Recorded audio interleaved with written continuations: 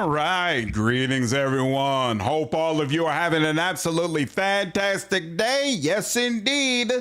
An early stream. I felt like the last couple of streams, well, not I felt like, I know the last couple of streams got cut way early, and I feel like we're very, very behind on getting through the beta. So I asked my wife, hey, would you mind if I went on ahead and jumped on a little bit early today? And she said, sure, it'd be no problem. So I'm able to jump on for a couple hours early. I restarted the modem yesterday. I did a test stream last night. It went okay for about hour 15 minutes that I let it run. And so hopefully that means we're going to be all good today. We're going to find out. Mom, what's up, dude? What up, Elsie? What's up, Gio, Lennon, Jay-Z? What's going on, you all? Moonlight, what's up? What's up, Wine Guy?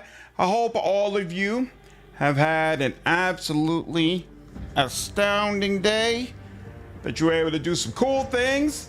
And I'm looking forward to hopefully getting through this first area of the beta. We're not going to be able to finish the beta. There's way too much content left. But I at least want to get us through this first area so we can start experiencing some of the new stuff that's available. We'll see. We'll see. Jovi, what's going on, man? 30 months you've been a member? Crazy, dude. That's awesome, man. I appreciate the support. Thank you for signing back up. What up, Top Boss? How are you, man? What's going on, Chuck? Yeah, Wi-Fi did me very dirty yesterday. Very, very dirty. What's going on, Excelsior? I didn't realize that was you. What's up, man? So, oh, and it looks like it's already messing up again. What is it?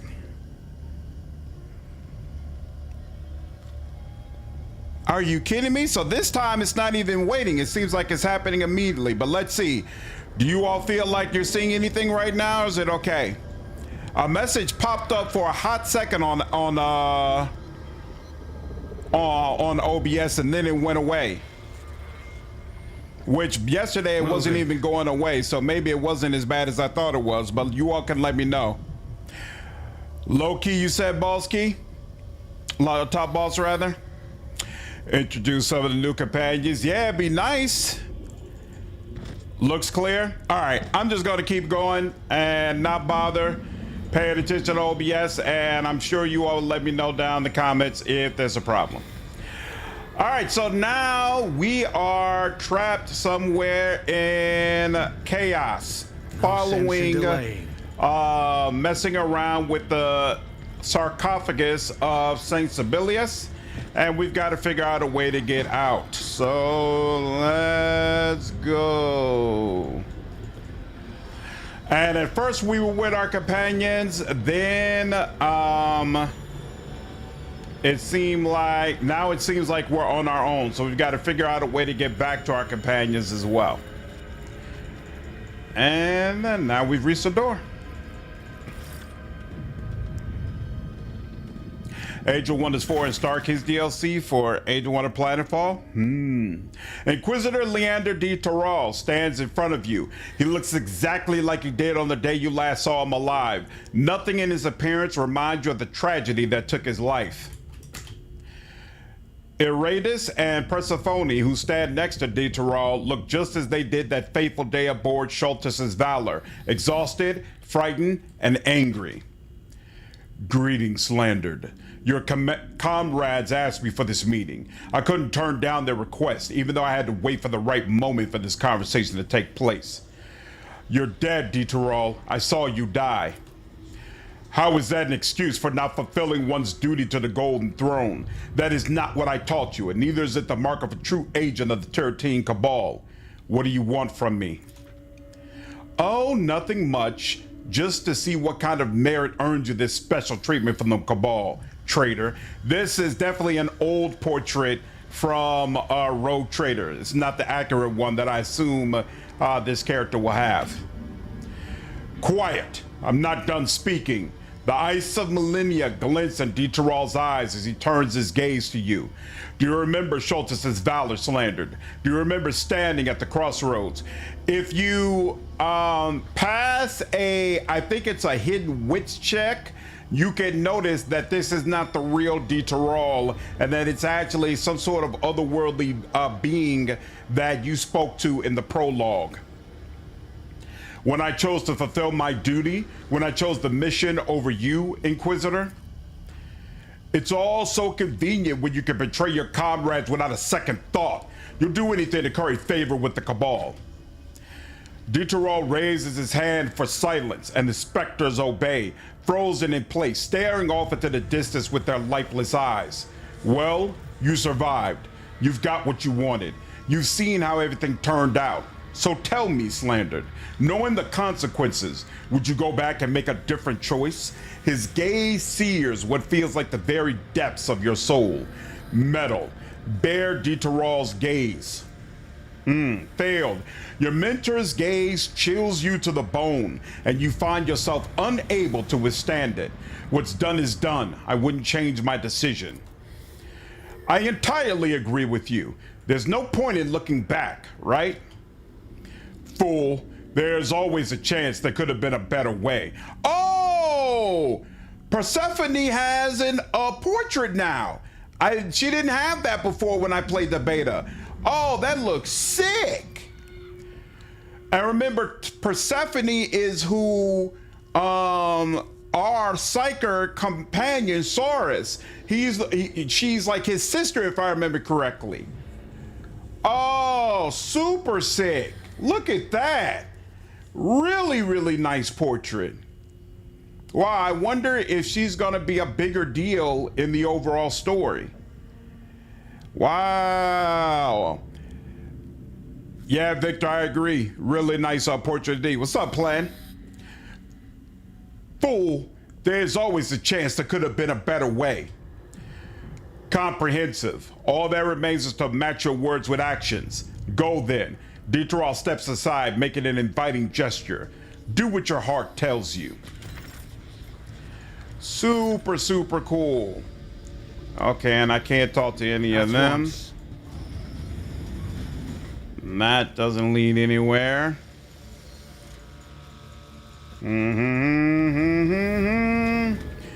She has a full... Yeah, I think the companion we might have a chance to save. Oh, you think she might be able to be a companion? That'd be interesting. Master Dieterol stands amidst the raging flames that have consumed Schultz's valor.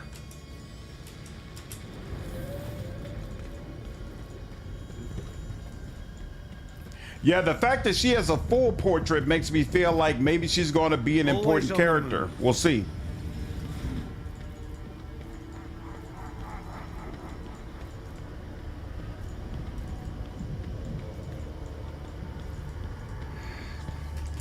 A door from within the Bastion Serpentis that does not belong here. It is typically secured by a lock that opens with special rings.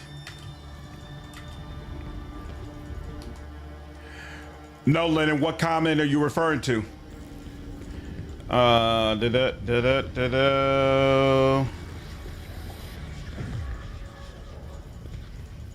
once.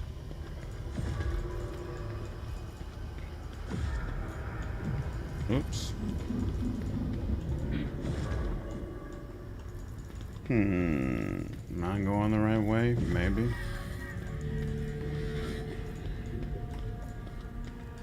Outcat and their puzzles.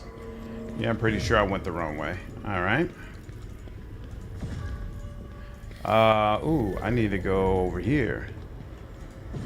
There we go. Reconnoitering. Ring key. The wearer gains +10 interrogation and diplomacy.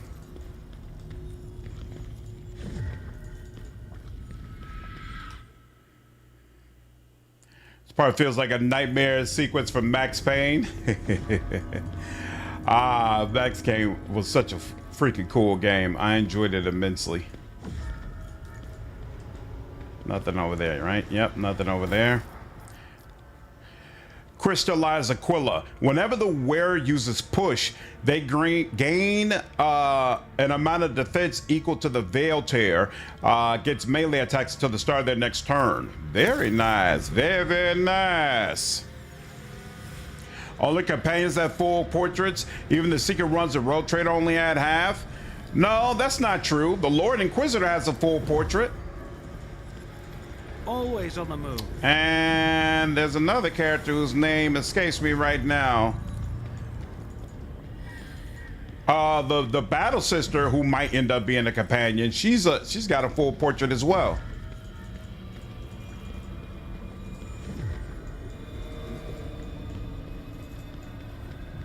What? How do I get over there? Oh, yeah, you got to go like around, right? There we go. And then if I come here... No, that's where I was before. Oh, they won't let you hit it again. Interesting. But... how do I get over here? Yeah, it's here. Oh. How you got there is important, apparently. Okay. That's interesting. And I already got that, right? Yes, I did. Okay. And then this. And then you. No sense in delaying.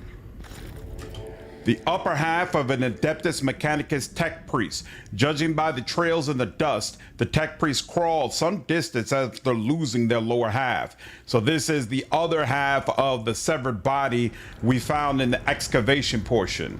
Very, very interesting.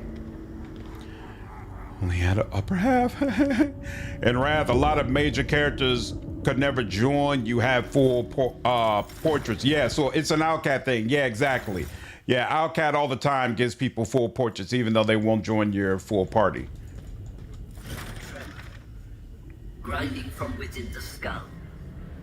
Extracted through the nose. Speaking of which, do they? Yeah, they got a full portrait as well. Look at that. Super cool. Hailing the Bastion Serpentis. Can anyone hear me? Through the hum of interference, you hear faint singing. The words are indistinct, yet something within you tightens in fear. You know, I never noticed that Rogue Trader was different.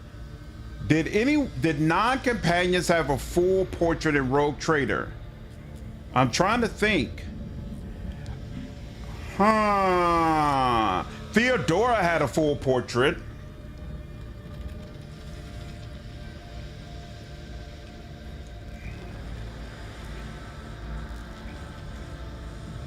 Thank you, Boo. I appreciate you. There were some people who had a full portrait, but now that I think about it, I guess that was less often in Rogue Trader than Wrath of the Righteous. Wrath of the Righteous meant had a ton of people who had portraits.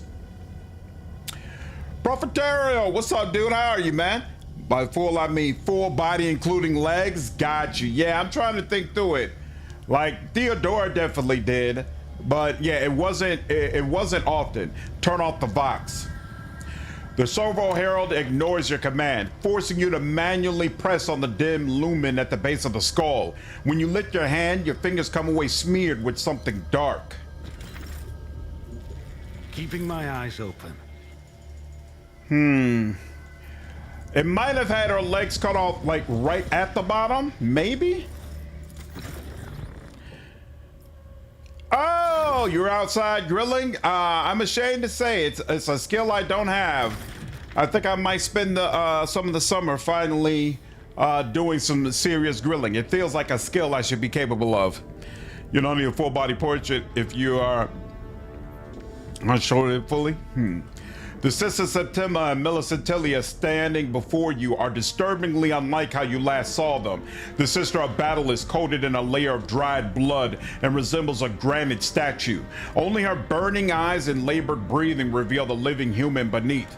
The Inquisitor opposite seems not to notice the mound of corpses that separates the women. Her gaze is cast far away toward other realms and realities. Acolyte! Finally you have arrived! Seize your weapon. The hour has come to deliver the cleansing flame to this den of heresy. Septima does not speak, but rather growls like an enraged creature. Your What nonsense this fanatic speaks. It makes no difference what becomes of the city above these ruins. Interesting. All that matters is what lies here. What happened here? Purification. Purification for the glory of the God Emperor. The entire Hab Zone is mired in wickedness, and the shrine of Sibelius lies besmirched by corruption. I have stripped them of their temple, their lives, and any chance of redemption. Only the sacred flame can cleanse this corruption. Burning that which you cannot comprehend. How predictable and foolish. You only need to look closer and open your mind, and you will find the truth. It is here, beneath the soil of Scintilla, waiting for us to accept it. I know the concept of grilling isn't hard in of itself, but I don't want to just grill. I want to grill well. You know, I want to grill and people like, wow, this is really good. You know, that takes more. That takes some real effort and skill. She doesn't sound crazy at all. Sister Septima, her voice actress has been amazing the whole run. Millicent Tilly is cool, but Septima is really stepping her foot off into it. Sister Septima, are you all right? She is consumed by anger and locked inside her dogmatic beliefs. She has built a cage around her mind and calls it a fortress. Inquisitor Millicent Tilly, see reason. Leave her be, Acolyte. This heretic sold her soul to the accursed Xenos buried here. Huh. Is that Iomede's voice actress? I can't tell. It appears I am faced with another choice. Once again, if you have a high enough wit, you can just recognize that this is all false and dismiss both of them. Both women fix their eyes upon you. The heat of promethium blends with the detached chill of plasteel. Sister, I have something to say to you. A single muscle flickers on Septima's face. Even so, she eases her weapon down a fraction. What do you want? To burn everything to ash. Heretics, their homes, their heritage, their filth and their depravity. For centuries they've dwelt upon land cursed by Xenos. Foul soil has borne corrupted growth. Moonlight, I'd say both of them are attractive in their own way. Diplomacy. See what you have become, sister. Are you not meant to save Calixtus and its inhabitants? Why are you destroying them now?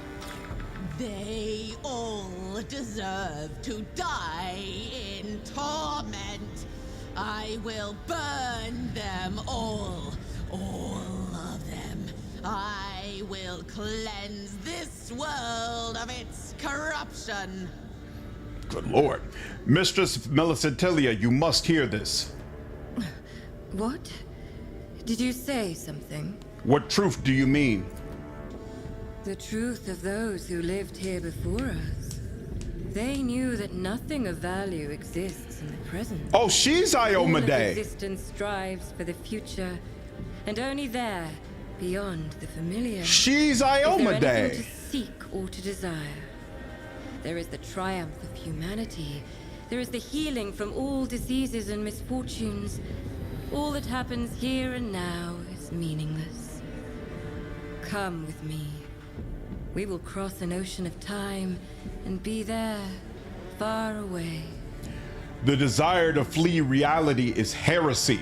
I never thought Inquisitor Millicentilia could ever forsake her duty for a deceitful fantasy. Damn. Millicentilia follows a stray glint with her eyes, then again loses interest in you. Metal, reaching the future while sidestepping the very present that creates it. What utter rubbish. Your meager mind cannot fathom the essence of time. It is not a river, but a turbulent ocean with numerous currents. Sister Inquisitor, you are both counterfeits, fashioned without diligence or soul. Your words are cut short by a faint shimmer that passes over reality. A crystalline ringing echoes in your skull and races down your spine. Both women stand motionless and quiver like projections on a hollow screen.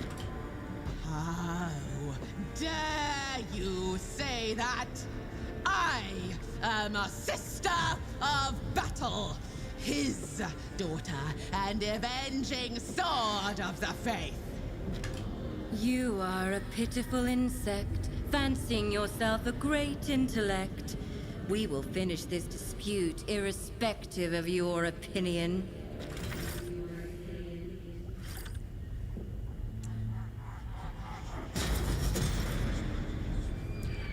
Disconcerting.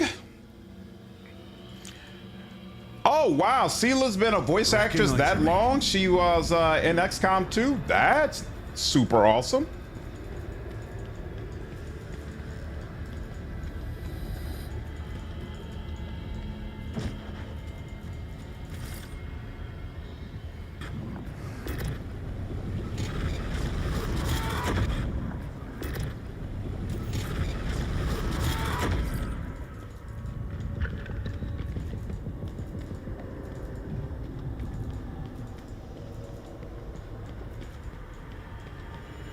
Moving.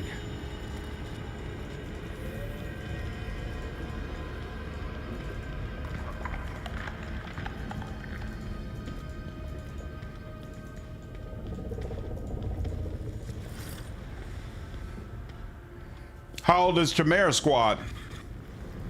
Nothing can be saved. Death is at your shoulder. Every second prolongs the agony.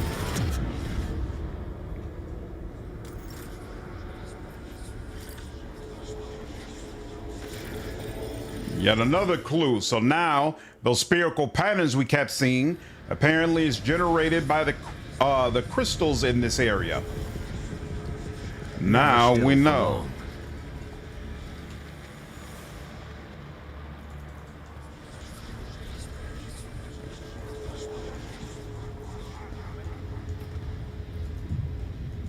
Come on. Pull yourself together. You mustn't eat him. I'm so hungry. Rough. I'm not the biggest fan of puzzles in RPGs, but I will say this game has puzzles that I found very acceptable. Especially considering the way Owlcat puzzles usually are, this is way better. Way, way better. My blood is flowing backwards. Reconnoitering. Why does my heart beat? Come on, Marco, you know this. I restarted the modem quick tech. Hopefully that'll fix At it. least 200 years. Get it? 6 years now XCOM CS has been out. Oh, for some reason I thought it was older than that. Interesting. Stop talking nonsense, Zarev. I don't care if a mine collapse was the only thing that kept you from butchering your fellow workers for food. The rest of us still have a shred of honor left. From what I've seen, the puzzles are not overly complicated, and thus far, none of them have been required. What up, Randall? How are you, dude? The figures are slightly translucent, resembling a surprisingly clear hololithic projection. Neither the people involved in the debate nor the rest of the group seem to notice you. Touch one of the arguing people. Your hand goes right through the figure, causing the individual to shiver as if from cold. The sight of it makes the servo auger buzz frenziedly, as if it is trying to analyze the capture phenomenon in vain. Hey, can you hear me? Hey, can you hear me? I'm telling you, we have to survive in the name of the God Emperor. And Marto wants us to die like cowards. So when I play XCOM 2, should I actually play XCOM 2 or should I play Chimera Squad? What's happening here? What's happening here? Yes, we're in a tight spot, but so what? Does that mean we should get at each other's throats like wild animals? The next moment, he looks around in bewilderment, as though trying to understand what has gotten into him. There's a way out of this, get it? We've been here for how long? And nobody knows how much longer it'll be. Here's the deal. We draw lots. If the God Emperor doesn't favor you, then That's just how it is. But if he protects you, then you've the best chance of lasting until help comes. The hunger's driven you mad, Zareth. We aren't mutants or damned heretics to eat each other. United with faith in the God Emperor, we will endure. Guide the illusions. Hardship is not an excuse to lose your humanity. You are his servants, not shameless beasts. Hardship is not an excuse to lose your humanity. You are his servants, not shameless beasts. With faith in the God Emperor and his name, one can endure all. You dumb croxes, you'll die here! Shut up, Zareth.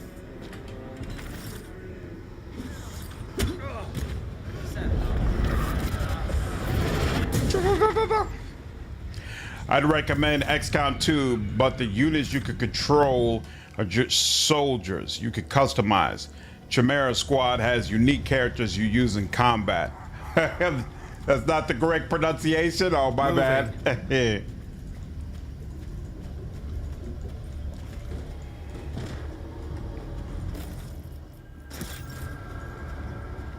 Crystal covered data. Crystal. The crystallized body of the worker Zarev. The wounds on his wrist indicate he gnawed through his own veins. Well, isn't that pleasant?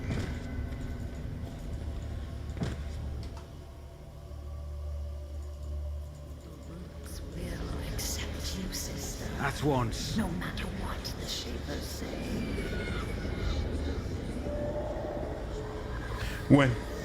When I die, absorb my strengths. Absorb my strands. It will make you stronger. I know it. What's up, Iffy Me Ad? Appreciate it, dude. Glad you've been enjoying the streams, man. This is the way the leaves fall. This is how we grow. Sleep. The pain will be over soon. Always on the move. Cray. What is those words? You are diverging from the path of becoming and wrath because of the phantom. Our freedom perished along with our forefathers when she who thirst appeared. Don't leave me, Larthir. Follow your path with me by your side.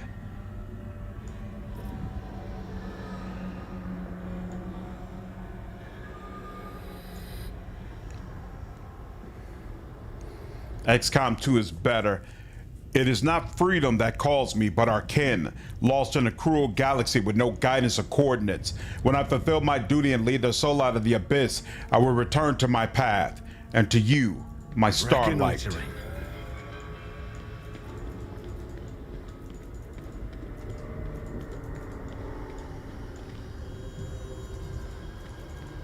Save us from the defilement of the unclean, from the schemes of thine enemies, and from the curses that plague humanity. Are you reinforcement? Grant us the strength to too expose late. and destroy those Box who shoot reject up the thy guardsmen light. already. The vile I wanted to Xenos, shoot the them away, loathsome mutants, but the the box was abominable too small. sorcerers. You give Sucker. Smite the cursed sorcerer God Emperor. Smite me and erase my name from the annals, so that it may not stain the perfection of your creation. I beg you, I implore you, do not leave me without an answer. Do not leave me alive. Nice. I've been At hearing good once. things about the DOS 2 like armor system in this. I don't think it's crap, but I do think it needs to be refined and improved. It was you who released the Void Plague in the Von Putrescera estate on Quadus, was it not? Alpha 3+ level energy source detected straight ahead. Recommendation. Additional protection for the Acolyte upon approach. Surrounding analysis. Based on the collected data, the Acolyte is located in The Servo Herald breaks into a screeching noise and falls silent. Contact the ship or my companions. function blocked by incoming unrecognizable litanies. Sacred protocols forbid the deciphering of this type of code. I should keep moving. Yeah, I had planned to, when I start the XCOM 2 stream, ask some of the people who regularly watch my streams what kind of soldier would they be, so that I at least have some idea of what kind of build they would prefer for themselves when I create them. But yeah, I'm definitely going to be creative viewers when I play XCOM 2. Reflection, and that's it, spelled incorrectly, but it's okay. Barca, once you play the beta, I hope you enjoy it, dude. I think a lot of this looks very, very exciting. As far as the armor system, I made a video a couple of days ago with suggested mechanics improvements that explain some of my issues currently, like with how armor and the mechanics work in the game. Maybe for that bridge puzzle, it would help if we do not rotate the camera to not lose orientation. For me, that wasn't my issue, but yeah, if you're doing it your first time, it would definitely be, it would definitely help more. We'll see. Usually the issue started around 1 hour, so we'll see if we can get to the 2-hour mark and the internet's working okay. Hopefully so. Your reflection in the crystal is behaving strangely. At first it is subtle, but then it begins to move of its own accord more and more boldly, all the while staring insistently into your eyes, as if in defiance. I had known that sooner or later this moment would come, the moment when I'd have to look into my own eyes. Your reflection crosses its arms. Who are you? I had always known who I was. The answer was on the surface, plain to see, but not for an outside observer. It was naive to seek it from my own reflection. From the moment I had stepped into this crystalline realm, I had striven to discern the line between truth and falsehood. Had I provided the correct answers to every enigma? Had every secret of knowledge unveiled itself to me? I desired more. All that remained was to consent to letting the knowledge permeate my mind. What is this place? The question surfaced in my mind only a second before the answer. I already knew, after all, that I stood in the realm of those who had once tormented this world, whose power continued to seep through the ages and the very bedrock, subjugating mortals again and again with the influence of inexhaustible mechanisms fed by the warp itself. No force in the universe could erase the trace of that vanished civilization, yet an attempt to comprehend it could still be made. You are the only sentient being here. Why are you stalking me? I did not dwell on the question for long, for someone had once earnestly promised to watch my every step, even beyond the ship that sank in the predatory forest. You are a spawn of the Tyrant Star, the very one I encountered aboard Schultz's Valor. The grin on your reflection's face grows monstrously wide, so wide it seems the skin of its face might split. I knew I was mistaken, for the thing that had toyed with me so skillfully had come not from some cursed orb in the sky, but from the depths of a far more ancient source. I had underestimated my own significance as the favorite plaything of a being so ancient and subtle. Where is my warband? The question had been tormenting my mind ever since we appeared in the labyrinth, yet there was no need for concern. I knew we had arrived here together, which meant they were most likely wandering in other dimensions of the labyrinth. I'm a Lathian. The knowledge you offer me is tainted. Whatever you propose, reflection, my answer will be no. I remained a foolish, shallow mortal after all, and I came to regret it soon enough. ISP has cracked out consistently around 2:33 a.m. like clockwork, but most of that is due to them updating stuff, and most people aren't awake at that time. Yeah. I've been going months without being an issue, though, so I hope that's not the problem with Comcast. What up, Rob? How are you, man? Yeah, a little early. Small creature. But we still need to find a way out of this trap. Warning. Critical energy levels of unknown origin detected by full Auspex array. The servo auger hovers almost right up to you. The green-eyed skull twitches as it struggles to analyze something imperceptible to your eyes. Is everyone all right? Servo ossuarium multi-modular construct is operating in standard functioning mode. No blasphemous interference with its integrity detected. Yeah, Barca, but you know, I'm not worried. Rogue Trader Beta had a bunch of things wrong with it as well, and all of that was cleared up by the time the full game came out. Now, of course, the full game then had other issues, you know, as far as mechanics and balancing, but there's plenty of time from my standpoint for Owlcat to go ahead and address the feedback that has been provided. And they've already made it clear that they have seen the feedback that both I and Revan have given to them. I would describe my physical condition as adequate. As for my mental state, I'd rather not comment. Fully all good, Commander.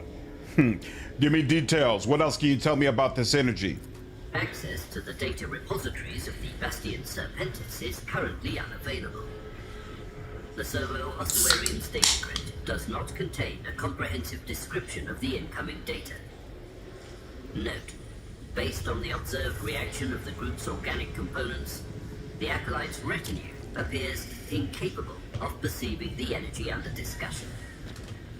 Your mindless mechanical contraption is lying. Oh, my soul senses every movement of the energies that weave the phenomenon surrounding us.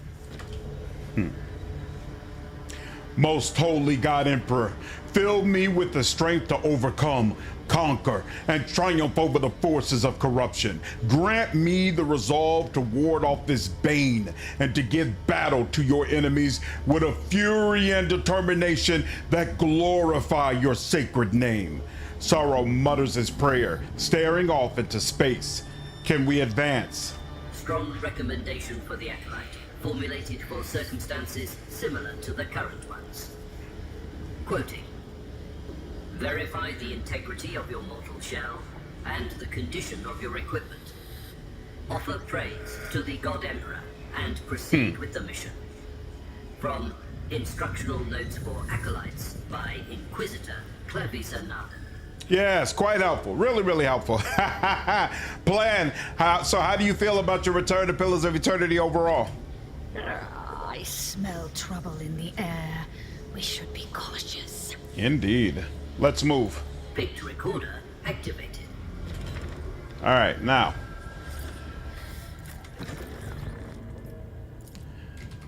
Pistol fight. This fight is annoying.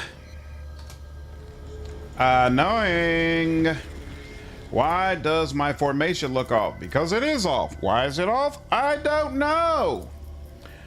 You are not here. You go here. You can come over here. And actually, you go here. You can come here. And then you can come here. There we go. And then...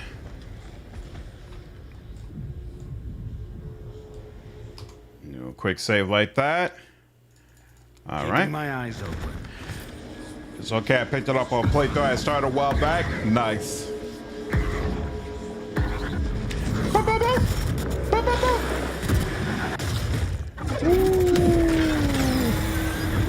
Not cool, man. Not cool, man.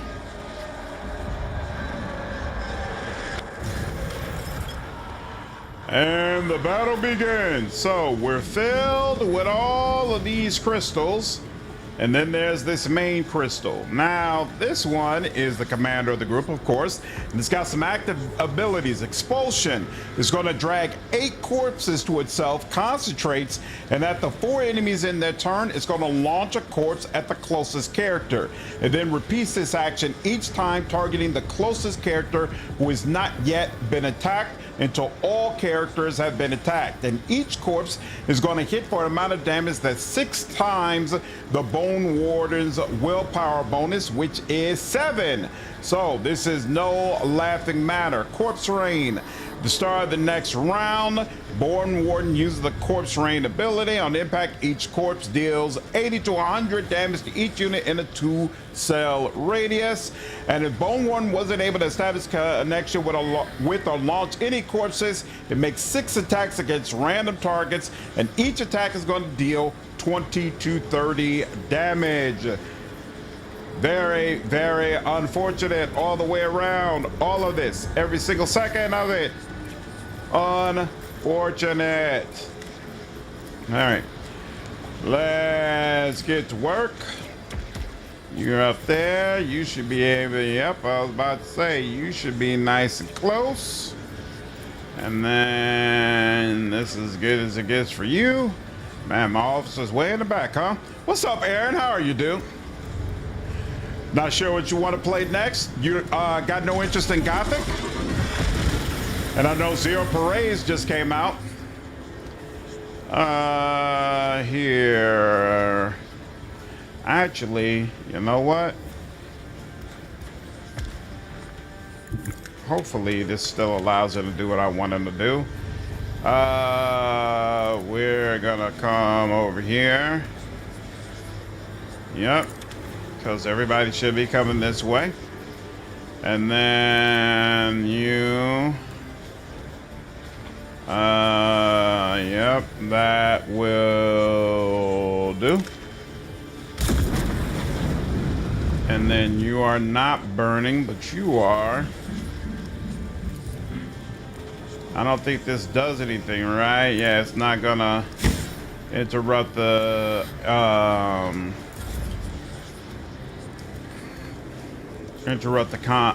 concentration. Let's see. I need you to rush. I need you to be coming up here ASAP. We'll also do that. All right, and then switch over. And then let's see, you can, you know what? We're going to do, let's see. We'll do a little bit of this. And then you should be capable of this, right? There we go. And 93%. There we go. Very nice. Very, very nice. Not really yet. You haven't even finished Disco Elysium. Okay, so you got options. Gothic series never interested you? I've never played it before, but I plan to check it out for sure. Have you played Rogue Waters? It's a pirate-themed rogue-like tactics game. Nothing bad, but it's a good time for sure. Nope, never tried it before, never played it. Zero Paradise might be good, but his legacy is already tainted. Yeah, that's true. Yeah, that's part of the reason I haven't been like crazy excited to cover it, although I do plan to cover it. You need this as well. No, I should have gave it to you now that I think about it, but whatever. Yep. Okay. And now you'll come all the way over here. Defended by the dome is spectacular. And then you do this. And then actually, yeah, because we do want to have that, so we'll do this. Okay. A little bit of that, a little bit of this. And then we'll take this off. And then, oh, but you can't get, yeah, you can't get that extra hit. Yeah, protected by armor. Yeah, so there's only, oh, and you missed. All right, fine. This seems daunting, especially with the armor system. Is this hard or normal? Right now it's on normal, but I've actually finished this on hard. This fight is not as bad as it looks. The crystal draws all those bodies to it, but when it starts aiming the bodies at your party, those bodies can hit the crystal itself. So basically what you want to do is get your whole team behind the crystal so that when it draws all those bodies to it, it hits itself and takes a lot of the damage. It's still going to wipe out some of your party, but hopefully in the process it also does enough damage to the crystal and you have enough party members left over that you can go ahead and take it out. That's at least what I usually do. You know, I'm sure there's multiple ways to go ahead and take care of this, but that's usually my strategy.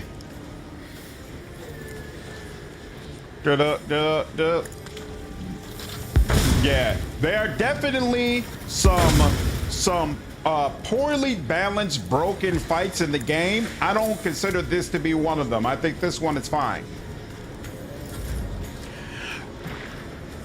With VP. My main concern with this game is there won't be as much combat as Rogue Trader. There definitely will not be. So if you're the type of person who combat is what's most important to you and is going to seriously impact your ability to enjoy it, if there's not as much combat, that's a legit concern. Because that's definitely not the focus. I'll make it work. I need you to have a heroic act ASAP. And I wish I could do this, but oh no! What were you thinking? Oh, all right. That was a complete waste. I completely wasted this. Look at that, 7 points. Oh, so ugly. What up, Sod? How are you, dude? Seems unintended. No, I think it's intended, actually. I think it's absolutely intended as the way to get around it. I mean, there's other ways to do this fight as well, but I think that portion is definitely intended. Does this guy even have morale? I don't think you do. I don't think you have morale. So let's do that. 100%. And that would not be more anyway. So let's just do that. And take the 100% damage. And that'll be that. All right, now. There we go. Somebody hit you. I'm sorry to hear it. Here, let's get as many of my little enemies in this as I can. And then get some of your armor back. Bam. And then do your hit, do your dance. Come on now. What in the hell? Oh, are you not? No, you're right in front of them. There you go. There we go. And then one last little hit. And there we are. Not as much combat as far as though there's still plenty of it. I don't want to play Disco Elysium. There's still plenty of it, at least from what I've seen. Looking for the Critical Role later. Just playing some Crimson Desert. What is Critical Role doing? Yeah, I hope there's no internet trouble. We'll see. We'll see how it goes. If there is, I'll have to call Comcast tomorrow. All right, now, unfortunately, you are not all that useful in this situation because you're on fire, so I don't want to do the whole on fire thing. But actually, here, if I do this, yeah, it looks like, so here, hold on.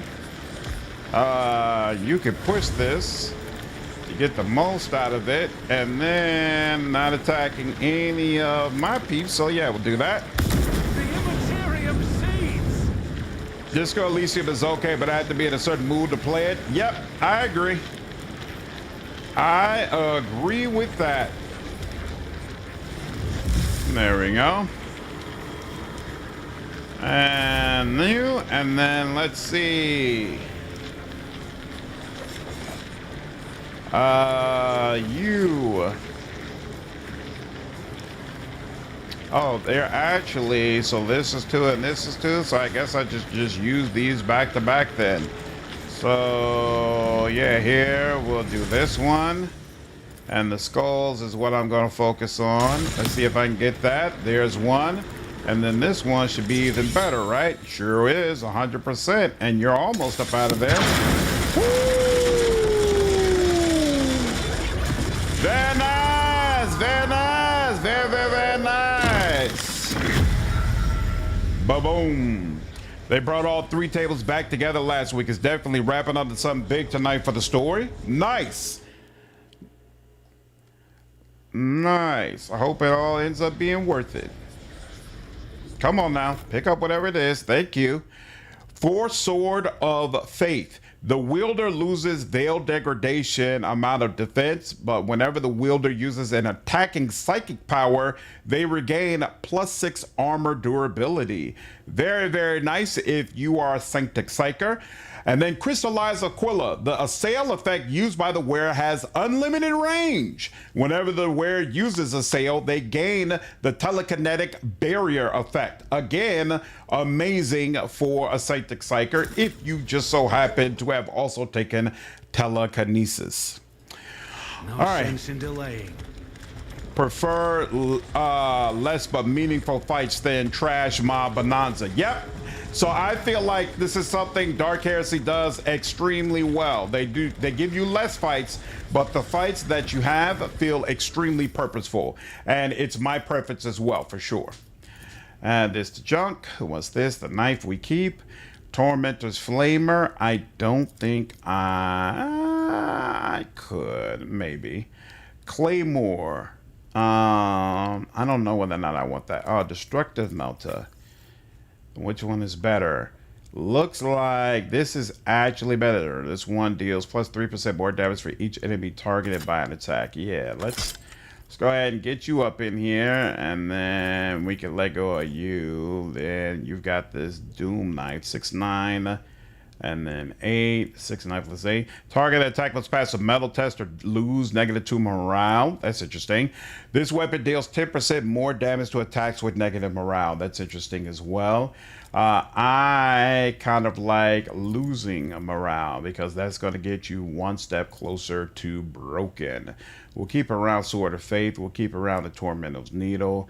We'll keep around the Long Lost. Actually, Long Lost 11-14, 11-5. This is 12-16, 11-5. Wielder gains 10% hit chance while their morale is above 10. Precise attacks with this weapon force the target to make an additional test to avoid the critical effect. And then I think I like the Long Lost a little bit more. We'll add this to junk. This is just a regular shotgun, right? Junk. Great Hammer, junk. What's this? Baron's Poison Bearer. Huh. What, it poisons them every time? Probably don't need that, but hold on, let's look at more of this information. Let's take a look at right out of the wasteland. Oh, close quarters. Attacks with this weapon attempt to inflict 2 levels of toxin. Doubtful I would use this. Tormentor's Flamer, definitely not using this. This is just a regular old sword. No. Thunder Hammer. Is anybody going to use that? No.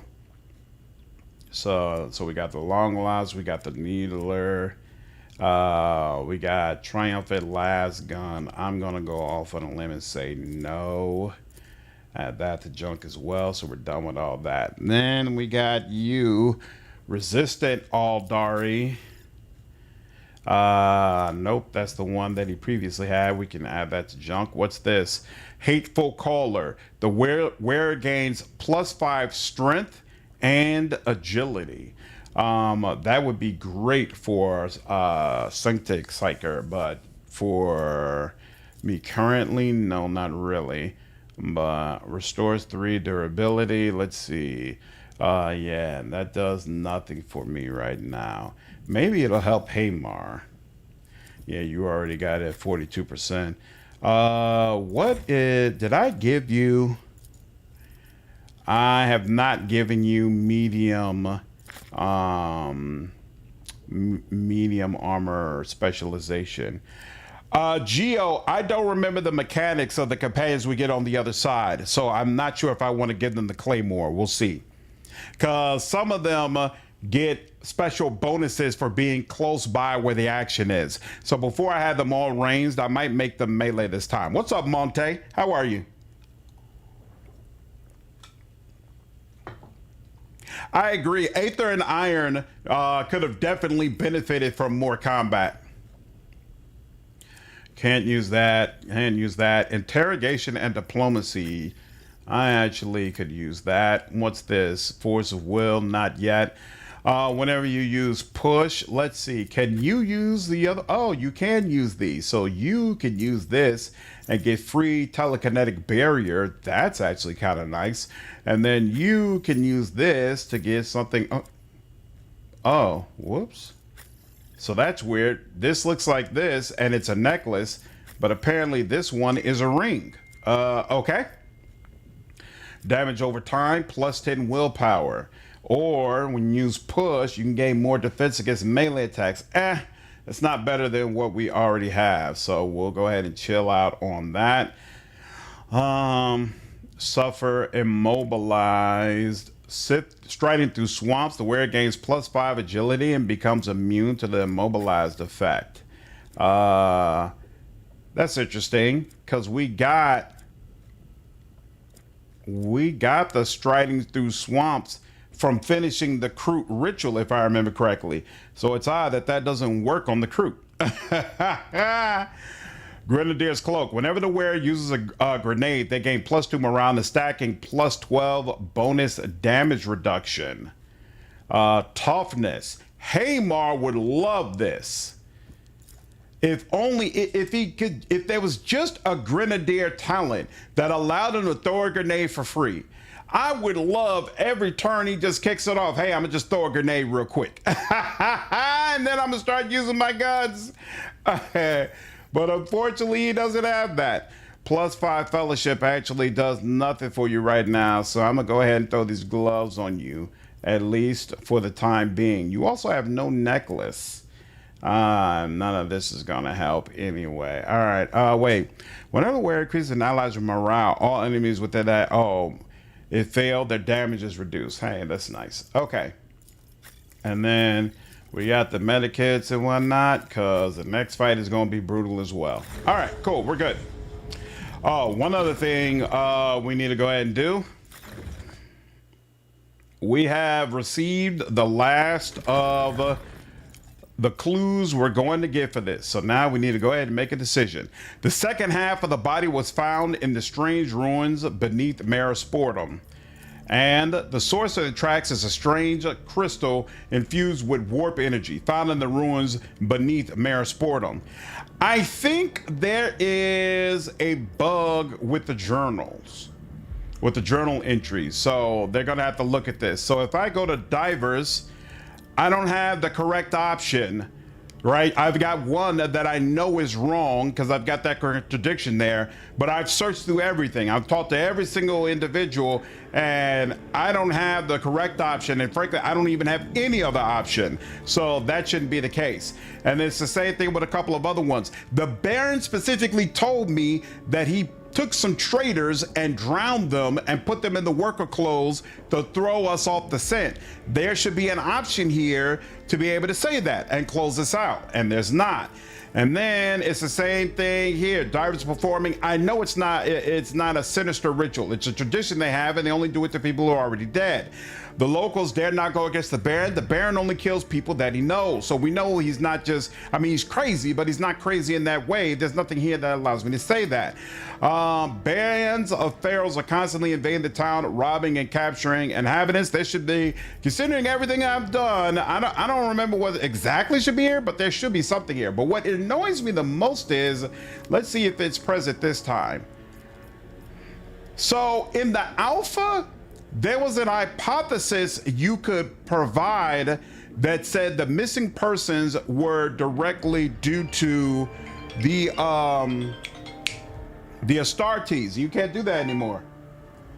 Hey, what's up, Dad? I'm streaming. I haven't looked at it. Is everything okay? Okay, as soon as I get done streaming, I'll take a look at it. All right, bye.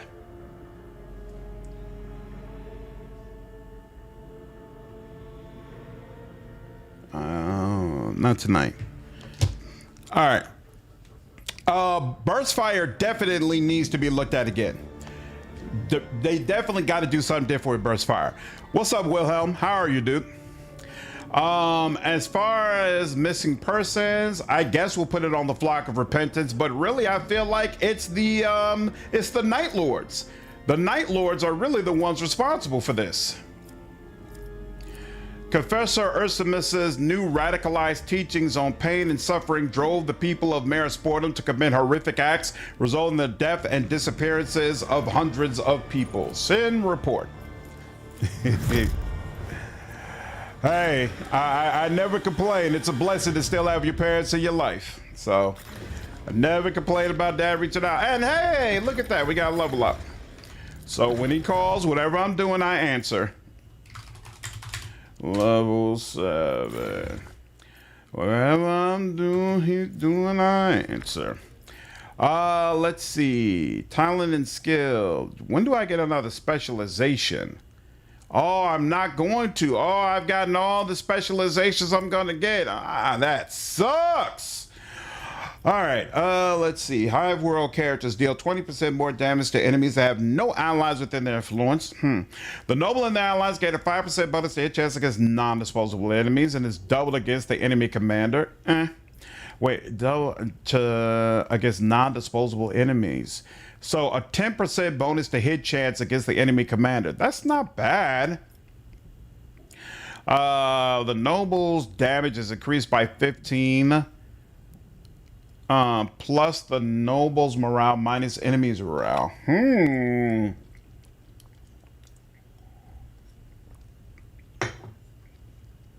Very similar, Victor. Very, very similar. From each ally adjacent to them.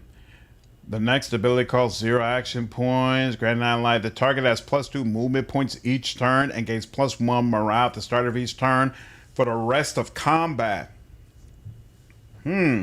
Like that as well. On the officer's turn, the cost of the first non-attacking ability. That's interesting. If on their turn the character increases morale of 3 characters, themselves included, the character gains +2 morale and +4 movement points. How often does that happen? I don't know, but that's a good question. I'm thinking, gotta be honest with you, I really like the 5% bonus to hit chance is not all that much, but the fact that it's doubled against the commander is nice. 10% against bosses, I kind of like that. I think I'll take that. And then let's see, we got diplomacy is nice already, so I'm not worried about that. I guess we could take intimidation, or what's interrogation? Why is wit so low? I thought wits would be a little bit better. Let's see, I guess we'll take some interrogation. Oh, interrogation is only there because of the ring I have. Think about some Neverwinter Nights 2? Mask of the Betrayer was definitely on point. I was definitely a fan of that. Metal is interesting. I think, you know, I'm an officer. I need to be able to talk. I'm the talker, so I'll take intimidation. What's up with you?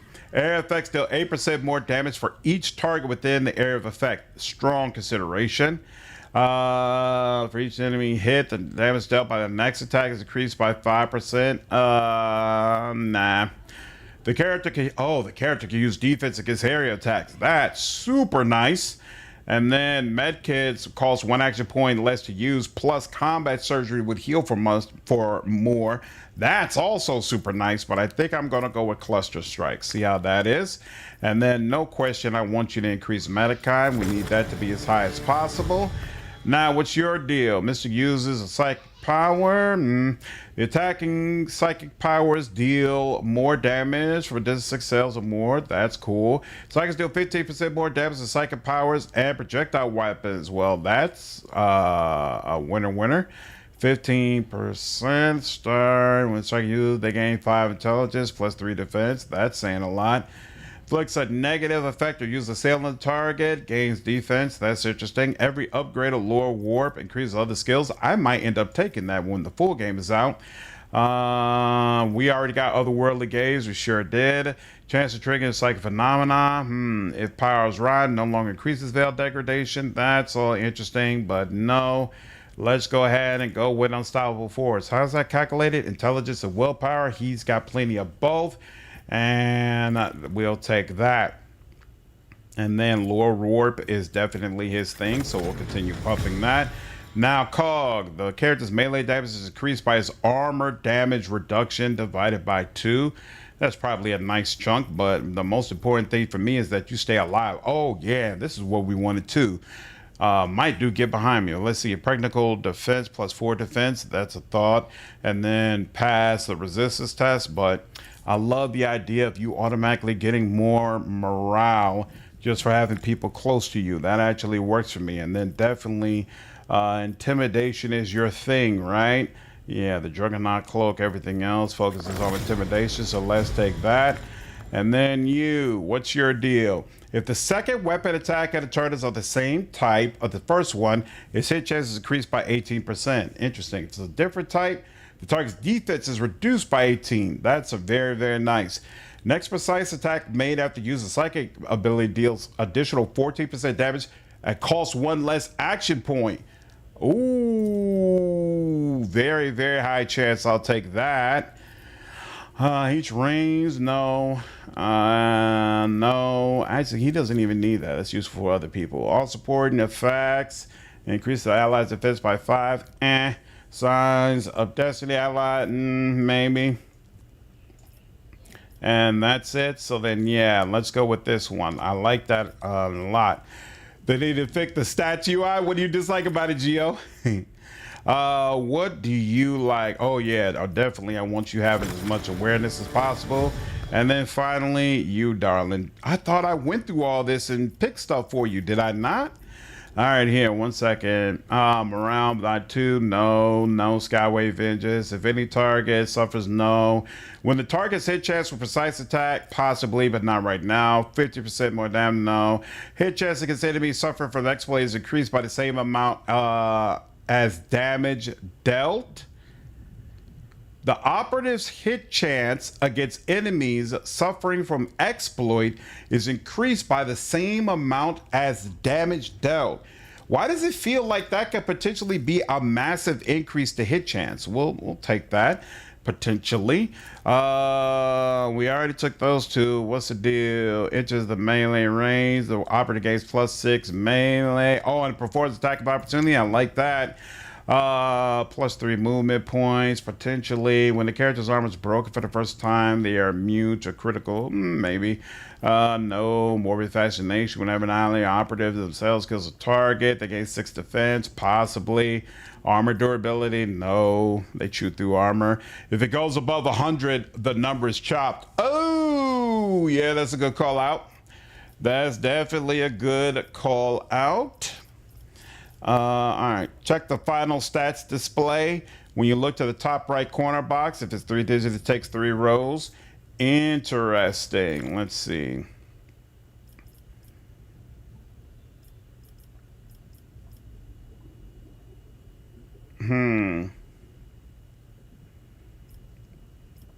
Doesn't seem like it.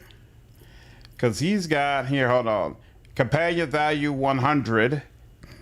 Check the final stats display. When you look in the top right corner box, if it's 3 digits, it takes 2 rows. Maybe it happened on the other ones. You are really good at awareness, but I already have somebody doing awareness, so let's take reflexes. And bam. All right. And that is that. By the way, there's no advantage, at least currently, to closing out or making a report for the missing persons case before coming over to this area and then talking with Millicent Tilia and Sister Septima. There's no reactivity to that. Maybe they'll add some in the full game. I don't know.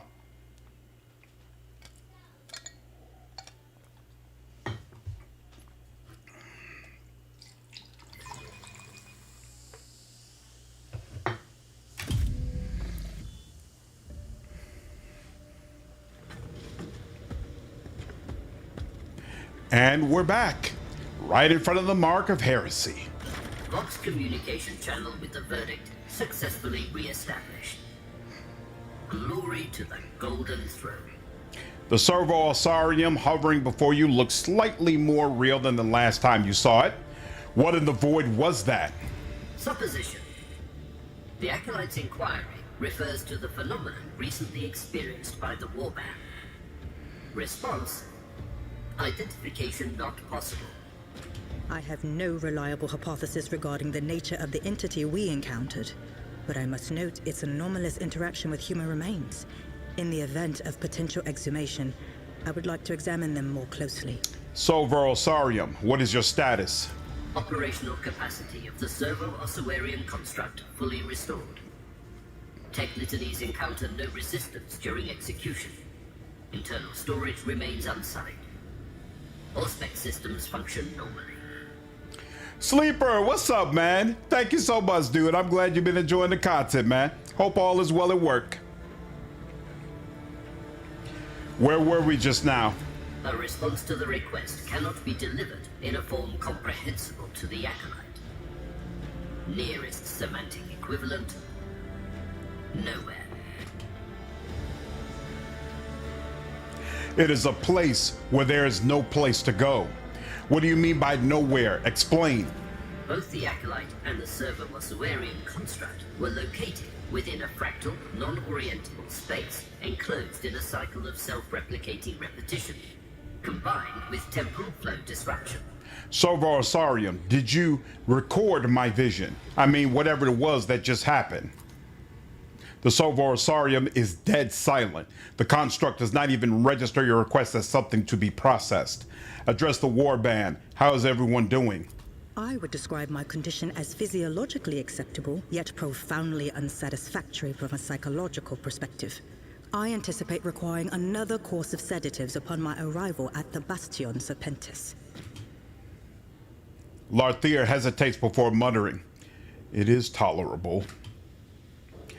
That place tried to scare me. It succeeded.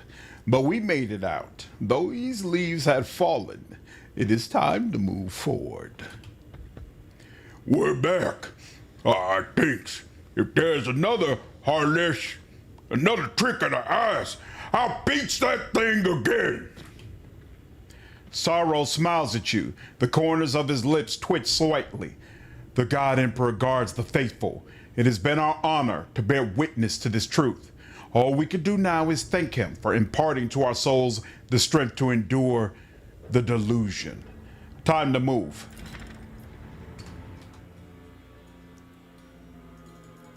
Always on the move. So, what has changed in our absence? Report citing, I have visions as evidence. Basically, basically.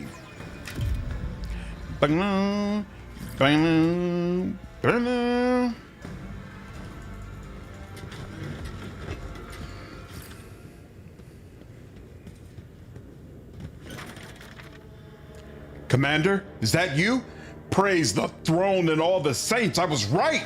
The others already wrote you off, but I told them now a few of them owe me 100 cents each. The pilot looks disheveled with dark circles under his piercing eyes.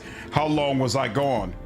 Long enough that they've ordered me back to the Bastion 3 times already, Commander. The first time I ignored them. The second time, I told them I received different orders. And on the third summons, I might have said some things, so I'll probably be condemned as soon as I arrive. But you're back now, so it was all worth it in the end. How did you find me? The augurs identified a signal coming from the Servo-Osarium. As soon as you went down those tunnels, the signal was lost. Then all of a sudden, I heard some rustling coming from the Vox, so I rushed here right away. Luckily, I was already flying low in the area. What is the situation like in Merisportum? They detected a new wave approaching, a big one, nasty. The locals have been warned. Some are hiding in burrows, while the smarter ones are trying to get to higher ground instead.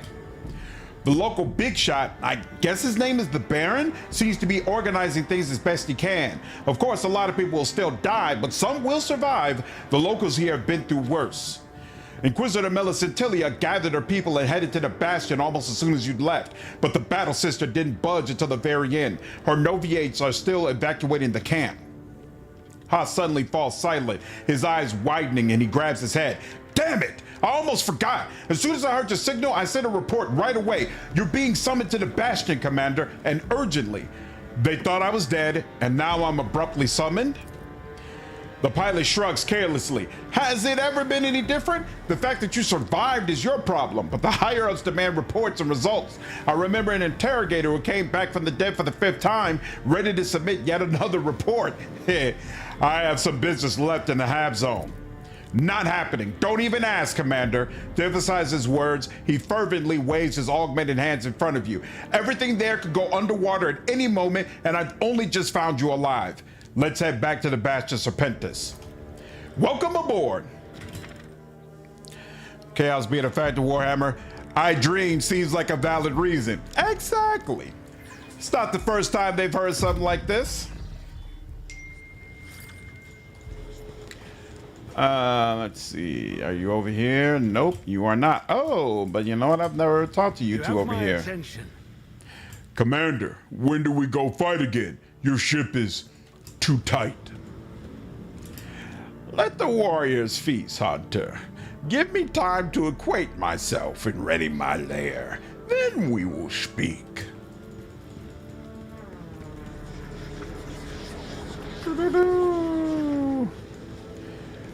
Not even a death is duty fulfilled. Exactly, you know it. You know it.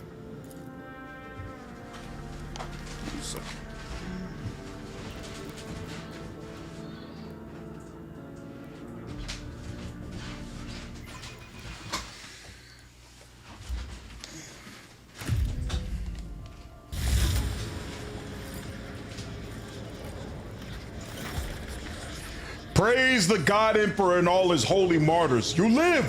The Lord Inquisitor charged me with conveying his will. He desires to see you in his study immediately. Did the Lord the Inquisitor mention why I'm needed with such urgency? That I do not know, nor did I find an opportunity to inquire further, as you might imagine. Then I will go at once. The God Emperor protects. Never still for long. The desk is in chaos. It is a wonder Quartermaster Numis could find anything here. An imposing collection of weaponry. Each piece is lovingly polished and displayed in its designated place. I don't think you're meant to spend a whole lot of time on the ship, honestly. So I would agree, it does feel, it's not particularly impressive, but I don't think it's meant to be impressive. I think it's meant to be just a place that you stop by real quick and then you jet out.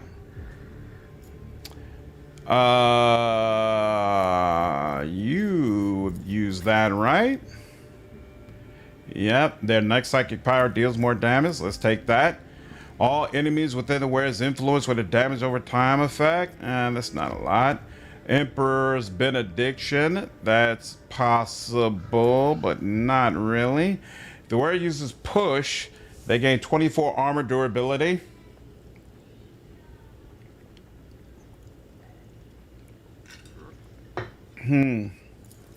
That's interesting. Sure, go ahead. Oh, whoops, I can't get that. Whoops. Increases damage dealt by this unit's area attacks by +6. When they inflict burning levels from flamers, they inflict +3 more burning levels. I like that. What up, Matt? How are you, dude?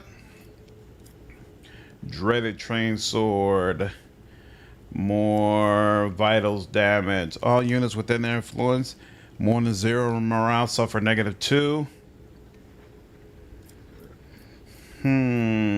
That's not helpful. Let's get a couple more of these and deal with that. And there we go. And then you. And yep, that makes sense. That makes sense. And then you can take, yep, you could take that. And we won't let anything go yet because we don't know. What's going on, Arter?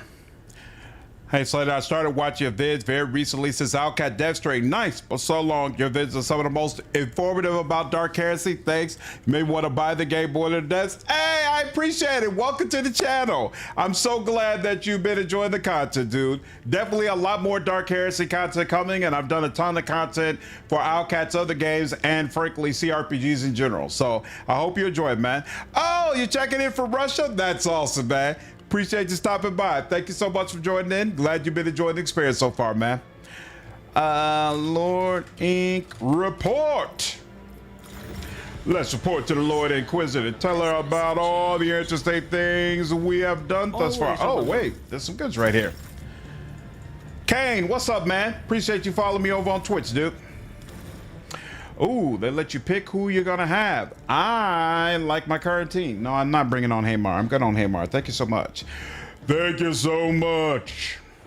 Boom, boom, boom, boom, boom, boom, boom, boom, boom, boom, boom, boom, boom, boom, boom, boom, boom. Boom, boom, boom, boom, boom.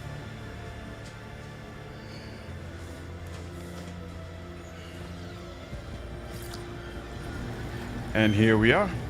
Whoa. What'd it say? Well, don't you have those? Hold on. Who's that screaming? Who's that screaming? Simone, who is that? Oh, okay.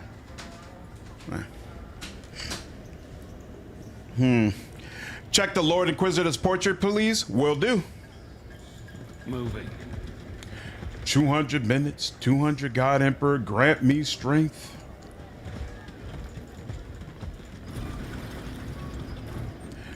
My favorite CRPG, Creon, is Wrath of the Righteous. Arta, hey, thanks for following me over on Twitch, dude. So usually I live stream on both YouTube and Twitch. You're of course more than welcome to watch me in whatever platform works the most for you. Oh crap. Your main character has to be standing here. On my feet. Stand still, await the completion of the scanning procedure. Identity confirmed. Access to the Bastion authorized.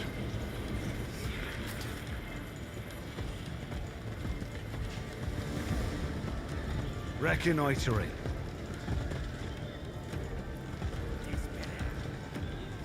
To the inspection room, quickly now. I do not abide time wasting. What's this Gia 2?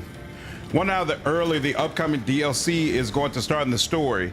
I kind of want to start now, but I don't want to miss anything if they are Act 1 introductions. Are you referring to Rogue Trader? What is this? A Xenos? The guard hesitantly reaches for his weapon, but thinks better of it under your gaze. Given how readily Inquisitor Millicentilia acquiesced to our pact, and considering your hand is yet to grasp your weapon, the presence of my kind in this place is surely a far less grievous a transgression than you would have me believe, Monkey. Rakti studies the man with interest, then turns to you. Why does this warrior speak as if he is surprised? You would not bring me here just to have killed me upon arrival. We'll deal with this later. Spitting sullenly onto the floor, the guard turns to you. And you. Follow me. The augmetic eye in the guard's face, scarred by shrapnel, chitters as it looks you over. In the name of the Holy Ordos and the Tiratine Cabal, present your documents, travel warrants, orders, certificates, and other papers. Present the sigil. Is this sufficient? Strange sort of sigil. That... Never seen one like it before. Looks like a forgery to me. The guard's face twisted to a sneer. Attention! Hear this Vox message. Source, Lord Inquisitor Anton Zerb. The server herald's Vox emitter spews forth a torrent of noise, cut through by an authoritative voice. This acolyte is mine.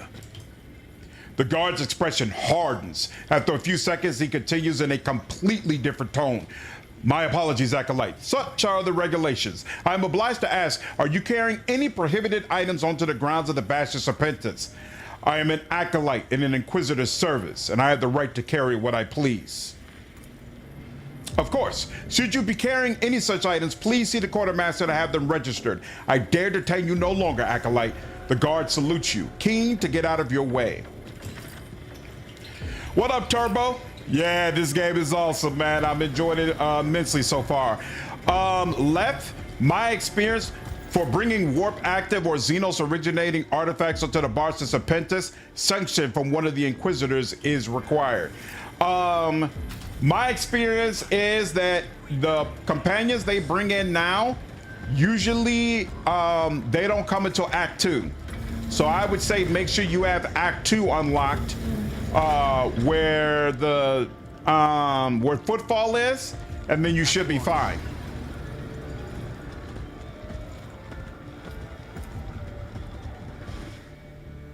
Did I go the wrong way? Might be maybe more content in the planetary reactor map. We'll see. What's up, Yug? What do you mean? How did I get access to what, Arjun?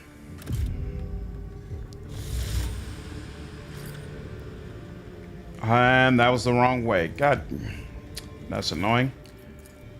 My bad.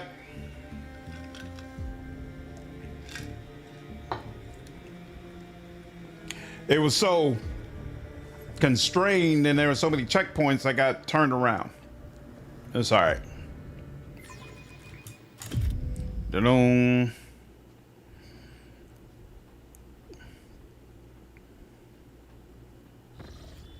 All right, now this is where I just came in. Now I can come down here, come down here, come down here, come over here. There we go. Acolyte, you live. So notice the whole time we were in Moira Sportum Sectors, she had voice acting. Now she doesn't. So we're now entering a place in the beta where there's very little voice acting. There's virtually no voice acting in this area or in the palace area where we're going to do our third case. Sister September's voice echoes dully beneath the vault of the hall. I had presumed you dead. I ordered my people to find your body so we might ascertain what happened, but to no avail. Then word came of a new wave heading for the Mayor's Port of Sectors, and we broke camp. Where have you been? I've never played this GL before. What's great about it, Plan? You were looking for my body? The Sister of Battle remained silent for a moment before answering, as if weighing whether you need to know the reasons for such an act. Yes, it is my belief that the body of a servant of the Golden Throne must never fall to heretics and the profane. This final tribute I am prepared to render to each of his faithful servants. Besides, many items or augmetics found on the body of an inquisitorial acolyte by third parties could lead to an undesirable leak of information about the methods of the Holy Ordos. Epione falls silent under September's gaze. Rationalism is the refuge of those who are strangers to the sense of duty and faith. Were you lying in wait for me here? Yes, I learned of your arrival and resolved to question you on the matter first. If September is aware that she has thereby rather tactlessly overstepped Lord Inquisitor Zerb, she is concealing it well, or simply does not care. I managed to infiltrate the shrine of Sibelius beneath Mare Sportum via concealed entrance in the marshes. You found it. The sister makes the sign of the Aquila and utters a few words in High Gothic. Tell me then, what did you behold there? Has that place retained its majesty? There is something you should know about Sibelius. Have you been fortunate enough to learn something not recorded in the hagiographies? Some unsung feat? Another deed of the saint to inspire the people and sustain them in these dark times? Amalathian. I found proof that he was exactly as described, an infallible saint. An exemplar we should all aspire to emulate. Praise the Golden Throne. The light of faith is needed now more than ever. I shall spread these glad tidings across all Scintilla. Yes, even now the temple inspires awe and fills every believer's soul with his light. When the waters recede, I would dispatch the order's servants. We cannot abandon the hallowed site to the ravages of the elements. September bows her head, folds her hands across her chest, and murmurs a brief litany. When she looks upon you once more, her gaze is resolute. This will occupy my mind for some time yet. Still, tell me, where have you been for so long, Acolyte? I've only played most of 1. There's some learning curves, but it's so good. But I have 1 and 2 and need the other 5. Why did I lie to her? What's up, Creative? I lied because that is the Amalathian response. Right now I'm playing Hybris and Amalathian. As an Amalathian, I want people to believe more in the Emperor and to all things and people associated with the Emperor. And therefore, it's more important to me that Saint Sibelius retain his image as a saint and someone to be looked upon as righteous than it is for me to tell the truth about his history. I I've already destroyed the artifact that was associated with them. So frankly, his history, as far as I'm concerned, or my character rather is concerned, that's not going to harm us anymore. What's most important is to keep the dream alive and keep people believing in the Emperor and by extension in the Imperium. An unknown warp phenomenon transported me to some ruins. It took a while to find my way back out. The full details will be in my report to Anton Zerb. So if I was playing as an actual Puritan Inquisitor, I'd probably tell her everything and side more with the Battle Sisters. But as it is, I'm Xenos Hybris first and Malathian second. And so I don't really trust Sister September because I realize she is going to have a very negative view of all the allies I'm going to make during my playthrough. The weapon leveling is wild. That's what you really like about this Gia plan? I understand your haste. I trust you will write your report fully and without omission. I have learned all I wish to know. I bid you, go now to the Lord Inquisitor, Acolyte. It is unwise to keep him waiting. Confessor Ursimus, of whom you spoke so highly, proved to be the ringleader of heretics. He attacked me in the shrine of Sibelius. So if I was a Puritan Inquisitor, even though out of all the options I had, Confessor Ursimus was the best one, and it was the one, I really feel like you should be able to say the Heretic Astartes are the ones responsible for the missing people. But Ursimus would definitely be the best secondary option. But if I was a Puritan, I would leave him completely out of it and probably pin it on the Xenos and say the Xenos were capturing people and eating them so that people didn't lose faith in their religious leaders. Exactly. Keep the dream alive, Jeff. Almost like the pyramid is built on lies, so why not stack a few more lies on top of it? I believe he has already undergone punishment commensurate with his crimes. It is lamentable that even such zealous servants of the God Emperor can succumb to heresy, but all the more reason for those of us who remain faithful to become even more resolute. I would like to know what became of Merisportum during my absence. I heard that the contemptible Baron, upon learning of the impending flood, set about building new dwellings upon the cliffs, a futile yet ambitious attempt at salvation. I know nothing more. Lone Eye will live, Whitehair. He is a strong chieftain. You are right. I must go to the Lord Inquisitor. The story to the combat combos? Nice. Okay, it's just wild in general. I might have to try it at some point then. One pilgrim wants to a holy tomb with a single funny looking crystal. The role playing is great. Nice.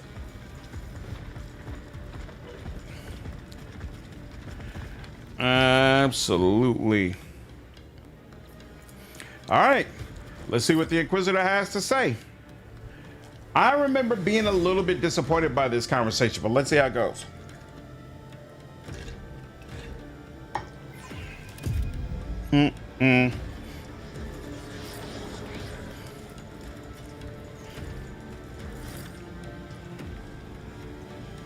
So nothing. You have failed me, Millicentilia. Lord Inquisitor, the events of the Merisportum Sectors have undoubtedly delayed. I believe we're about to learn precisely what transpired in Merisportum. Inquisitor Millicentilia spins around sharply at the sound of your footsteps. In a second, her face is lit by a cascade of emotions, from irritation to surprise, and then to all-consuming interest. It seems she had ceased to expect to see you alive. Acolyte slandered, once again you have miraculously survived where hundreds before you have perished. And one of you asked to see the full portrait. There it is, that's what it looks like. The Lord Inquisitor's voice settles on your shoulders like a blanket of rockcrete. Recount for us the results of your mission. In what state did you find the Merisportum Sectors? Even there, people live their lives. They struggle for survival, labor for the Imperium, and praise the God Emperor as best they can. Daily service alone is insufficient to save the Imperium. Only by giving everything without reserve, by squeezing each and every subject of the Imperium dry, will we not merely endure the galaxy's horror, but even gain a chance to triumph. Seconds pass like an eternity as Anton Zerb fixes you with an unbearably heavy stare. Did you ascertain the cause of the disappearances in that Hab zone? Yes, Lord Inquisitor. I believe it is time to review your records and pick images from the investigation. Zerb makes an almost imperceptible gesture, and the Servo-Osarium glides obediently towards him. The preacher extolled the God Emperor with such fervor that he transgressed the bounds of proper devotion. Under different circumstances, he might have become a faithful servant to us, but alas, his mania led him to eternal damnation. Millicentilia gives a derisive snort. We'll have no short of obstinate and stick-headed servants. In the stillness that follows, the only sound is that of the steady wing beat of the Lord Inquisitor's cherub. At last, Anton Zerb breaks the silence. Sister Septima was seeking the relics of Saint Sibelius and the Mare Sportum Sectoris. What became of them?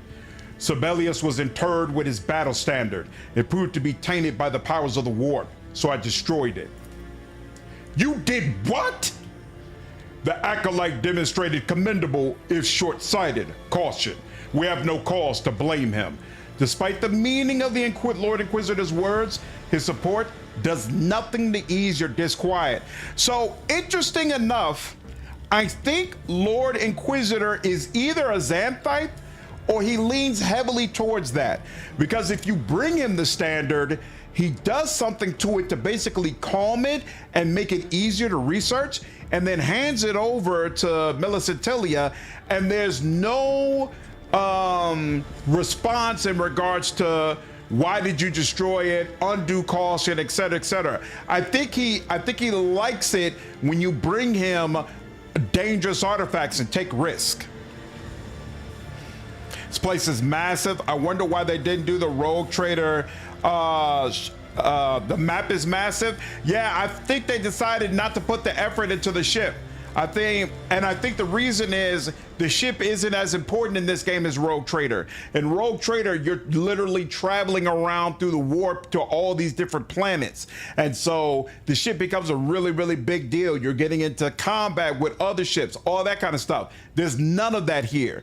Like your travel through the warp is only around different areas on this planet or that are in the immediate vicinity of the planet. You're not traveling to completely different sections of the galaxy. And so I think that's why they decided not to go that route.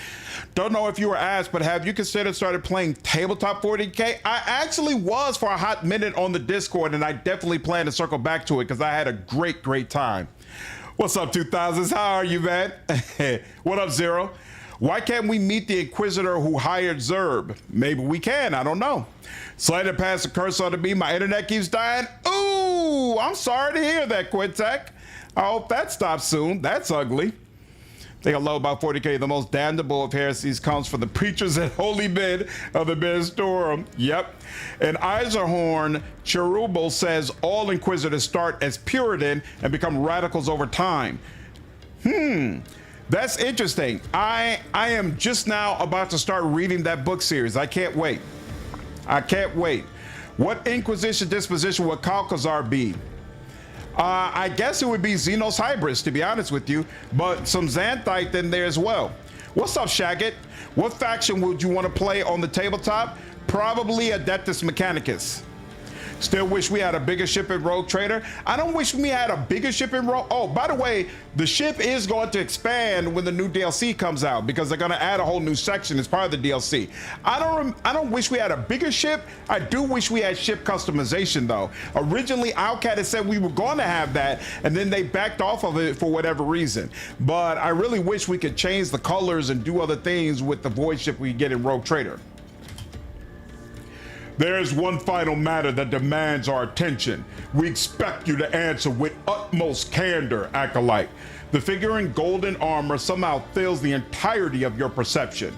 You were missing for 15 planetary turns. Where were you? Tell everything. Upon touching the standard of Saint Sibelius in his tomb, I found myself transported to a cavern, apparently once belonging to some manner of Xenos. When you reached the part about the reflection that spoke to you, Millicentilia cast a troubled glance toward the Lord Inquisitor. The warp spawn that troubled your mind will not cease its attempts to reconnect with you. Be prepared for this, and report to me immediately should it occur. The eyes behind the golden mask closed. Had you not known Zerg, you might have said it was from weariness. A Xenos nest beneath High Sibelius. These are grave tidings. Agents of the Terratine Cabal will be dispatched to investigate and then erase that accursed place from existence. Looking up from her data slate, Millicentilia fixes you with inquisitive stare. I wonder if your remarkable talent for survival is connected to your exposure to the Tyrant Star.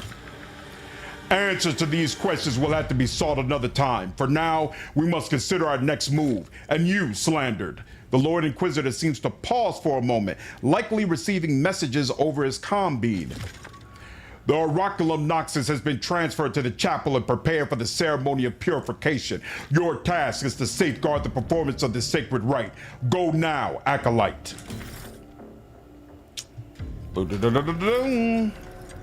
Moving.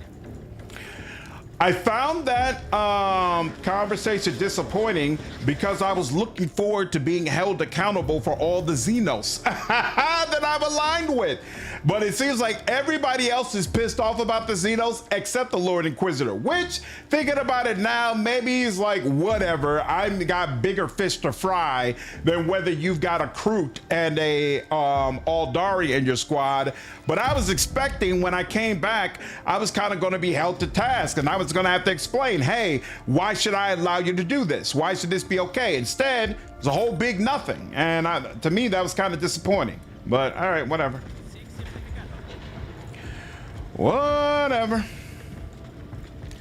About this gear, you never really beat this gear? Oh, really? Emelina from Hybris' Quest is a perfect example of Xanthite. Yep, your subordinates broke into my relic vault, sister. You are crossing a line. One of my servants reported finding corrupt lore within that vault. Do you deny it? A weak mind sometimes cannot distinguish light from shadow. You should have spoken to me personally, not acted behind my back. Where is my property? Now.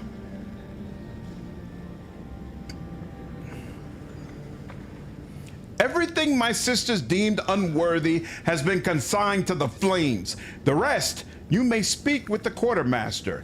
The Lord Inquisitor would be most interested in this. Sister Septima once again obstructs the Terratine Cabal's investigation. Expect a summons for a personal audience shortly.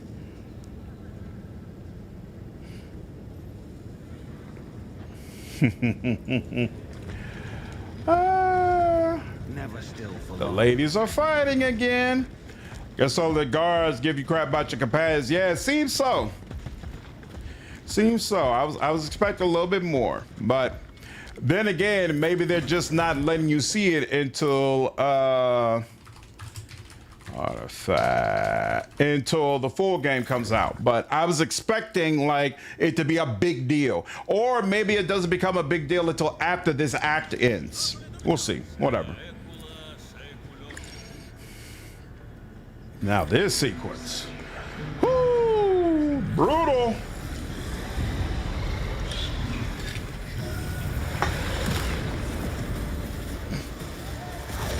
Y'all just completely messed this up.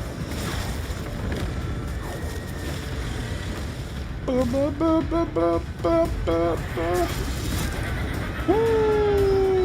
Not good. Not good.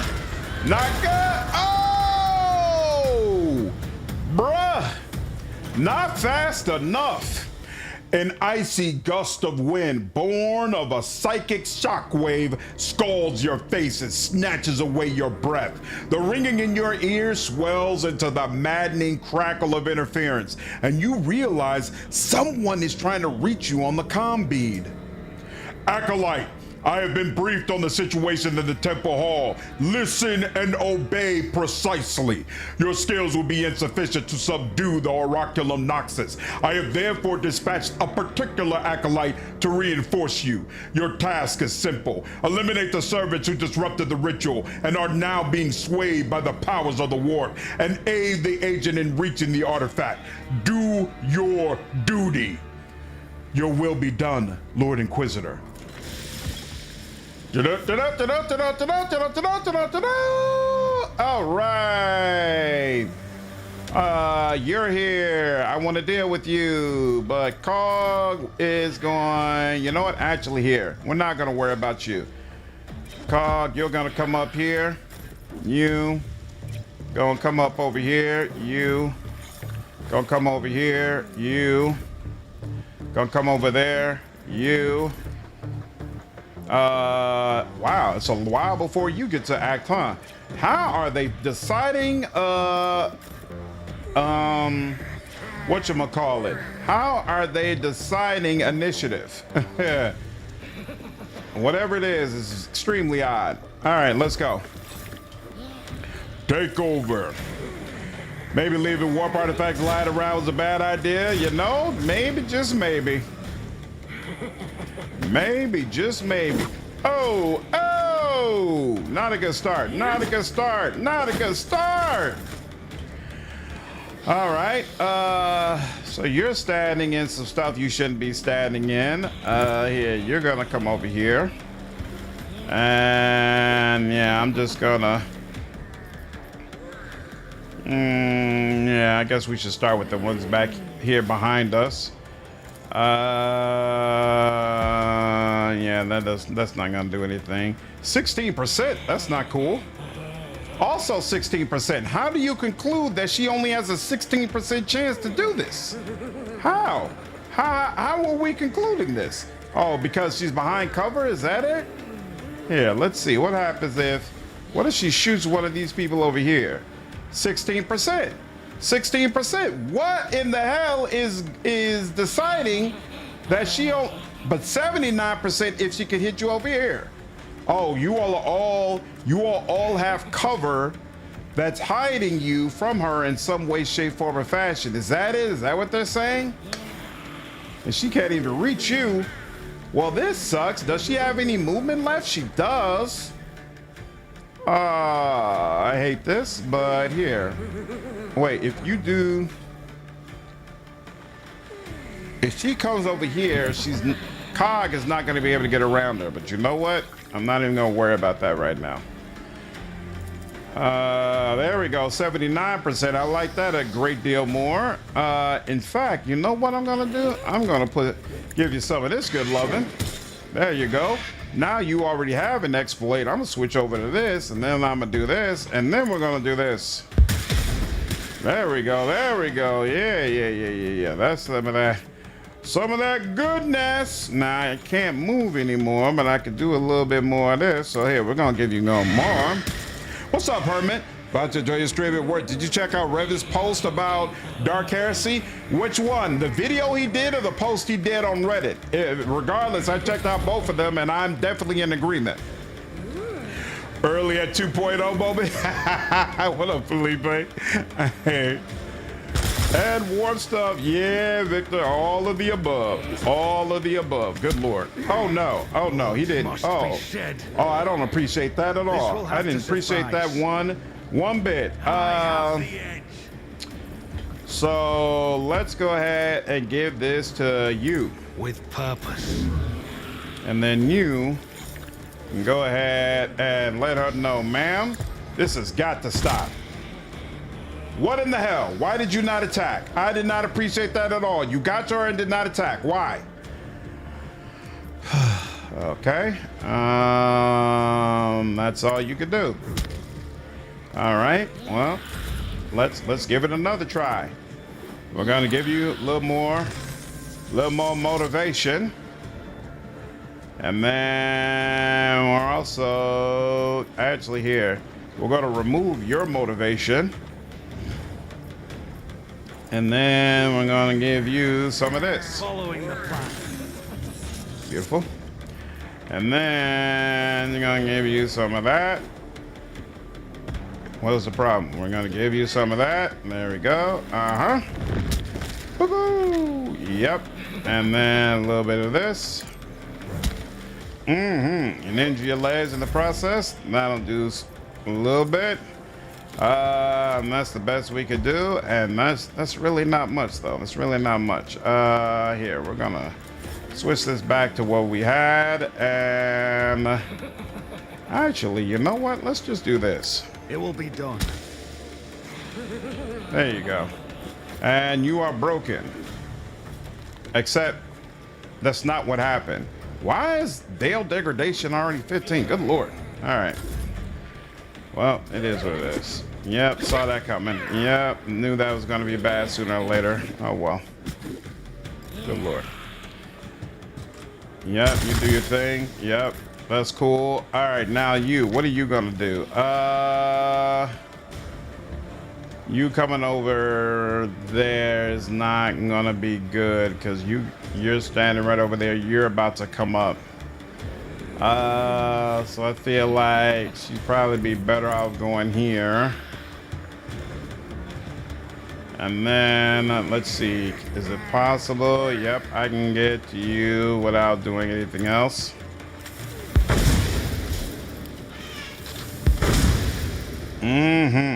Beautiful. Beautiful. And that. And we're good for now. All right, what else are you gonna do? Yep, okay. Yep, I like that. All right, now you. First, you're gonna focus on who's trying to take over, folks.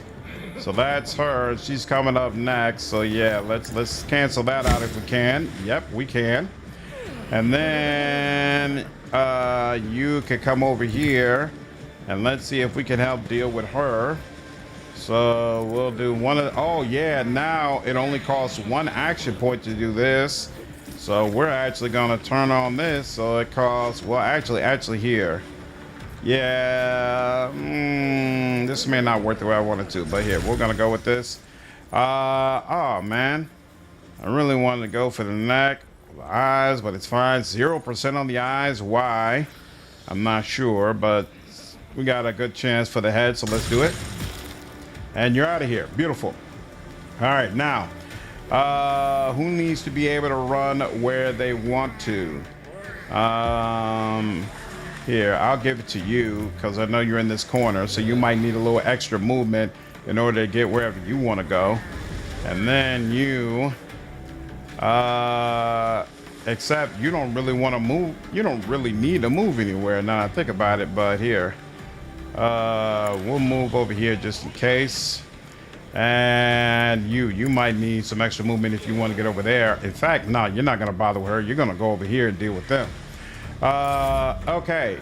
Oh, you're heroic already? Look at you.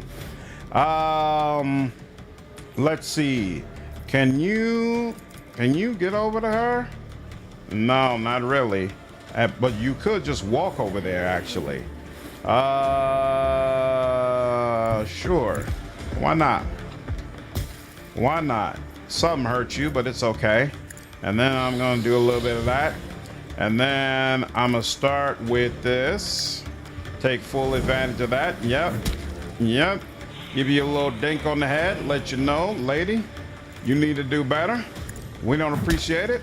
Yep, a little bit of that. And that'll have to do. Oh, well, she's got a little bit left. It is what it is. Could be worse.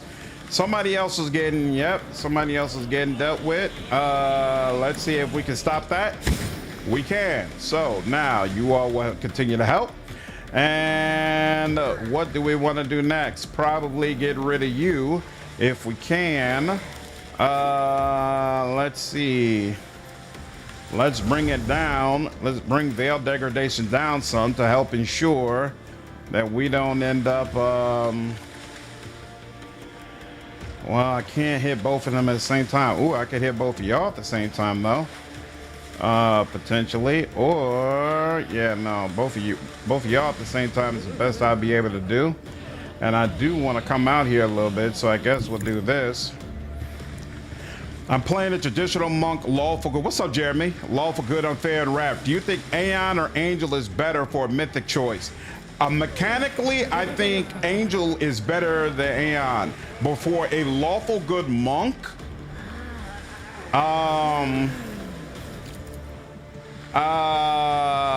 Aeon probably fits more with a lawful good monk. Thematically fits more, I mean. Yeah, sure. We're gonna go ahead and give you some of this.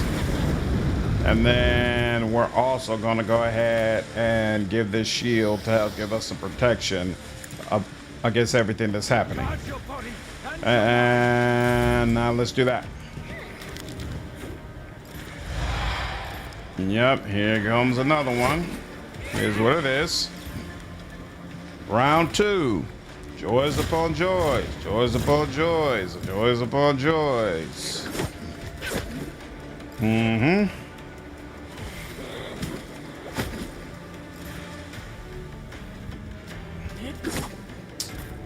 Can't believe it's still hitting with that 1 health. I don't appreciate that at all. Why? Oh yeah, of course. You cannot hit anything range right now because you got this character in front of you, and now this character no longer exists. Let's go ahead and make sure that y'all both have something going on. There you go. And then we'll go ahead and hit your vitals, hit you in the head. Can we? We tried. Would have been nice. All right. We got the officer. I don't need to give you an extra turn. You're good. I'm gonna say the person who would benefit the most from an extra turn is you. And let's make it happen, Captain. And you will go ahead and show these two what life could be like. There we go. And then we will go ahead and do that, and some of that. And you know what, I'm still gonna take it. Let's just try it. There we go, 50-50 chance essentially. The fire will take you. I'm good with that. All right, now you. Oh, you are in really bad shape. Unfortunately. How much will this help you? Just 15? You need a little bit more than 15, girl. I need you to get you up out of here. Now let's come back over here. And can I hit him without hitting you? I sure can, so let's do that. Or no. Can I? Come on, man. Damn, they won't let me do it? Here, hold on. What if I come a little bit this way? There we go, and looks like that should work. And abilities work really well with Monk. In what way, Matt? There we go. Looks like that should work. Gonna run way on. Did Azada my first playthrough for Kineticist, but stopped after Act 4. Just didn't like the playstyle or the Azada storyline. Eon is definitely significantly different from Azada. So if what you're looking for is a change, they will help you. I hate to do this to you, homie, but y'all got to get up out of here. When do we get our reinforcements? That I don't remember. But here, let me go ahead and just do what needs to be done here. I'm really sorry, bro. I know you're not gonna believe this, but trust me, this hurts me more than hurts you. Yep. And then take that off. Take that off. Yep, there we go. And then this. And then 100%. There we go. What's up, Ann? Can you explain how rhyming works? I never used it during your first run. Sure, I'll explain it to you. What's up, Bert? How are you, dude? Oh no, that didn't kill you? How did that not kill you? That's very unfortunate. And no way to get both of you, right? Oh well.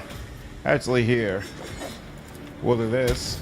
Yep. And then we can move over just a bit. Uh-huh. And give you a little... Oh, no, but you still got that armor. So, yeah, it's not enough. Oh, well. Well, whichever one you choose, we'll eat it.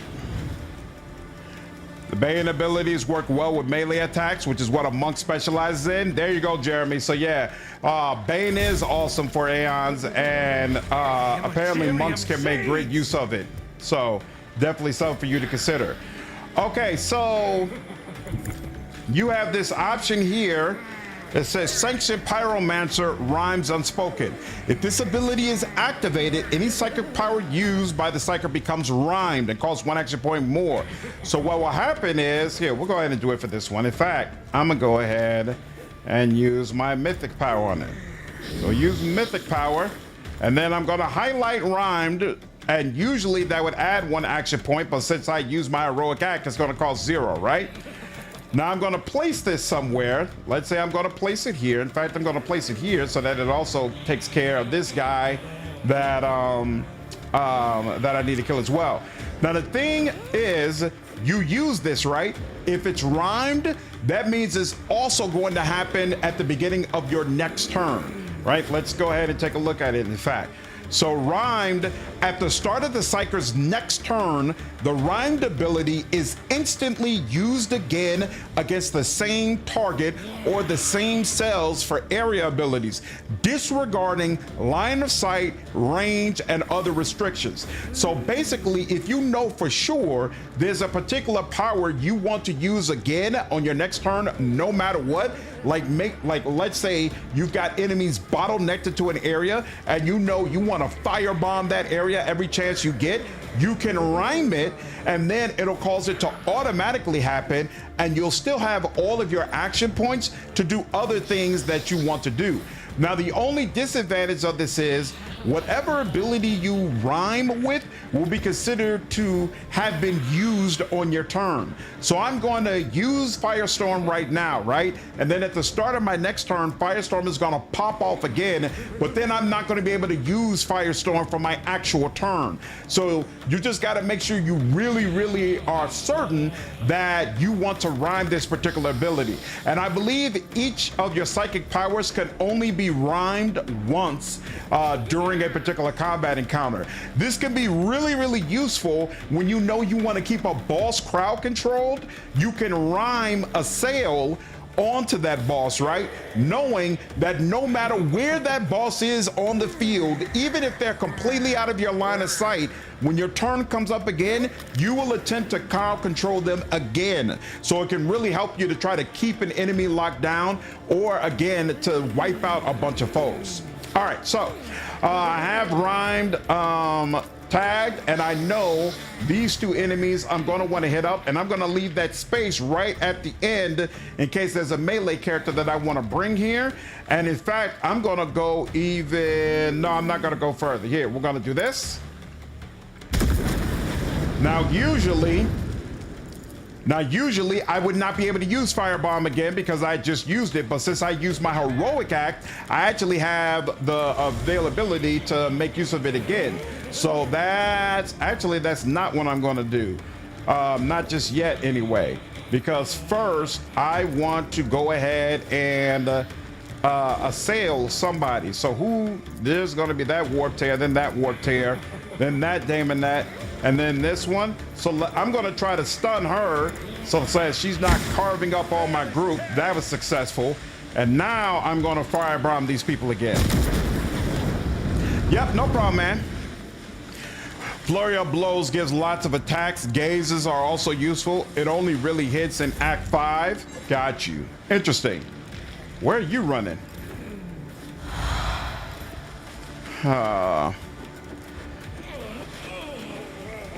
Is it as good as Rogue Trader? What's up, brother? In my opinion, yes. So far, at least in Act 1. If I compare Act 1 of this game and Act 1 of Rogue Trader, I like it immensely.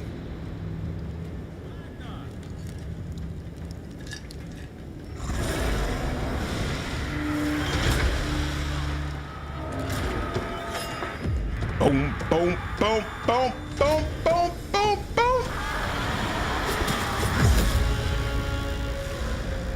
Well, isn't that quite an entrance? All right, so a couple of enemies that we got to go through. And now, for the first time, Discordance. So, Discordance is your blank. She comes with extremely low fellowship, but high weapon skill, high agility, and some decent willpower as well. If you go to our archetypes, she's an operative. So just like Kroot, she's an operative, and just like Kroot, she's great with precise attack specialist. But the difference is she is a blank, and more specifically a pariah, which means she can use pariah scum desolating presence, which means the target has to leave Discordance's influence if possible. If the target cannot leave for any reason, it immediately suffers the effects as if it were within the pariah's influence at the end of the pariah's turn. Now, what does that mean? The pariah is immune to psychic powers, psychic phenomena, and perils of the warp. Her fellowship is reduced by 20, and diplomacy is always 0 and cannot be increased. At the end of her turn, all units within her influence lose a portion of morale that scales with her willpower bonus. Psychers within her influence lose an additional 1 morale and suffer damage equal to her willpower bonus plus 5 at the end of their turn, and they suffer it as a percentage of their maximum wounds. So it's going directly to, so this could be extremely powerful. They cannot use any psychic powers while within her influence as well. Demons within the influence lose an additional -2 morale and suffer double the damage of their maximum wounds at the end of the pariah's turn. So she's extremely powerful, but could be difficult to use if you have multiple psychers on your squad. And then the last one is she has the Does It Hurt passive ability. Whenever Discordance makes an attack of opportunity with a knife, she deals vitals damage regardless of the body part hit. Very, very cool. Then she also comes with anticipation. So whenever an enemy enters her range for the first time after their turn, she automatically gains an amount of defense that scales with her intelligence bonus, which is low, but there's something. More importantly, she performs an attack of opportunity against the enemy if they are wielding a melee weapon.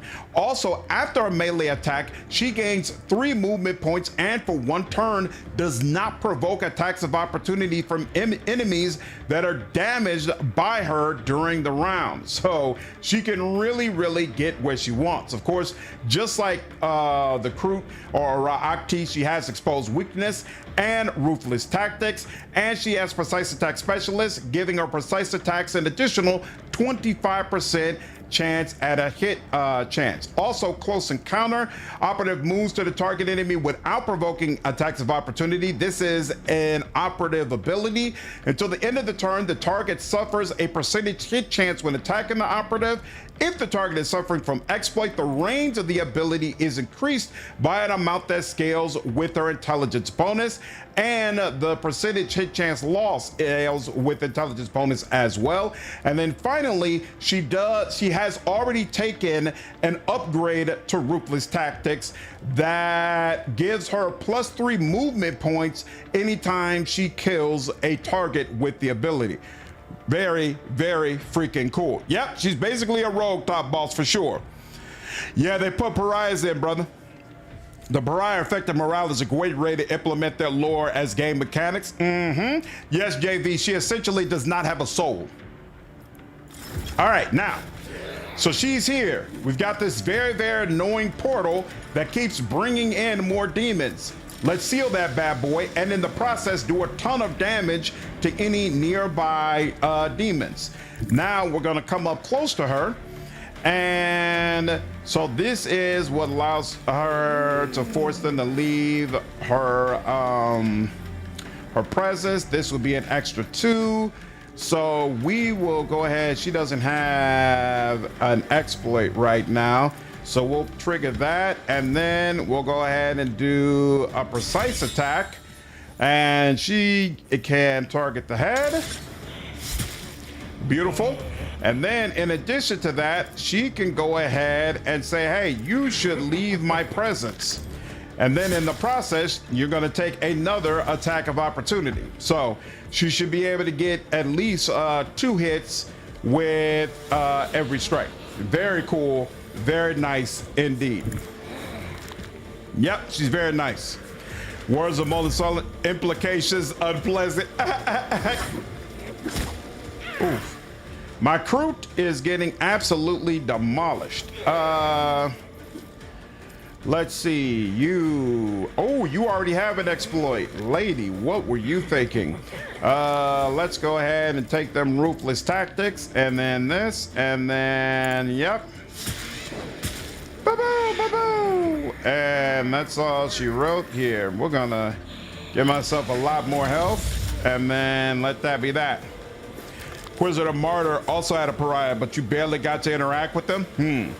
She was just like Beckwin from the Eisenhorn and Beckwin novels did? Nice. I haven't read the Eisenhorn novels yet, but I'm certainly looking forward to them. And down goes my Psyker. To suffice. That's very unfortunate. Who you're gonna go? Because the thing is, I kind of run my side discordance up there, but she's got to also be able to survive. So instead, we'll use someone. Did my crew go down? My crew went down as well. Ain't that about nothing? Here, you know what? Yeah, we're gonna need to get you up here. You're a little too far back, homie. And do that and that. And then yeah, come on up here and deal with her. Why is charge not working? What is going on, y'all? What is going on? You could be 80%. You could also be 80%. You know what? We'll go with you. Following the plan. Enemy slain. Oh, you know what? I can break you. I'll make you work. There you go. Become broken. Are you broken? It's hard for me to tell. All right, look. We're gonna do that, and then this. Yep. And then 2 of those. That's fine. This will have to do. There we go. Not on fire or anything. I really don't appreciate that, but it is what it is. They're a staple reading for 40K fans. Probably going to be the setting for a 40K show. If GW ever gets their act together on it. I thought they were already supposed to be filming the Henry Cavill show. All right. Don't know what happened with you, but whatever. Here, let's do this. Yep, that's enough. Yep, and then can he still move when he does that? He sure can. So and he's got his heroic act. Isn't that nice? So do you need a heroic act? Not necessarily. Let's if I did this, yeah, that could be enough. So let's do this. Actually, you know what? No, let's do that. There we go, a little bit more. And then let's do this. Bam. There we go. And you know, we're gonna do some of that too. There we are. And could be better, could be worse. Oh. Did not like that. How close do you have to be? Oh, can she seal it from a distance? I didn't realize that. Move closer for this interaction. Okay, it looks like no then. So here, let's do this. Can you move? Can you just straight up move like this? Nope. Can you seal it from there? Nope. It's not clear how close, because the other one I wasn't right in front of it. So it's not clear how close you have to be. Oh, well. Here. Well, since I gotta deal with you. You do not have one of these. This only takes one, so let's do this. And then this, and then this, and then this, and then this.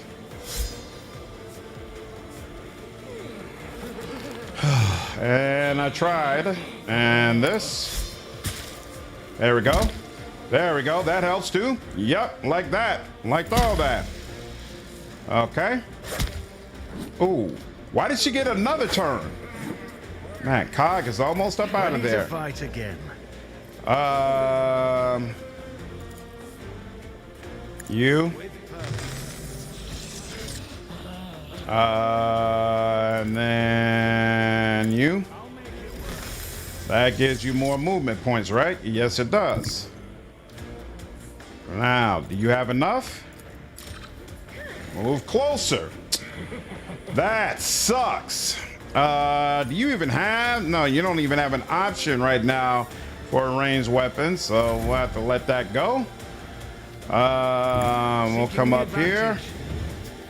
And who's next? You over there. You're about to go. I really don't want you to be able to do whatever it is you want to do. Let's do what's most likely, and even that. All right, fine. Even the Not meant tools to of the be. Inquisition can fail. Not meant to be. You. Let's do that. Yep. There we go. You're done for. I should have came over here and did this first. Helped you out first, Cog, but it is what it is. Here you are. Her interactions with our party will be very interesting. I'm certainly looking forward to it. All right, she's coming over here. That's fine. Did I already? No, you are no longer bitter enemies. So let's do that. And let's do that. And then let's do this. Oh, lady. You know you ain't no business messing with us. And then he's gonna come here in case there's more problems to deal with. Because another... Oh!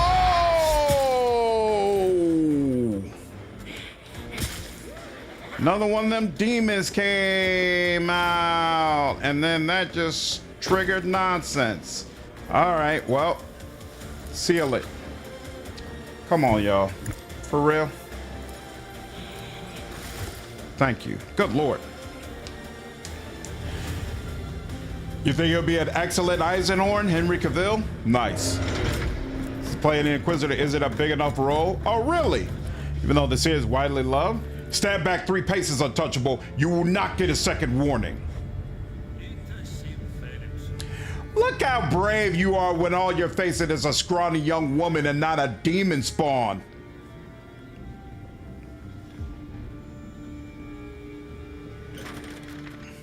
It'll minimize the amount of necessary CGI necessary to pull it off. I agree, brother. I feel like that would be the perfect way to go for it.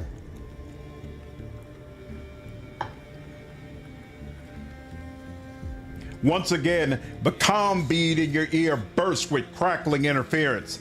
Acolyte, a worthy deed for the benefit of the Holy Ordos has been accomplished, as it should be. Escort the subject to me so that I may acknowledge your work and reward you accordingly.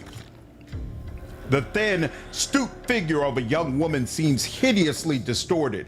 Pale hair, thin and unruly, hides rough scars on her deathly pale face, and her single eye, the color of diluted swamp mud, looks intently, almost aggressively, at those around her. What are you scaring at, screw up?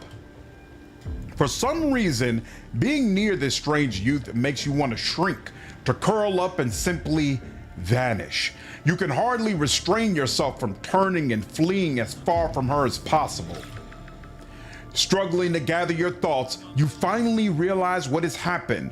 The figure before you is a pariah, one of those individuals who, according to stories, are born soulless and bereft of all that is human, allowing them to remain unseen by the servants of the arch-enemy. Their abilities are not yet fully understood, but you know that these untouchables can diminish the influences of the warp, or even block its manifestations altogether. You're one of those people who have no presence in the warp, aren't you? Curious observation, though. Are you sure you're not under a demon's influence right now, imagining all this as your feeble mind fades away? She notices that you are still trembling in her presence. Her thin lips, marked with small scars, spread across her face in a joyful grimace. What's the matter, esteemed acolyte of the Holy Ordos? Does a scum like me from the lower levels really make you so nervous? How do you manage on missions then, with heretics and Xenos? You are funny. I think we could work well together. She twists her mouth slightly. It seems that your reaction did not impress her. I don't like working with screw-ups. You cause a lot of problems and don't do any good. Take today, for example. If I had arrived even a minute later, your warband would have been reduced to scraps. Are you all right? Were you injured in the fight? Her gaze wanders around the temple hall, not searching for anything in particular. Unconsciously rubbing her swollen right hand, she sighs with pointed boredom. Let her think. Under the watchful eyes of those around her, your new acquaintance shivers, chewing her lips discontentedly. How long are we going to stand around here? Why do you call me a screw-up? Maybe because they picked you for the mission to Iocanthos? Or because you got your own master killed? Or because of all those little errands you're running for the other Inquisitors now? Or is it because you couldn't finish your job without my help? She clumsily scratches a fresh cut on her cheek and gives an awkward shrug. Maybe I should just bite my tongue now, yeah? It appears our first steps were taken in error. I'm slandered, acolyte of the Lord Inquisitor. Discordance, but most people just go with, hey you, get lost you soulless brat, null, or plain old untouchable. Think you can come up with something more creative for me? The classics are getting very boring. We need to move. Lord Inquisitor Zerb awaits.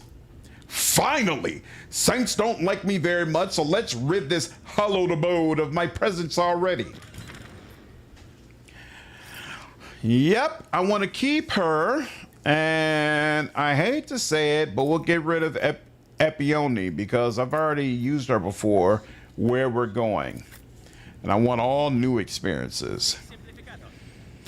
Fast security really out here? Shit talking to Blake after a warp incursion. Exactly, like the nerve. The absolute unmitigated gall. Unmitigated gall. But then again, maybe those people we just annihilated at the Lord Inquisitor's command were some of their friends, so they're probably not in the best of moods right now. Just trying to be a little forgiving and understanding towards them. Look at that. Am I getting some heavy armor out of this? Lots and lots of heavy armor, apparently. Do do do do do do do do do. All right. No sense in Looks delay. like we're good. Do do. And let me check. I think there's one other thing I missed about her. I swear there was something in her mechanics. Yeah, leave the path, desolating presence, pariah.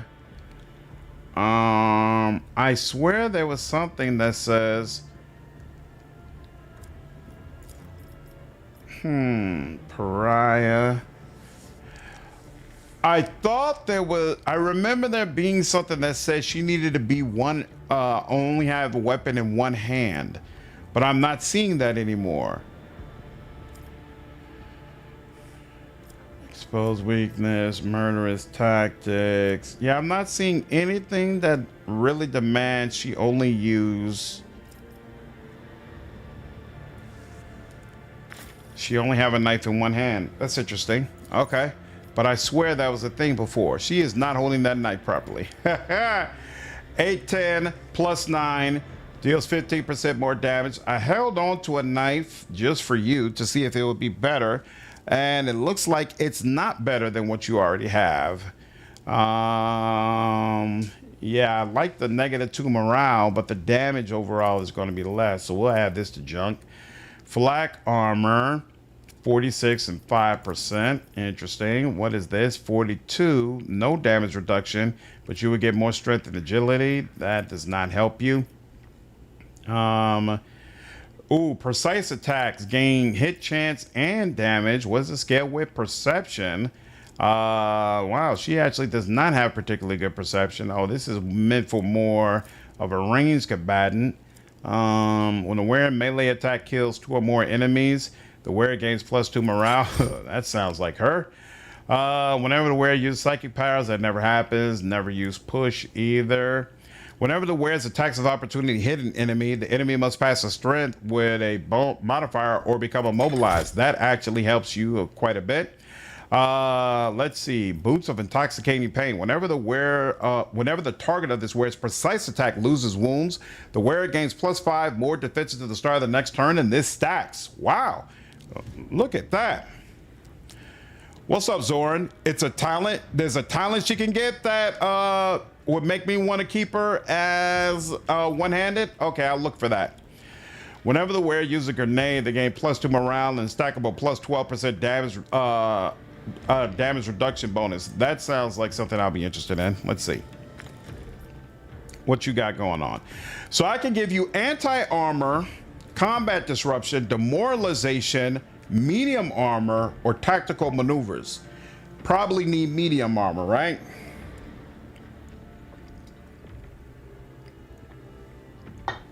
Oh, by the way, I seem to remember reading something that I guess Owlcat has broken medium armor specialist so that the +15 defense is actually not working right now due to the hotfix they uploaded earlier today. So hopefully that's something that gets fixed tomorrow. But I might get ripped up a little bit more than usual. We'll see. This attack gains more hit chances. This scaling with, yeah, perception bonus. She doesn't have much of that. This attack deals more vitals damage, which is nice, but perception bonus is low for her. This character gains 10+ agility bonus to hit chance that the attacker's armor durability is not reduced to 0. That's actually useful. Vitals damage dealt with melee attacks is increased by +8. That is substantial. So even though she doesn't use ranged attacks, we might do this. We'll hold on to it. When the operative is their movement, a random enemy within their influence suffers the exploit effect. What up, Johnny? Not all of them, but we're getting there. The unit's defense and damage reduction are reduced by -3 for 1 round. Yeah, no. If the target is suffering from exploit, another random enemy within the target's influence suffers the exploit effect. Huh, possible. Attacks against the target gain 9% hit chance for 1 round. Ooh. So we could do this to you first, get an attack of opportunity, and then walk up and slice you up again. Ha ha ha ha. Lessons from Gutter. Okay, I'll look for it, Zoran. Very similar looks to the ghost from the second Matrix movie. What's up, Thor? Bitter irony. The unit's hit chance is reduced by 3%. I'm straight. Defensive reduction. I believe she does have a pretty good reflex score, but there's nothing we can use on this anyway, so we let it go. Vitals damage against the target is reduced. There's nothing we can use that for. Can't use that for anything. Operative gain +1 movement point. What is only giving +1? Oh, half the intelligence bonus? Yeah, that would only be 1. Okay, so yeah, I think more hit chance for anyone whom we designate sounds good. And talent.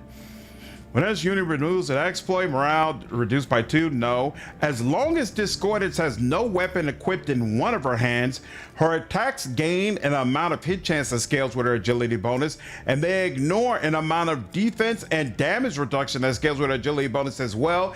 Getting 10% hit chance and ignoring 10 defense and getting 10 damage reduction is insane. So yes, we're definitely going to want to keep her one-handed. Precise attacks gain hit chance against targets the character has already hit this combat. So yeah, they definitely want you to use the influence thing first. You force the enemy to leave and then walk up and you hit them again and you could trigger that. Very, very nice. And the character's hit chance, precise attacks above 100%. Yeah, we might want this at some point. No sniper trainer. Thrill of the hunt. Hit chance against enemies suffering from exploit is increased by the same amount as damage dealt. That could be very nice as well. Cover your vitals. No. So she already has anticipation, hit and run. I don't know if I would have chosen both of those, but it is what it is. Durability increased by agility. Interesting. Whenever an ally kills a target from an exploit, they gain +6 defense for 1 round. That's actually a pretty sizable amount of defense. That can really stack up, so we'll take that. Repair kits. More armor durability, but armor goes fast regardless. Whenever an enemy is hit by Discordant's attack of opportunity, the defense of this enemy is reduced to 0. And they cannot perform attacks of opportunity for 1 round. Whoa. You could do 1 hit and reduce an enemy's defense to 0. That's kind of wild. Soulless Aura. All units with their Discord's influence suffer a -7 penalty on all rolls. 3+ willpower bonus.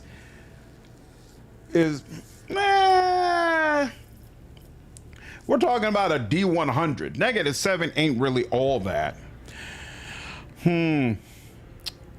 Monty, 5 stream straight? That's amazing, dude. Glad you've been enjoying the content enough to keep checking back, man.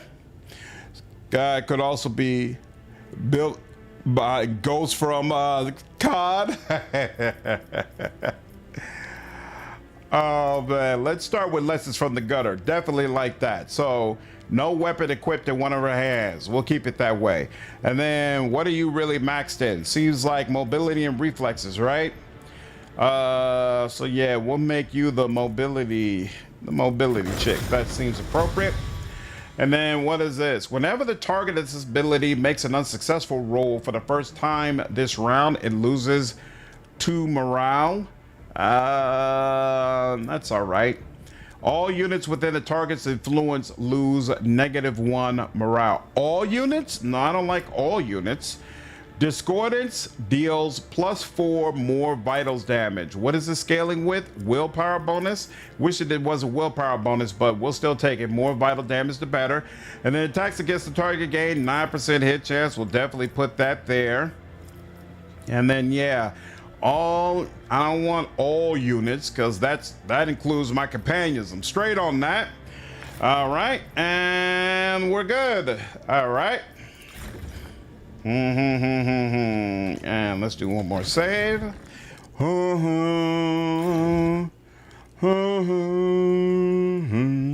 Keeping my eyes open. And let's get out of here. Boom, boom, boom, boom, boom, boom, boom, boom.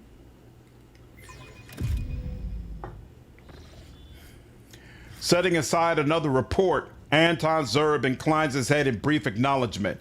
Acolyte, you have done well. Everything went just as you foresaw, Lord Inquisitor. This screw-up's team was strewn across the Temple Hall with the other sorry wretches. But when I arrived, a grim sigh issues from behind the mask. Anton Zerb raises his hand. I don't know what the awareness check would reveal. I think I failed it every time I've had this conversation. What transpired this day may come to pass again, not within the walls of the Bastion Serpentis, but upon some other missions. The force with which sorcerers and witches trifle, capable of rending the very fabric of reality. Heretical artifacts that bear the corrupting touch of the archenemy. Yet such trials must not interrupt our work. Therefore, Acolyte, I place discordance in your charge. Lord Inquisitor, there is already a psycho within my warband. It is doubtful he can endure the presence of an untouchable. Indeed, discordant's innate gift is a double-edged blade. Yet once you learn to wield it, the price will no longer seem so cruelly exacted. Her abilities are beyond dispute in their utility, but what of her survival? Hey! Anyone who has survived the worst slums of this high world can fend for themselves, don't you think? The survival of the warband rests upon you, Acolyte. Moreover, discordance is an asset of exceptional rarity and value. Her loss would be unacceptable. Address discordance. Welcome to the team. Discordance's lips curl into a thin, amused smile. And you really don't have a lot of options, do you? But you'll still regret those words. Zerb gestures towards a heavy crate before his desk. Acolyte, I pledge that your labors will be rewarded. You may take what is granted to you. You are dismissed, both of you. Discord is showing that 80s horror movie look. Yep, this is correct. Cloak of Fleeting Impact. The wearer of this cloak gains a certain amount of defense and +2 movement points while wearing a light armor, and it scales with their agility bonus. Interesting. None of us are wearing light armor. Now I think about it, yeah, she came with medium armor, so useless. Maybe light armor will be more useful in the main version of the game, though. Let me talk to him again, see if he has anything. Anton Zerb looks upon you with a heavy gaze. What urgent task has brought you here? The Oraculum Noxus has already endangered the lives of the Golden Throne Ages twice. Are you certain it should be used at the very heart of the Bastion Serpentis? What happened at the ritual was a grave, unforgivable mistake of the priest, for which they have paid. The artifact cost the Terratine Cabal too much to have doubts and retreat now. It is restrained, it is active, and it will warn us about the coming of the spectral sun. That is all that matters now. The Emperor protects. All right. Now, keeping my eyes open. Before we go further, where's she at? Let's see if she has anything new and interesting to say. She is not over here. That's Sarah over here. Where is Discordance? Is she not one of the people? She wouldn't be up over here. Where is Discordance? Or is she just not added to the companions that are just hanging around? I guess not. Let's see. Rockty is here. No Sorrow is here. Lathier is here. Cog is here. Oh, here she goes. Or just her name just isn't popping up. That's weird. And I can't talk to her apparently. Oh well. All right. Sunk calls fallacy Zerb. All right, now we are clear to head to the palace, but we now have, or should have, some additional areas opened up in this map. So let's go ahead and take a look around. Just a couple. And yeah, they do this weird thing where they then take Discordance out of your party. So now I gotta go all the way back to get her back so that I have a full squad, because I don't remember if there's any fights that I'll have to go through. So I gotta come all the way back. Is it here? Not here. Moving.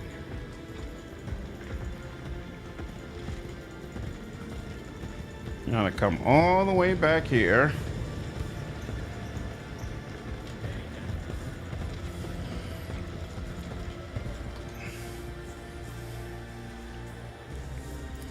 Go through here.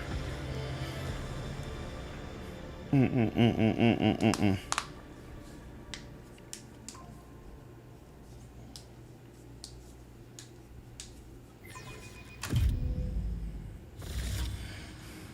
then come back in.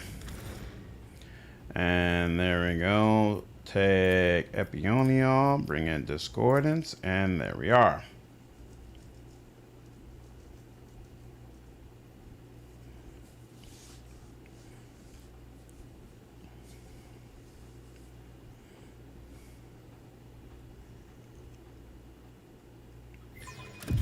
Okay, now let's search through and find out what is new.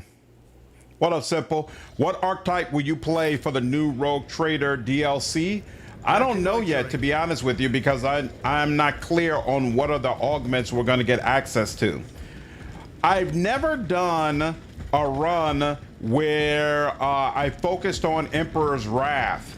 And people keep telling me that that psyker ability is actually amazing. So I might do a dogmatic run as a soldier type character who just tries to blow up the field with Emperor's Wrath over and over again. We'll see. Inquisitor Millicentilia tilts her head to one side and regards you with interest. A lock of hair slides over her cheek, slightly covering her battle scar. I didn't expect to see you again. My agents searched the entire Mare-Sportum but found no trace of you. And to think, all that time you spent in the Xenos ruins. The damnable half zone was flooded by another seaquake, but I have already ordered a new expedition be sent to Mare-Sportum, along with special diving equipment. Did you look for me in Mare-Sportum? I looked for the body of an acolyte who died an untimely death so that I could return it to the Inquisitor. After all, you were under my command for some time, so the heavy burden of searching rested upon my shoulders. Yet you somehow managed to surprise us all. Your competency is a nothing compared to your unparalleled knack for getting yourself into trouble. Have they said anything about base game updates for Rogue Trader? I'm not sure I can go through the game again if I'm just going to trivialize everything by Act 3. When you say updates, do you mean in terms of the difficulty? If so, no, they haven't said anything about that. But of course, the new companion is going to be available earlier. I'm expecting probably the same as Solomon sometime in Act 2. And the augments, we're supposed to be able to collect them throughout the game. They said there's going to be over 100 augments that you can get throughout your adventure. Think I'm going Arc Rifle Crime Lord? Ooh, that's a really, really cool option. I would do that, except I get the feeling that the new companion would be perfect for that type of build. So I plan to get the new companion an Arc Rifle and play around with it, but we'll see. Moreover, do not forget that you were entrusted with a rather valuable resource. It would be absurd for us to hand it over to you and then immediately lose you both. The corner of her lips curls slightly upward. You promise you will remember my name if I prove myself to be useful. And have you? Her voice drips with an iciness that makes you feel uneasy. Carrying out a few tasks and returning alive from a mission is hardly enough to gain anyone's attention. You openly carry xenotech, even though many regard its use as heresy. Millicentilia grins and gently strokes the handle of her pistol. It's a trophy, taken from the first Xenos I ever killed. And this scar, she runs her fingers across the ugly burn on her temple. A reminder of that day. I almost died. What saved me? This very pistol. Turned upon its own creators, it did its job impeccably. It is simply a weapon, Acolyte. I do not care who made it. I care that now it serves me. The black-clad one speaks wisely. Only those who survive. That is the way the leaves fall. How did you become part of the Tiratine Cabal? I didn't bother people with pointless questions, and I was useful to my mentor. After a loaded silence, she gives you a half smile. Easy, Acolyte. Just like you, I happen to be in the right place at the right time, under Anton Zerb's gaze. The details are not your concern, given your status. What does an Inquisitor of the Ordo Xenos do for the Tiratine Cabal? You have already seen and heard much, but you still know too little. That could become an issue, she sighs. I can't give you a ready-made answer, but perhaps I can set your thinking on the right track. Calixis was once home to many ancient civilizations alien to humanity, and Scintilla was their heart. We find evidence of this all over the planet, particularly on the lower levels, as you are lucky enough to see for yourself. Which now has me thinking, what if the Hereticus Tenebrae that we've been fighting is also of Xenos origin? If we can retrieve the knowledge of the ancients, we might be able to study, even neutralize this threat. Xenos Hybris. So, by obtaining this knowledge, we will be able to destroy the Tyrant Star, or even control it? Those are dangerous thoughts, Acolyte. I suggest you keep them to yourself. Let's move on to a different subject. She makes a gesture, inviting you to continue. I overheard your quarrel with Sister Septima in the corridors of the Bastion. What's up, Mattias? Doesn't this boom in EA games remind you of the old magazine demo days? Except you paid for them? Hey, I'll take it. I like being able to try out games before jumping into them. It works for me for sure. And according to your status, you should have pretended that nothing ever happened, rather than peddling gossip. May I ask you a few personal questions? That depends on their content, but go ahead. Be bold. Ask. Move on to a different subject. I want to talk to you about what happened at Merisportum. I would prefer to leave the memory of that dank place behind, but go on. I found some of your agents in the sanctuary of the Flock of Repentance. It looked like they were tortured to death. It must have been those traitors who joined the flock. She shrugs indifferently. The wretches made their choice. Had they tried to return here, they would have met an even worse fate. Do you think the ruins I was transported to really are of Xenos origin? That is what your report and the disappearance of my people would suggest. It seems that something at the excavation site activated an artifact hitherto unknown to humanity, Acolyte. Such technologies are simply beyond us. I would like to study this phenomena, but I fear the secrets of the ruins belong to the toxic waters of Merisportum for now. I would like to ask something else. That's all I wanted to ask about. All right. Moving. Anybody else down here that I should speak to? Who are you? Nobody? Okay. Nothing there and nothing here. Cool. Now, let's come up over here. Actually, there's nothing down over here, right? Nope. Okay. So let's come up over here and over here and over here. Sister Helena, still nothing to talk to over here. But now, decommissioned storage compartment BS Sigma 0. There's nothing that directs you here, and yet still, it's an area that was not available when we first got here that we can walk into now. And I don't remember what's in here, so this should be interesting. My pleasure, Victor. Take care, man. Have a good one. Boom, boom, boom, boom, boom. All right, let's see. And trash. Tons of provisions belonging to the Holy Order will stand piled up. Much like the decommissioned storage compartment itself, they have been long forgotten by the Bastion's keepers. Crumpled note. I've been watching this place ever since I found the register of decommissioned storage compartments in the archive. And you know what? Take whatever you want. In 2 years, not a single servitor is coming in here, let alone the quartermasters. These supplies are meant for the agents of the Golden Throne, and it's not theft if you take something nobody needs. But let's keep this to ourselves. If they notice people roaming here, they're sure to put a stop to it straight away. Sounds like something I can do. No problem. No sense in delay. We walked along the cable, got over here. And that's more trash that we can go ahead and sell at some point. And sleight of hand. And nope. Nope. And nope, that didn't work either. And we're running out of, come on now. I was about to say sooner or later. Here we are. All right, so there are things down there. Never still for long. There's a ladder there. There's a place over on the other side, but I don't see how to get there. So for now, we'll just come down here.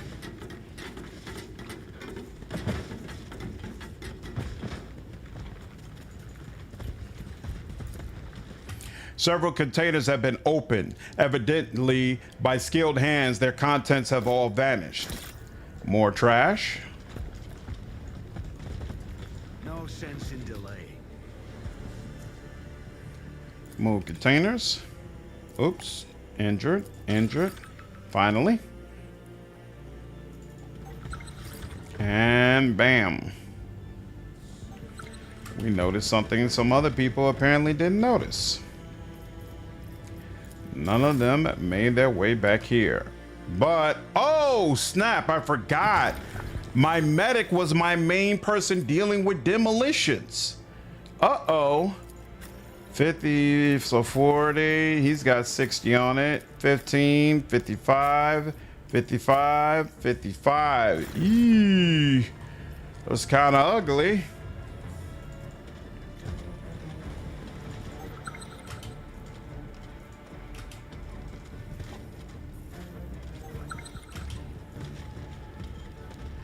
Well, at least he has the ability to disarm that one. Yeah, okay. It looks like he's handling it for now, at least.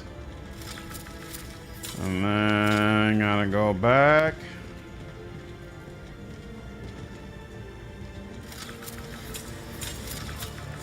Beautiful. All right. Keeping my eyes open. Confiscate heretical goods ready to be dismantled. I think I just failed that check, which is annoying. As soon as you don't save, that's when you start failing checks.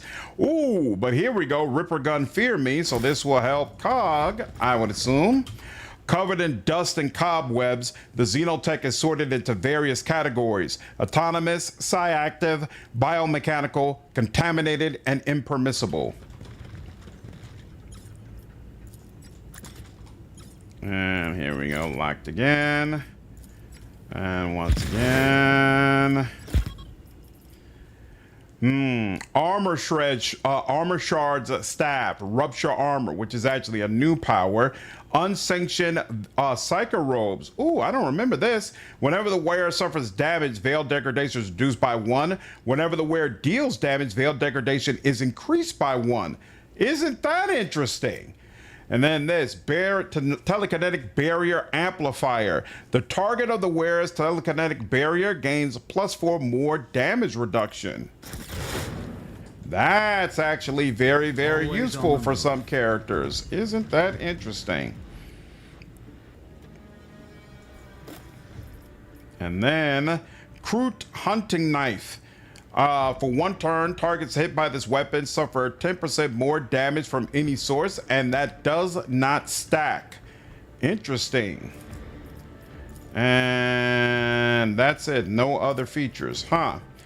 Hood of the Scoundrel. The wearer's attacks with a knife are going to deal more damage that scales with their agility bonus. Whenever the wearer deals vitals damage with a knife, the target is going to suffer a penalty to defense that scales with perception bonus as well.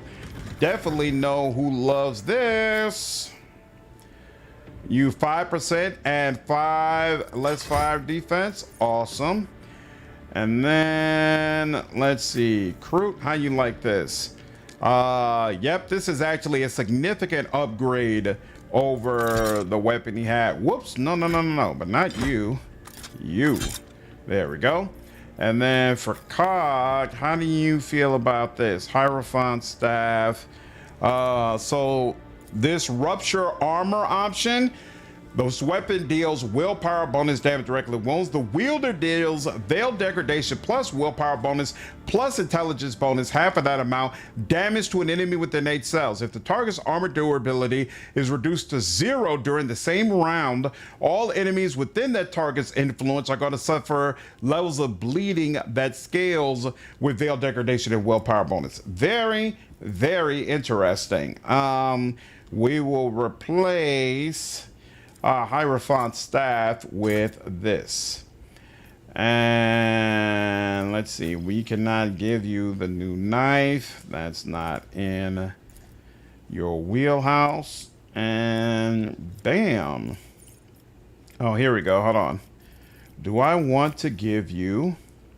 Yeah, that's medium armor. Whenever the wearer suffers damage. Yeah, I like this actually. He'll work with it. Oh, look at that. I think it changes the look of the armor. Yeah, look, this was all this, and now that's interesting. Yeah, it's almost like it puts plate over his robes. Very cool. Very interesting. Strength and agility. Actually, do you like this? +5 strength, +5 agility. Actually, that gets you to a 60 on agility, which is useful, so we'll take it. And then that's a bunch of heavy armor. None of us use that, so we'll let that go. You already load up on this. All right, cool. So, first little area. Reconnoitering. We search through that. Now let's search a little bit more. Boom, boom. Boom, boom, boom. Anytime. There we go. Now, I don't remember if there's another area. I know there's another area that opens up, but I don't remember if I have to go through the pilots before it opens up.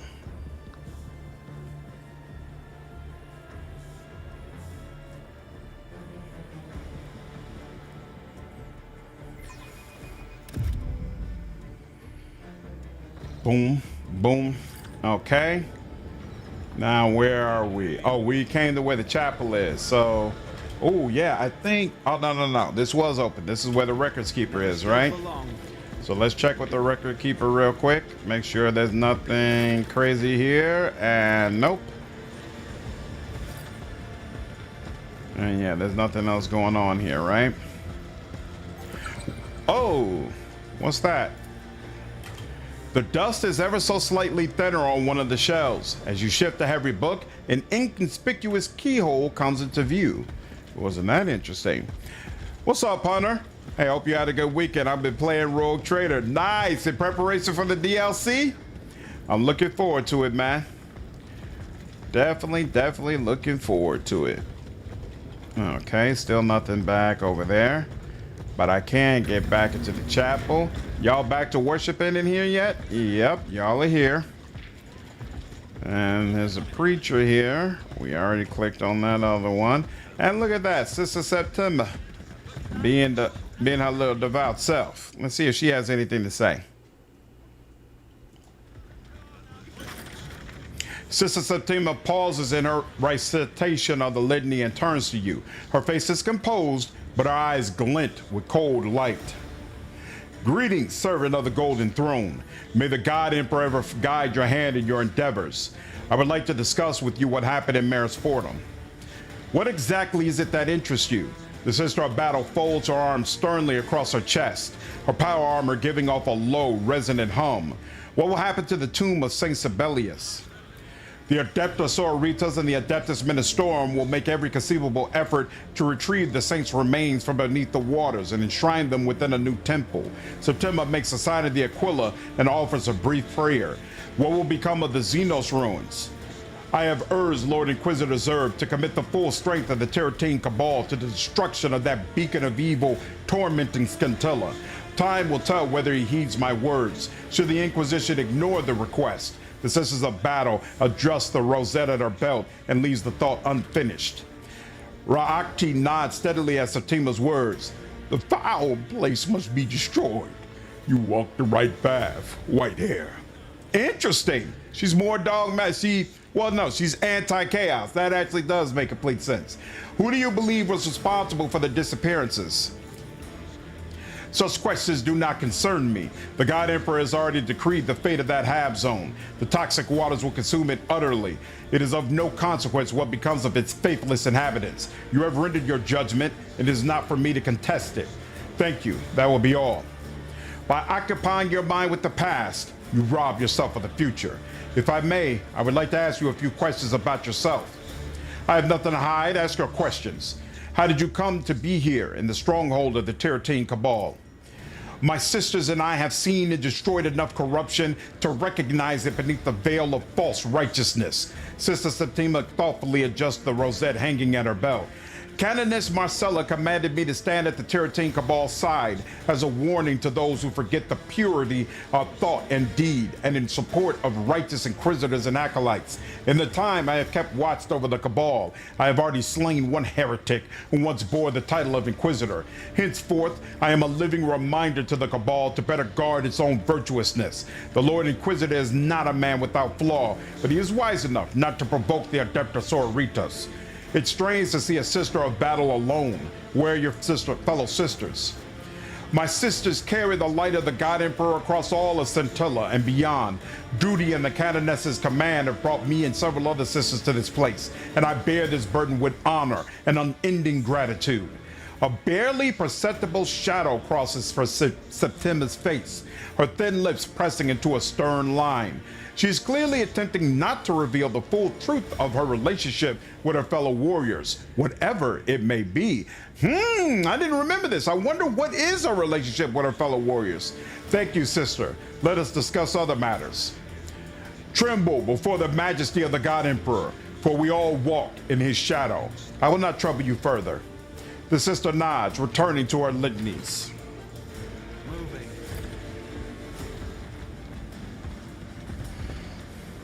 Oh, yeah, you still back here, homie? The command cogitator requires repair. The cogitator is inoperative. No problem. All right, let's see what else has been added. Since last we were here.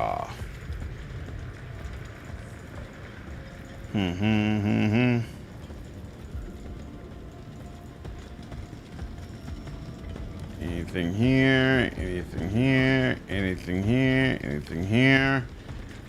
Let's see, do you have anything to say? Nope, you have to wait your turn, so you have the same thing to say as what you had before. And then this, okay. What's up, Drew? How are you, man? All right, we already went over there. I will petition for the assignment to a research team. And then there's this. Hey! Protocols have been conducted. Tech Hub Theta 3. Okay, let's go. I don't think we were able to access this area when we were here the first time. So let's see what's here. Boom, boom, boom, boom, boom, boom, boom.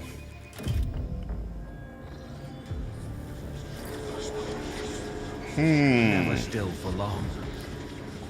Despite a thick layer of dust covering the rusting casings of the devices, the ancient machine spirits continue their sacred vigil.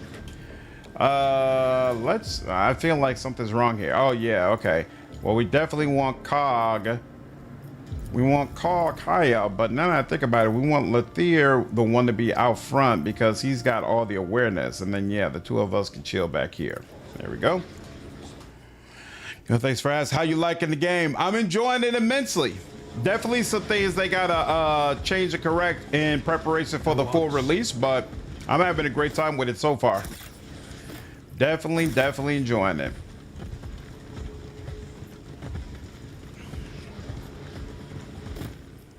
Trash. All right, so this is all stuff to sell so far, but we just found one thing. What is this? The masonry here looks comparatively new. A barely perceptible draft creeps in through the cracks in the wall. Oh, we've only got a 30% chance to demolish this. Because none of my people have good demolitions. Not good.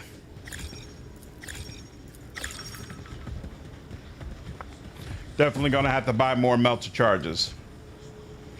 Yeah, Drew, I think we got a lot to look forward to when this game comes out, for sure. For sure. Very excited for it. All right, looks like we got more of these more traps to deal with, for sure. A collection of ancient scrolls eroded by time. Some of them bear fragments of radical doctrines officially condemned by the Holy Ordos.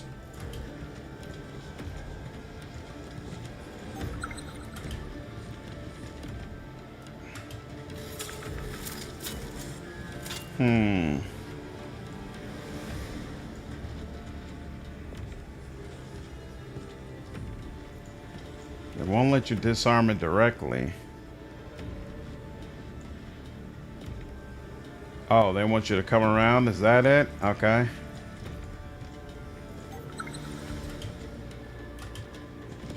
Ooh, there's a lot going on here. That's how you deal with that.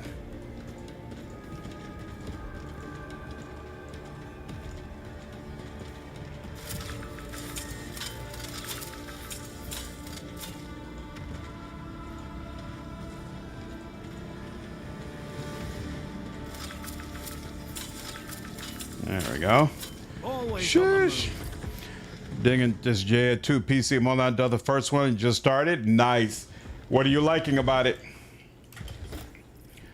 Okay, that's more trash. A century of rust has corroded the regulating elements, preventing the door mechanisms from letting anyone in or out. More trash. Ah, crap. All right, I let the first one go with a fail. I'm not doing it again. I want to know what it says. I want to know what it says.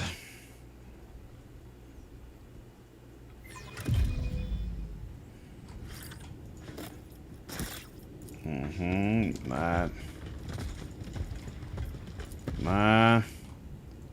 No sense in delaying. It's crazy traps for trash. You know, you would be thinking that you're unlocking something crazy, but did I get this? Nope, failed again. Come on, man. The story for one. The second is just how charming these games are. How long ago is this Gay 2? When did it come out? Never still for long. No. Dude. Oh, I just want to know what it says, man. I'm not asking for much. I just want to know what it says, man. PlayStation 2 era? Got you. So quite some time ago. But it still runs well on PC? That's surprising.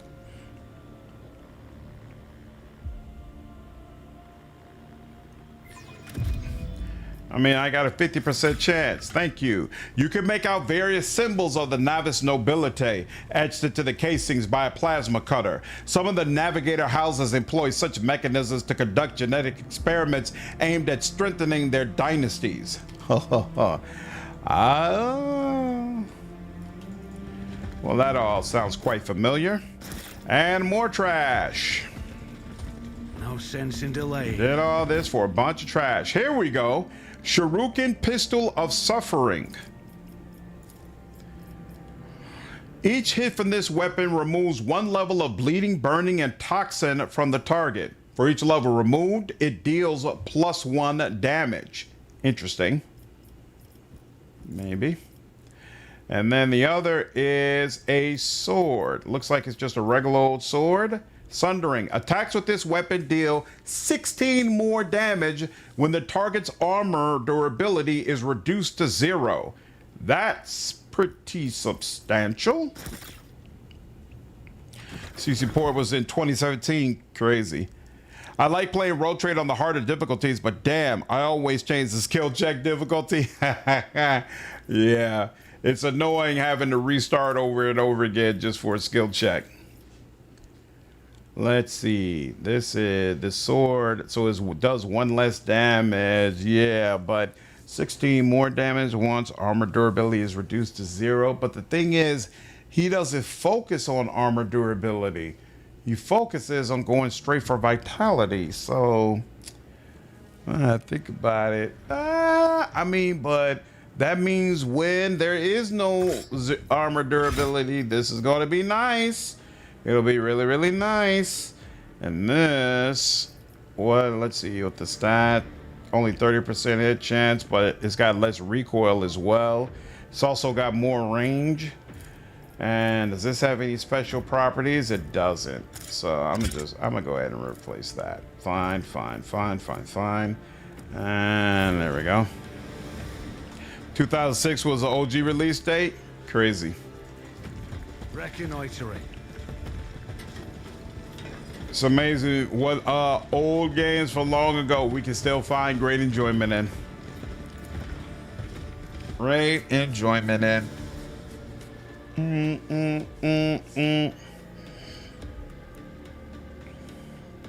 Okay, now let's search the trading area and the medical wing. See if we come up with anything else.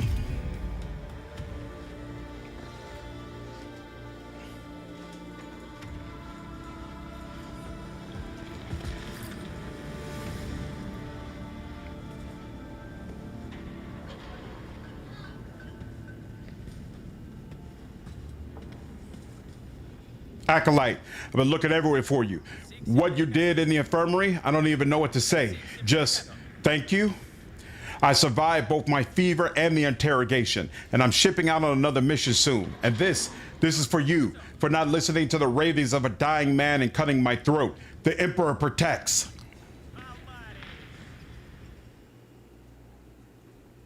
received Vow of Mercy. The wearer and all allies within their influence gain plus 10 metal. Metal's a pretty important stat, so that's actually kind of nice. Always on the move. All right, now. First, we'll come over here.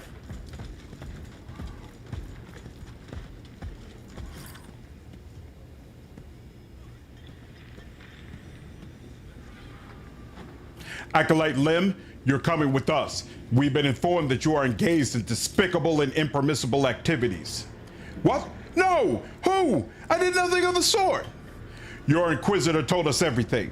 Now you're going to tell us as well, in your favorite interrogation room. You should thank the God Emperor that your master is preoccupied and doesn't have time to punish you personally.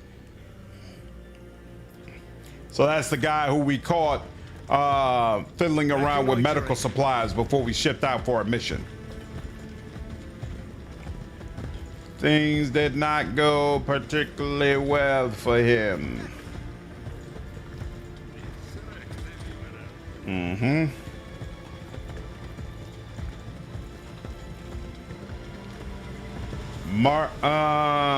Oh, we got in here before. Yeah. Okay, cool. Training was unavailable earlier, and looks like it's unavailable now as well. Always on the move.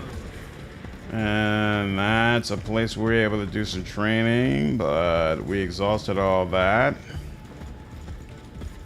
Doom. And doesn't look like there's anything new over there either. Cool, so we're good on this spot. And then where is... Yeah, there's another spot where you can get equipment to pop up for you, but nothing here either. Cool.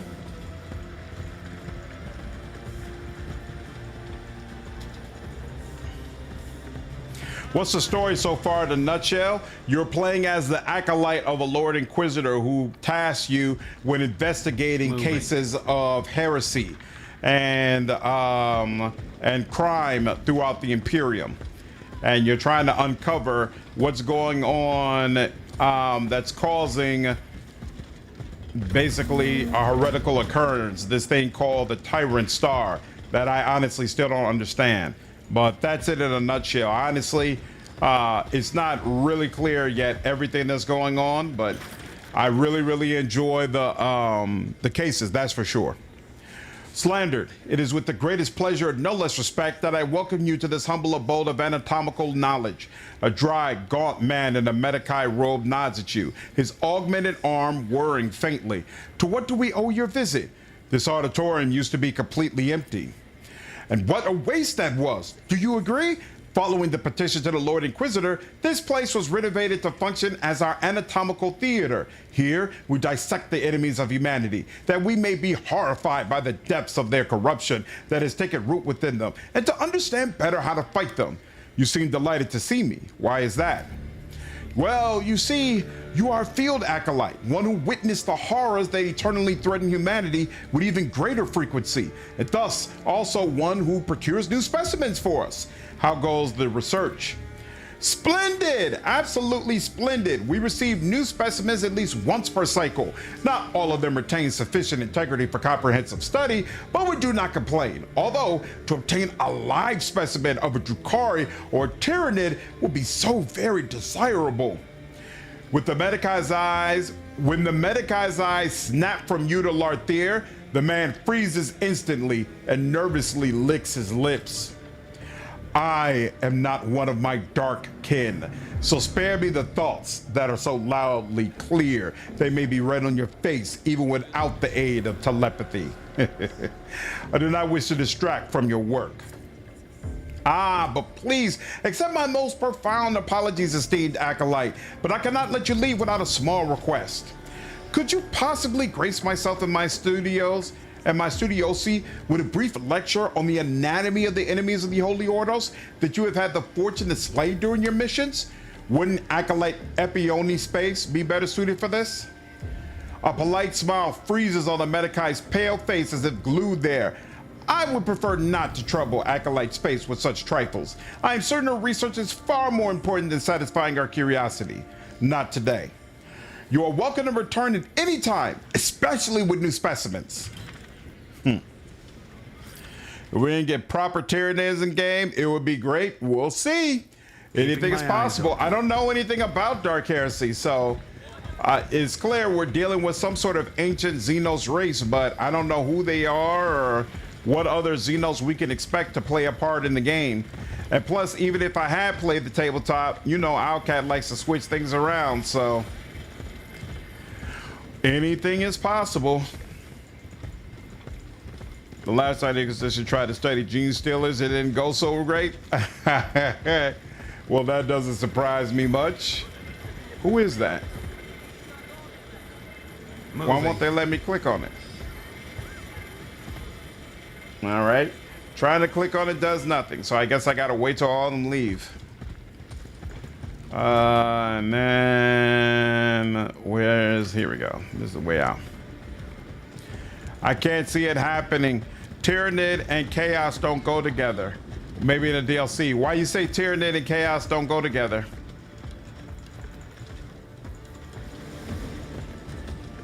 I think we came from the other side. So let's come down this side. Always on the move. And then we already searched around down here.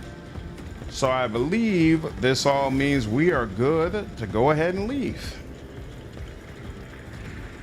And I don't think we gained any reputation, so there's no additional items we'll be able to get. So we'll search around the docks area, and then it's time to jump on the ship and finally head to the Royal Palace.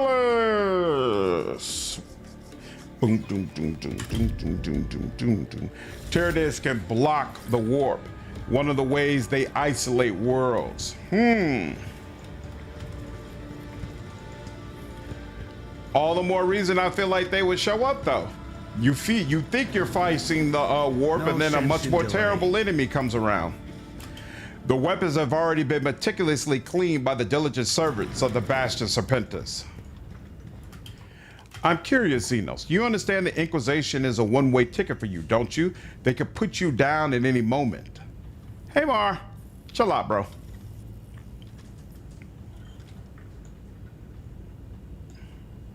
Are you sure this conversation is about me, Monkey? We have the same ticket, and you relish the risk, the gamble, the blood. Doesn't your own untimely end seem sharp and sweet to you?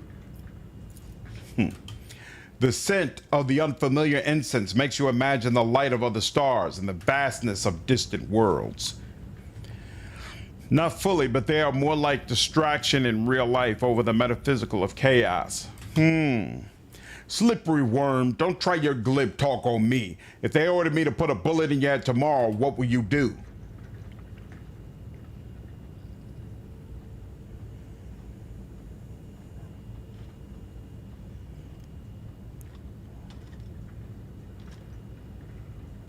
You should pray that you never find out what I do to those who threaten my mission. At once. Yeah, that sounds like wise advice. The Acolyte's desk is covered in scuffs and scratches. Evidently, it has seen many agents come and go.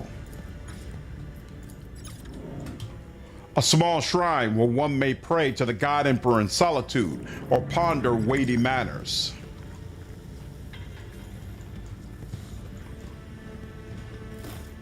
Ooh, hey, things I could actually need. Hey, like melter charges. Thank you.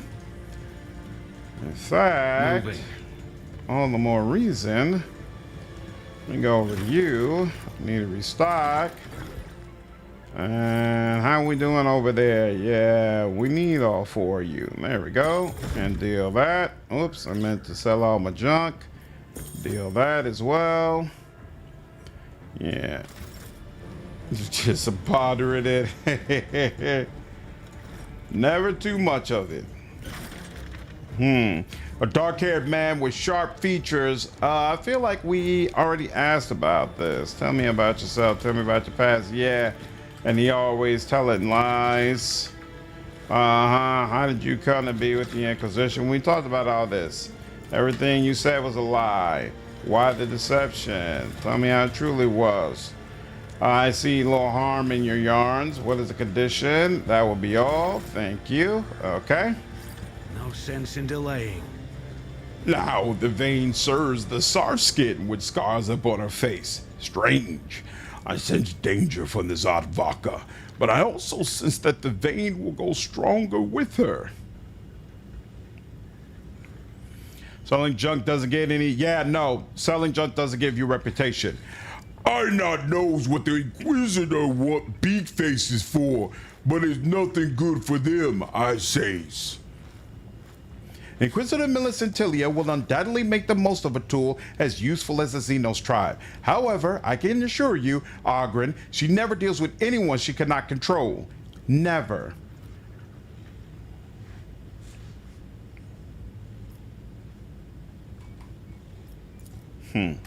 Crates and tanks of supplies, meticulously numbered. Yeah, we saw that before.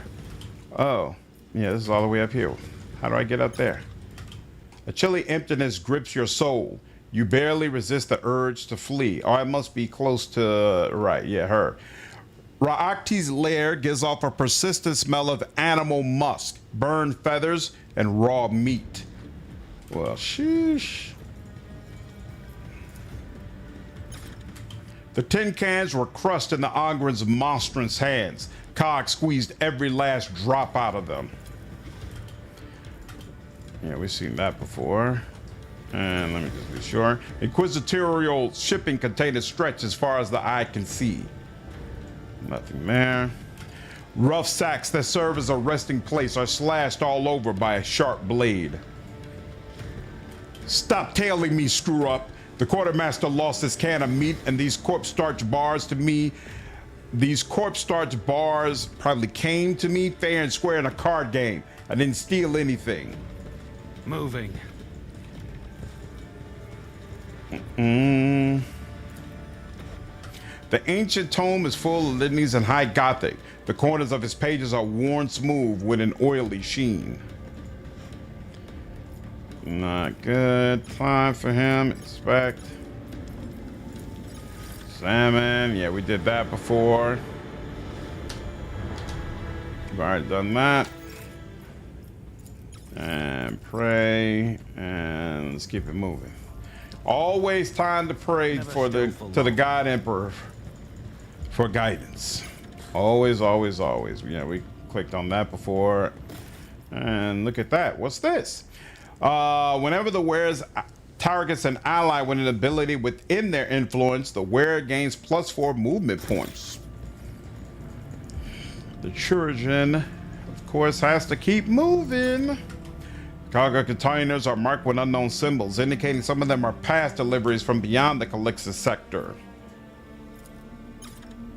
Instruments of the Genitor Order. Some are for use on machines. Others, more reminiscent of torture devices, are for working with flesh. Reconnoitering.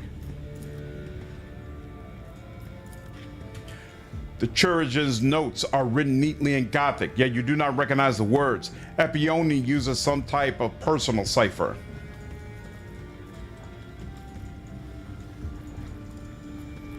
Whoops. Too far. There we go.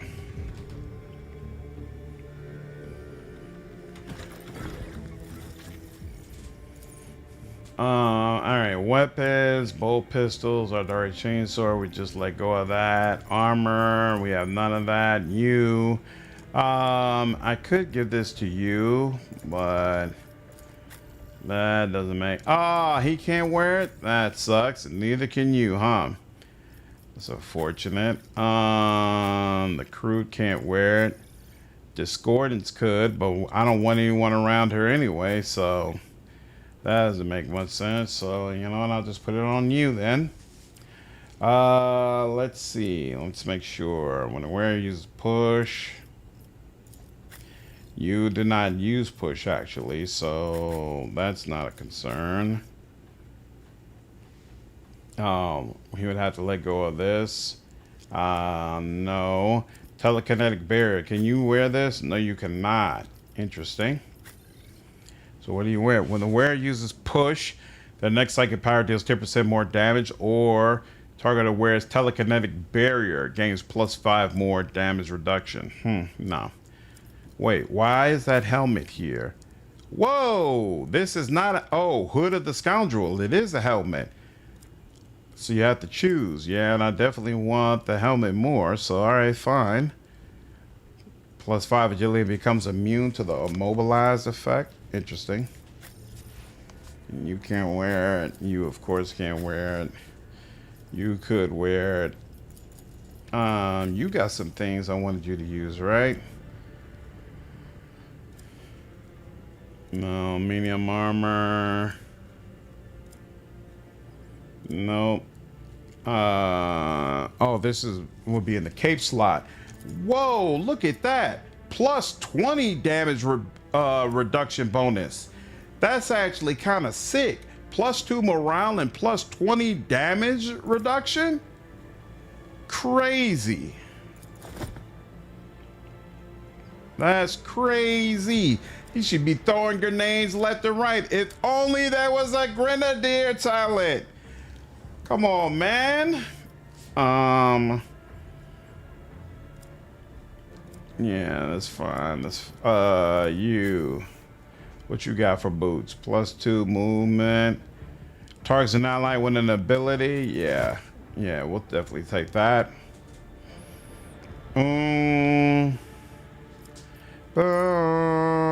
Yeah, I definitely had to equip it. I couldn't let that go. Definitely had to equip it. Okay.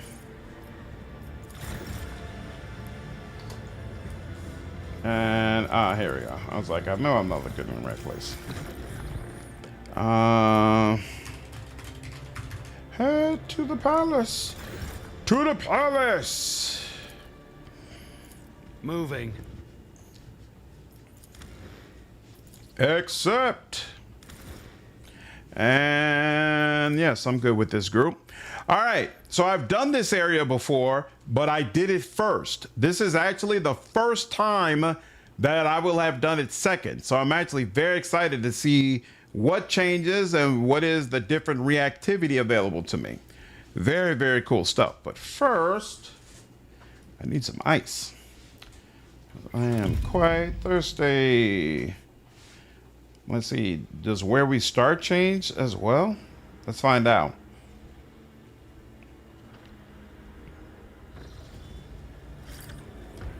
Nope, still looks the same, except that door's closed. So I think, yeah, this area might already be on lockdown. Huh. Oh, there are 2 fights that are missed? I can imagine that, actually. I could absolutely imagine that. Arrived at Palace. That's actually very interesting. What up, K-Man? How are you, dude? Yeah, I'm having a good day. Yo, your little sister had a graduation? That's fabulous, man. I hope the event went well. Give me just 1 second, y'all. I'll be right back.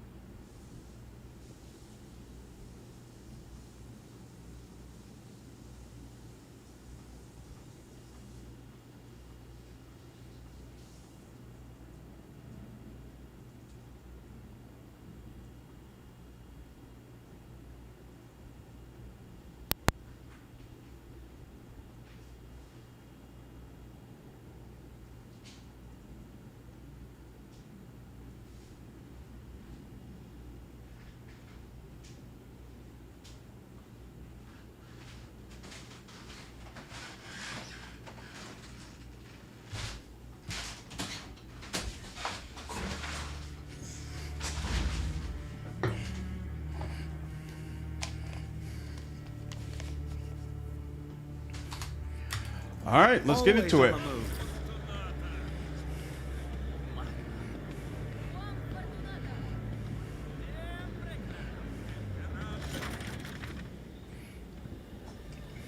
The woman offers you a slow and graceful nod. Every detail of her black attire is meticulously arranged and coordinated, and a bitter fragrance of perfume hangs in the air. Even the two slender daggers at her belt seem like an elegant and deliberate final touch to the ensemble. Inquisitor Oliath Rathbone, I welcome you to the Lucid Palace. You missed the festivities. It seems the mask of politeness is about to shatter, but then the gaze from our dark eyes softens. It would seem the Tiratine Cabal required your aid in a more pressing matter. As you may have been informed, it is my supposition that an unidentified heretic cell is plotting an attack on a high-ranking figure. Your task is to confirm this intelligence and punish the heretics, or refute my hypothesis and let the inhabitants of the spires resolve the intrigues themselves. We have limited time left to discuss the mission details. Did anything suspicious happen during the festivities? Aside from a few incidents that threaten not so much the lives of the guests at the ceremony and the spirit of the celebration, all has been quiet. However, the important personages have not yet left the palace walls, so we must remain vigilant. Do you have any thoughts on whom the heretics might be targeting? The God Emperor knows it would be easier to list those whose death would not cost Scintilla dearly. The Feast of St. Sibelius is a convenient opportunity to strike, with so many vital servants of the Imperium gathered at the Lucid Palace. I lean toward the threat hanging over Lord Calixtus Hax. There have been more attempts on his life than there are steps in the halls, but he is by no means the only possible target. The head of Scintilla's clergy, Pontifex Cardius, is one candidate. Besides him, there's Lord General Odum, who commands the planet's Astra Militarum. Her death would also benefit the enemies of humanity, as would the murder of the fabricator general of the Loth World's fleet. Additionally, a rogue trader by the name of Aspis Chorda is to honor the festivities with a presence. As of yet, not all of the guests have arrived at the palace, but some you can meet already.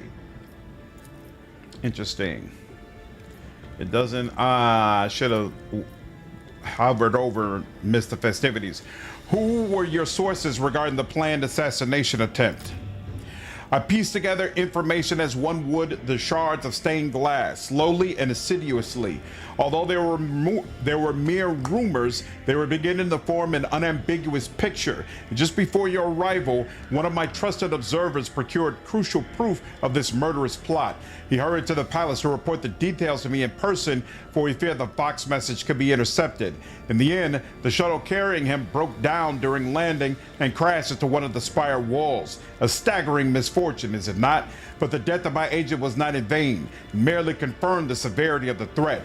Do you not think that the Lord Calixtus's guards are capable of identifying and neutralizing the assassin?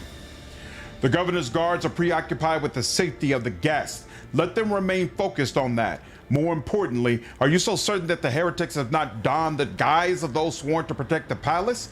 Guardsmen, personal escorts, servants. Assume everyone you meet is a traitor until you have found proof to the contrary. Where should I start? For now, you should concentrate your efforts on the immediately recognizable conflicts within the palace. It has come to my attention that the Loth World's emissary, Hypoctia Culta Sigma, is at odds with the Fusiliers. It would be prudent to verify this incident has any relation to our mission. Also, the interests of the Inquisition present you to the Lord Calixtus Hax while you still have time before the Invocatum Sanctus. He had important information that he wished to share. The governor is among the high guests in the hall behind me. After that, do whatever you can to find the apostates planning the assassination. However, the composition of your retinue is scandalous. To bring a recruit to a gathering of Scintilla's elite, that is at best audacious. You must demonstrate unequivocally that the filth is obedient to you and will not take a single step without your command. Xenos Hybris. With respect, Inquisitor, this Xenos is my ally, not filth. Damn, didn't know Sibelius was such a big deal on the whole planet. Yep, seems like it. Oliath narrows her eyes. You would do well to be more cautious with such talk, both here and at the Bastion Serpentis. How can I find emissary Culta Sigma? I suggest you begin your search at the transit checkpoint. It lies at the far end of this corridor. You mentioned the Invanctum Sanctus. What is that? The solemn rite that concludes the Feast of Saint Sibelius. It is to be conducted by Canoness Marcella. What should I know about the high-ranking guests currently in the hall? Naturally, they are not like ordinary mortals, Acolyte. They bear a titanic burden of duty to the Imperium. Yes, you are a representative of the Inquisition, but without a sigil, your political weight would not be nearly as significant. I recommend exercising a more sophisticated approach than threats of reprisal when dealing with them. The voluntary cooperation will facilitate your mission within the palace and without in the long term. Also, finally joining the guests is the rogue trader of the Troida dynasty. She is vested with the power of a sacred warrant of trade, in addition to incalculable wealth. If I were in your place, Oleanth pauses in thought for a few seconds. If I were in your place, I would endeavor to keep my distance. The Lord Captain and the Tiratine Cabal have recently experienced a certain tension in their relationship. I will greet the Lord Calixtus and investigate the conflict between the Adeptus Mechanicus and the Fusiliers. Beautiful. Reconnoitering. Troida, is it Insidia? It is Rogue Trader, or is the game set at times before Rogue Trader? This is set during the same period as Rogue Trader. So we coming to this party is Aspis Troida, whereas in Rogue Trader it was Incendia Troida. So they're either cousins or sisters. So Aspis Troida is talked a lot about in Rogue Trader, but you never actually meet her. But repeatedly, she's referred to as essentially a heretic.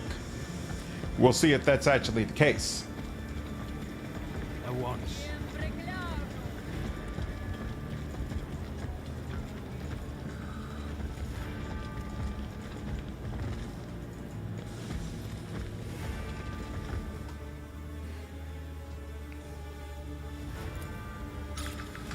The Lucidians are captivated by a Scintilian cohort, a game in which one can lose an entire spire in a single round.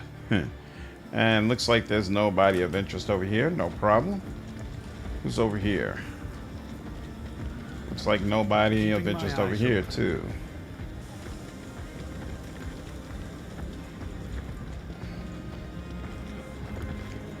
Nothing discovered here.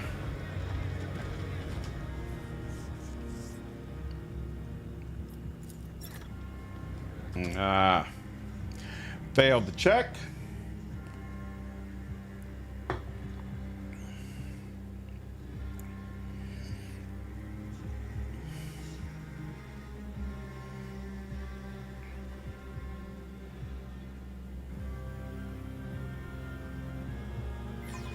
Is stuck on the other side of the mall. The dynasty assumes she is MIA and made Incendia the ruler. Exactly.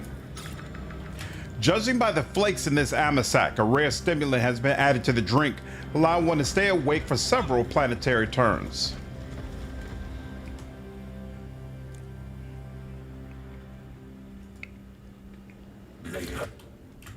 Heed the words of the Omnisire. Every organism has its purpose. Now, fulfill yours elsewhere. All right, fine. You don't want to talk. Never You don't want to still for talk. long. Your ladyship, you truly ennoble the palace with your presence. We are so flattered indeed. I think that's Aspis right there. I cannot imagine how your protectorate survives without its incomparable mistress. Oh, forgive me. I hope we haven't wearied you, have we? Aspis like Killigos are named characters from the original Rogue Trader tabletop. Oh, really? Nice. Oh, not at all. Please continue. I enjoy a bit of background noise while I ruminate on important matters. Keeping my eyes open.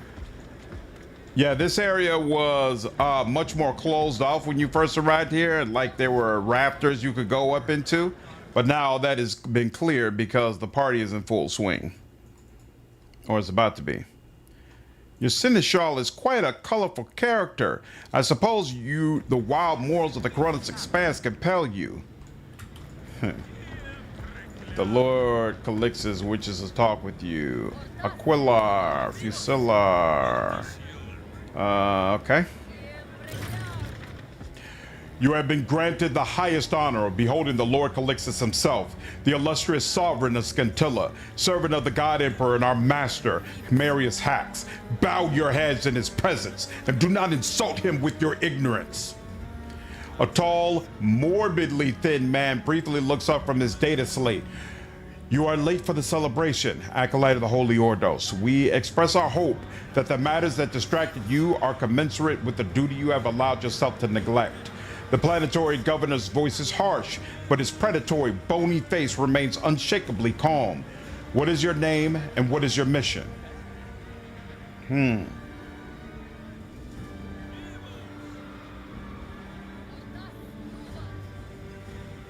My name is Slandered, and I am blessed to have the opportunity to see and speak with you. I am here to investigate heretic activity aimed at eliminating one of the God Emperor's servants among those present here.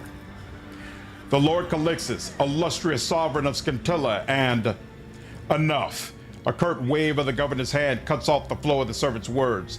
You are courteous. That is not the greatest of virtues, but the opposite would be even worse. We are, of course, aware of your name and the reason for your presence. Hax's hand, clad in a snow-white glove, removes a folded sheet of parchment from his inside pocket. Take it. This time, the sender is quite old-fashioned and wealthy, as evidenced by their decision to send us threats on parchment. For the most part, it is empty boasting.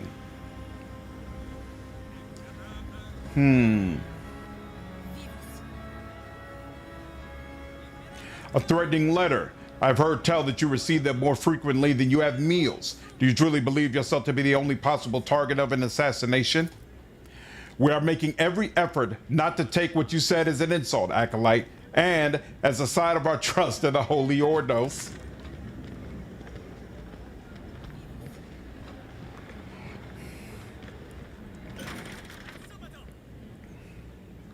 A finely dressed woman who has been listening attentively to the conversation this entire time approaches you. Her keen gaze travels over you, and she exhales softly. You will do. Marius, may I borrow this servant of the Golden Throne for a few minutes? You have enough other guests to entertain you, the very ones whose company I have grown so tired of. In the face of this brazen show of insolence in front of the Lord Calixtus, the servants around him turn pale, but Hax merely bows his head slightly. Of course, Lord Captain, we'd be honored to grant you such a trivial indulgence. Many senior officers in the Imperial Navy bear the title of Lord Captain, but you know of only one case where it is used outside a ship. Before you stands a rogue traitor, a chosen of the God Emperor, and an individual of incredible power and privilege. You are always so kind to me and my little whims, Marius. Despite her courteous words, the woman doesn't even try to give her expression the slightest semblance of respect.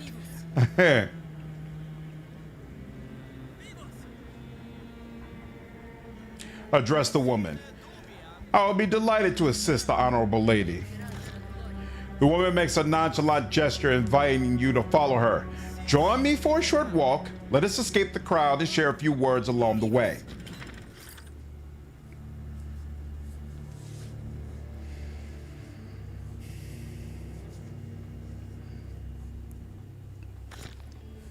The red-haired woman slows her pace and takes a thoughtful drag from a long, ill-hosed stick holder while looking over the corridor with a bored expression. When she finally speaks, her voice is languid, as though she were reluctant to converse at all. You are so quiet and obliging. One might think you are not the least bit interested in why we are here. Actually, I'm exceedingly curious about what you are planning. Would you care to elaborate? I am glad my suspicion about your indifference proved false. Well then, let us get down to business. The Lucid Palace is quite a remarkable place, is it not? She gestures vaguely around her ill-hosed stick holder.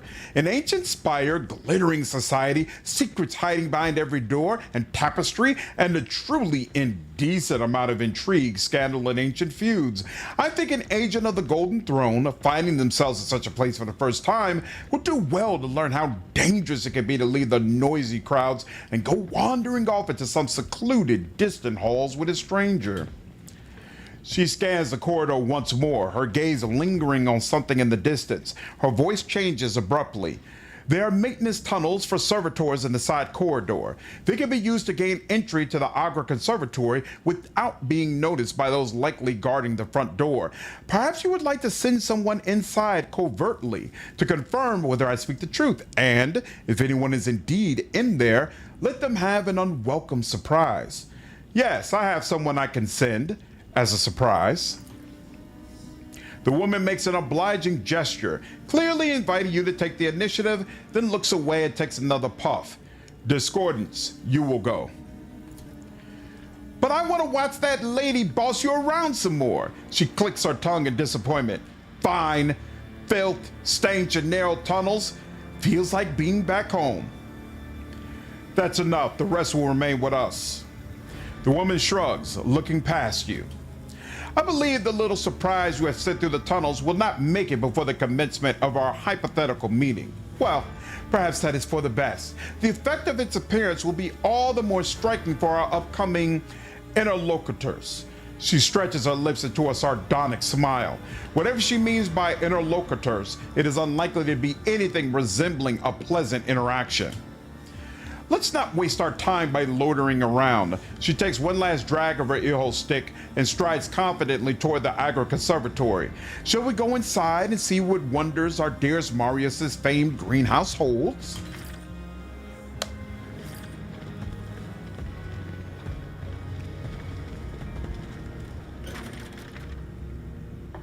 The man before you is clearly a Lucidian, yet his gloating demeanor betrays a lack of aloofness and restraint proper to such nobles. I am charmed that you responded to my invitation, Lord Captain. A shame you're not entirely alone. He shoots a glance in your direction, his eyebrows arching quizzically. But that changes nothing. I promise to repay my debt, Aspis Chorda. Your companion gives a frustrated sigh and her lips stretched into a feigned smile. Ah, Rudolphus, I was hoping that anonymous invitation for a private conversation in a secluded place would come from some new and interesting person who had a new and interesting issue with me. Although I suspected you would not accept the loss of what you considered your property, and that you might be foolhardy enough to try to ambush me. And this charming young man, the tip of her ale stick sways in your direction. Pepsi, what's up, man? It's going well, dude. How are you? Intimidation. Tell me, Rudolphus, would you prefer to repay this sworn debt of yours by groveling at our feet or by licking our boots? Aspis Chorda gives a venomous smirk. Veins bulge on the Lucidian's forehead and his face turns crimson. Enraged, the man grabs a device on his belt. You will die here, all of you! Aspis Chorda suddenly opens her fingers and her still smoldering ale stick falls to the ground. The rogue trader fixes you with a look of a beast ready to pounce. A little wager, acolyte, you and I, to see who can put down more of these heretics who dare threaten the life of one of the God Emperor's chosen. Begin! We mustn't linger.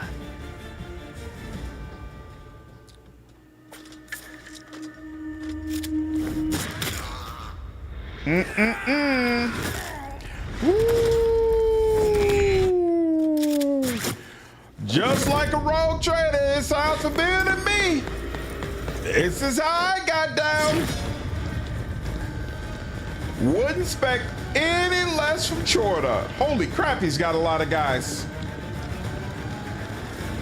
And even more guys. And even more guys. Good Lord. She didn't kill enough of them. She could have cut down a few more of these people, but okay. Okay, Domino, what's up, man? Appreciate you signing back up with me over on Twitch, dude. 7 months? Cray. Hope you're doing good, man. Let's see. So I can place my people. Well, let's see. You're gonna go first. Can I put you upstairs? Nah, not on either side, huh? All right, fine. Well, I guess I'll put... Wait, what? What's the problem? Oh, is it only pretending to let me? Okay, so it's only pretending to let me choose my people, but in fact, I can't. Okay, so wait, no, I can move you, but I can't move you. Can I move you? Can't move you. Can't move you. Can't move you. All right, this looks like a bug. Let me report this. I don't know. Environment, maybe. UI visual. I don't think so. Here, let's. Level design. I don't know. Whatever. I can only place my main character. The other characters cannot be manually placed on the board prior to combat starting. Do we like Aspis, or is she a friendly enemy? Aspis is a companion. She will be my companion in just a short minute. So we like her. We like her. All right, I guess we'll just start. A reminder, Acolyte. Whoever kills the most heretic wins. Shooting Rodolphus counts for 3 of his thugs, but should you manage to take him alive, you will earn yourself a special appreciation. I wonder how you take him alive. Spud, you can only move your NC. Think it broke this patch. Oh, really? All right, interesting. Well, you know, worst problems to have. It's all good. Wow, they're really up by 9 on me? How am I supposed to come back for this? And the enemy hit me. You know what? Actually, Sorrow will make up for all this. Sorrow will, somehow, some way will make up for this. Do I want you to come over this way? Let's see. You could come over this way. You could come over that way. Which one do I prefer? Let's see. Bruiser. You're broken. You're not. You're not. All right. So we'll let Sorrow. Actually, no. We won't let Sorrow deal with them because you can get here immediately, which is useful. Who was the guy that was about to go?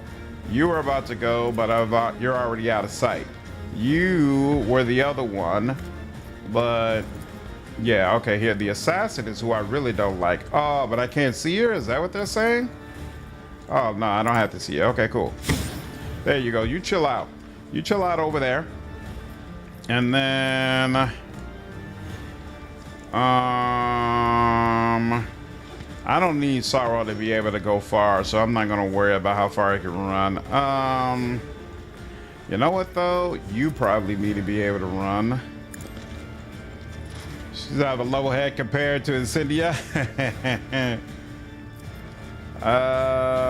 3 more damage directly to wounds. Let's see.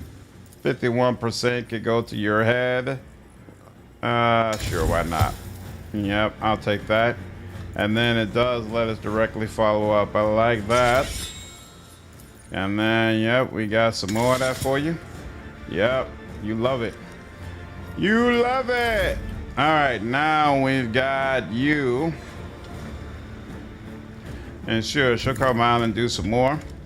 So first and foremost, let's get all of y'all properly marked. Ooh, I like that. I like that quite a bit. And that means we can focus on damage. And let's see, hit you in your head. Nah, they can't all hit, but it would have killed you if you got to you.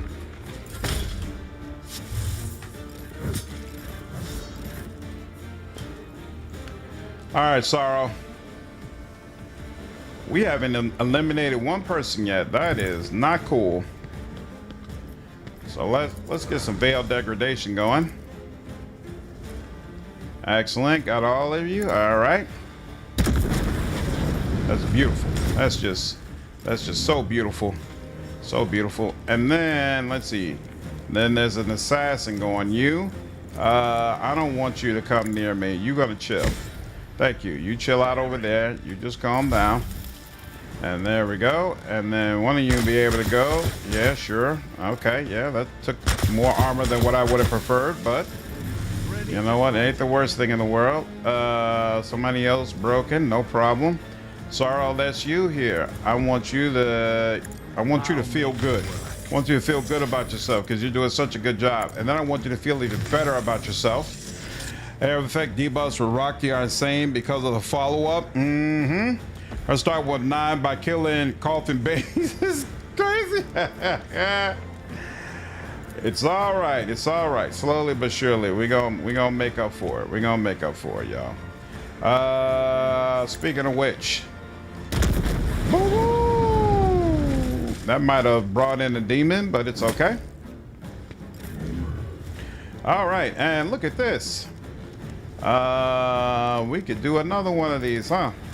So I'm gonna get my heroic act going, and then yeah, most of y'all are gonna die on your own, so I'm not gonna worry about you. But some of y'all are not, and then there's you all up top. I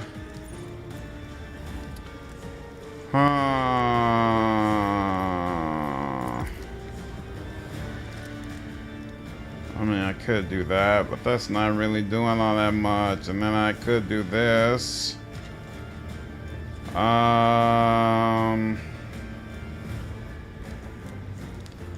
Could go ahead and get y'all bleeding that way here. I guess this is kind of a waste. And it hurts my soul to do this because I feel like, you know what, fine. Let's just do it. Get all y'all down. Get some more people with lower morale.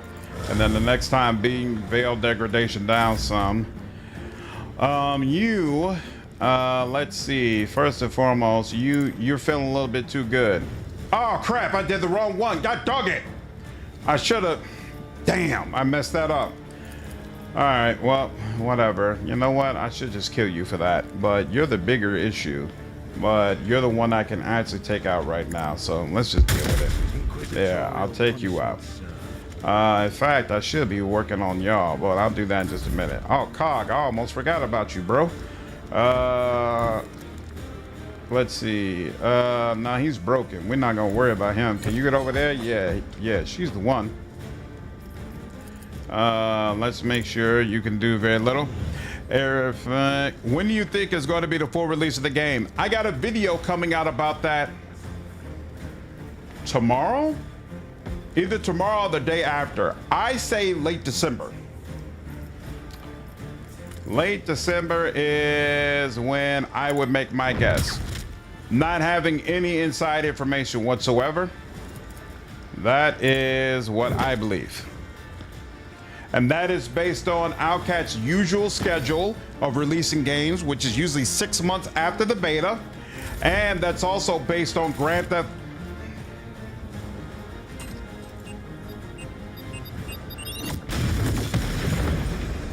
Great. That can't be good. Oh, I remember this now. And that's also based on Grand Theft Auto coming out in November. So I'm sure Owlcat doesn't want to be close to that release either.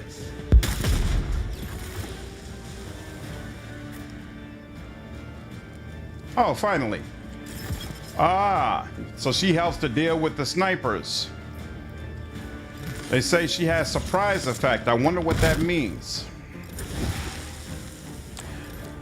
Awesome. I hope you enjoyed it, Nayua. Yeah, I think it's the day after tomorrow when that video will come out.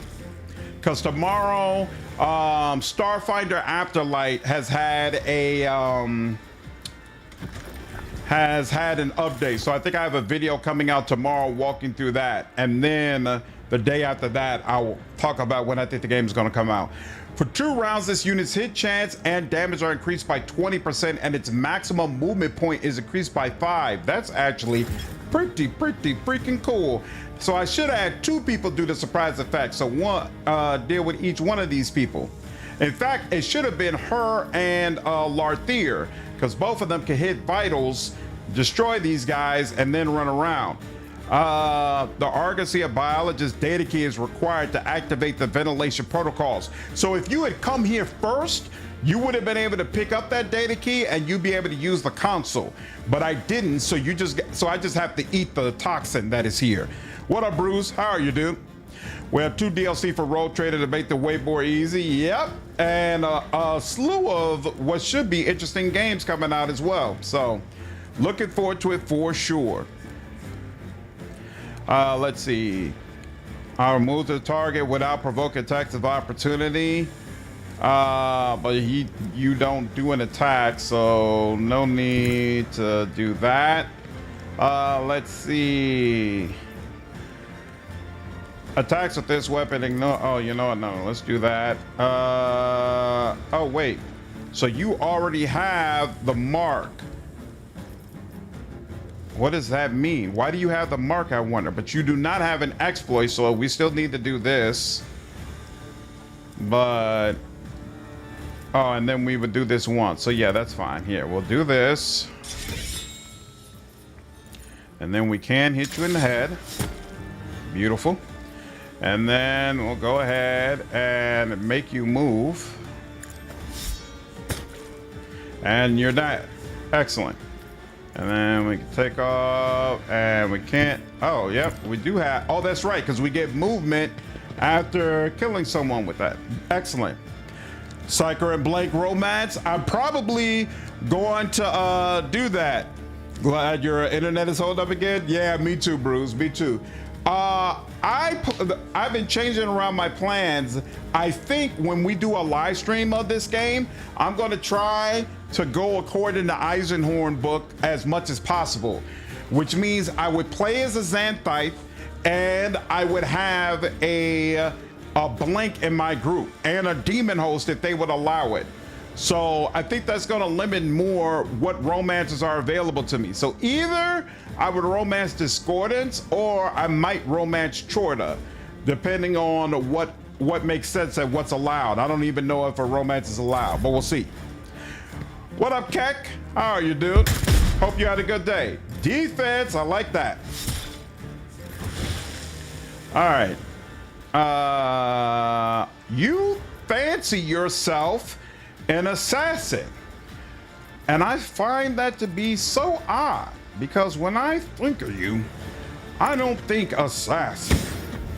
To be honest with you, to keep it 100% with you, when I look at you, I see victim.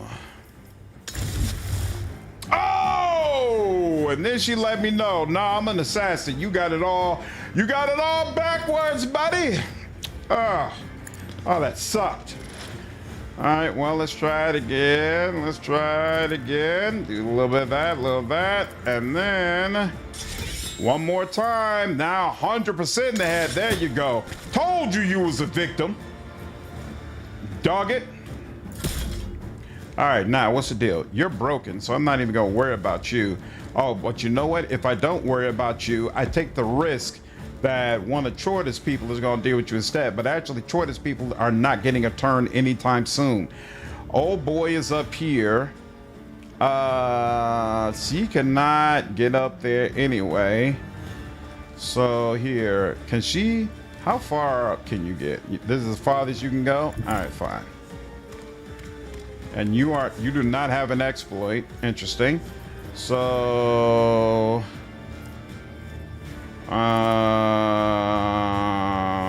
what does the mark do? Suffer the exploit effect. Suffer the additional +9 additional damage.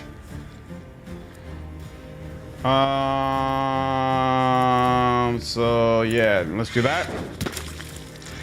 They don't want to jinx it. Thanks, Gio. I appreciate you, man. I appreciate you. Luckily, so far it's been okay. I wish she could do a melee hit, but she can't. So let's see. Ooh, I like it when it's 100. Oh, that's probably because she's old girl's knocked out. You're getting obliterated, homie. All right, and unfortunately that's all I can do. But don't worry, we'll get it back over to you soon enough. All right, poison. You are poisoned over here. You got some extra stuff going on over there, and there's a whole lot of stuff going on over here too. Let's see. Who are you?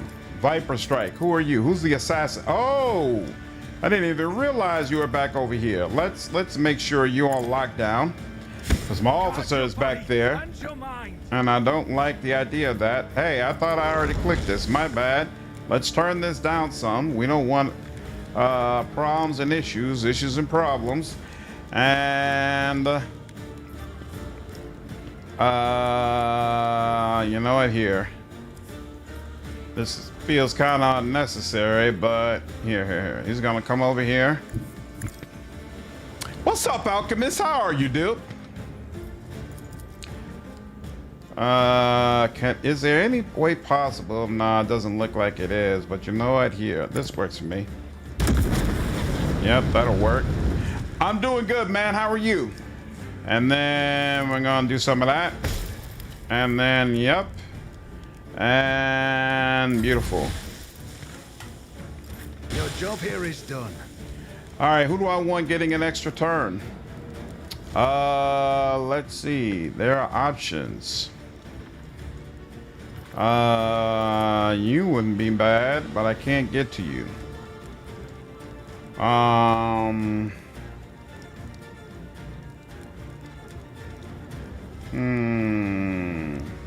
Oh, you know what? Could do. Nope, I couldn't do her either. And I might need to move, because you would what? What's the problem with you? You wouldn't be able to move. There we go. That's my issue with you. You need some more morale anyway. Okay, you don't have any movement, but that's fine. And oh, she doesn't have an exploit anymore. Oh, that's right, because what I did remove the exploit. Oh well. We got a 100% chance to hit her in the eyes. Boo-boo! And you will die on your next turn, so that's fine. Now we just need to get rid of, let's see, you are already gonna die. I'm not worried about that. And you, 100%, you should die as well. There we go. We're good on you. And that'll work. Now there's Cog. Unfortunately, oh no, Cog can't get through. Look at that. Actually, he's gonna come over here. Because this problem is gonna take care of itself. So let's deal with the problem that won't take care of itself. There we go. And then you need a second knock on your head. Oh, you playing hard to get. Don't play hard to get. There you go. And you broken? You broken? You losing hope, homie? Damn, that felt kind of powerful.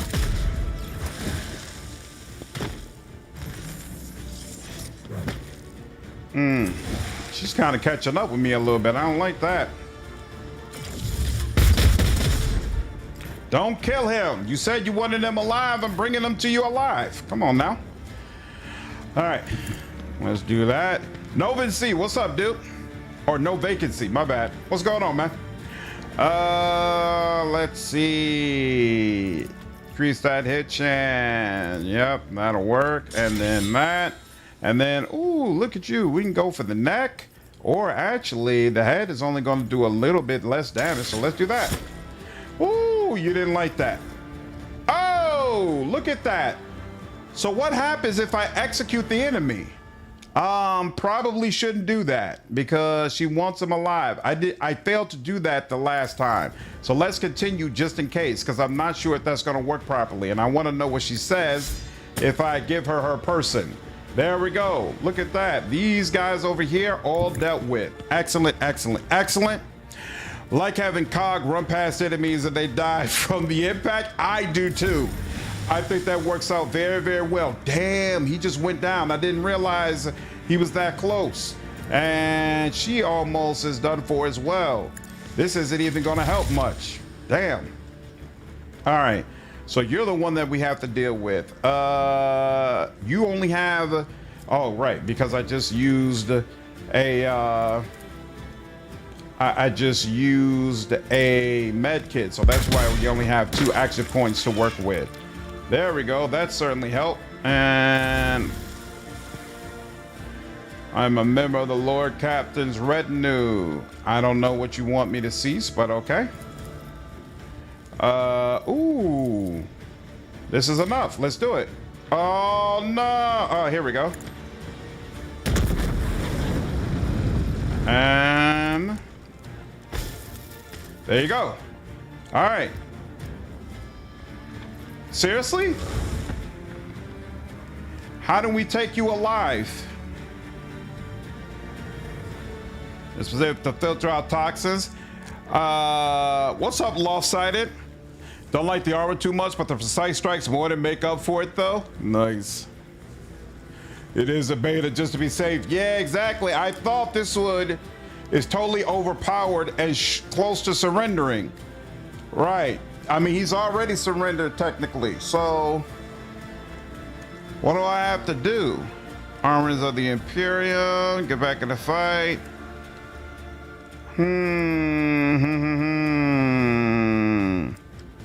Maybe I should have just accepted the surrender, because now it's like they won't allow me to do it.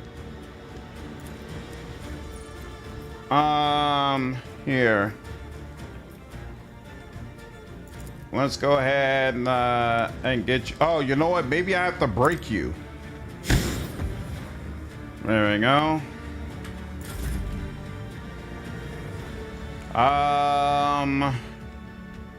Yeah, he's gonna chill out. Staggered. And she's attacking him when she wanted him alive. What does that mean? Oh, I'm gonna get a level up out of it. Regardless. Did he kill him? What's the deal? I think she could get to kill him. All right, well, whatever. Hit him one more time. Yeah, would have been nice.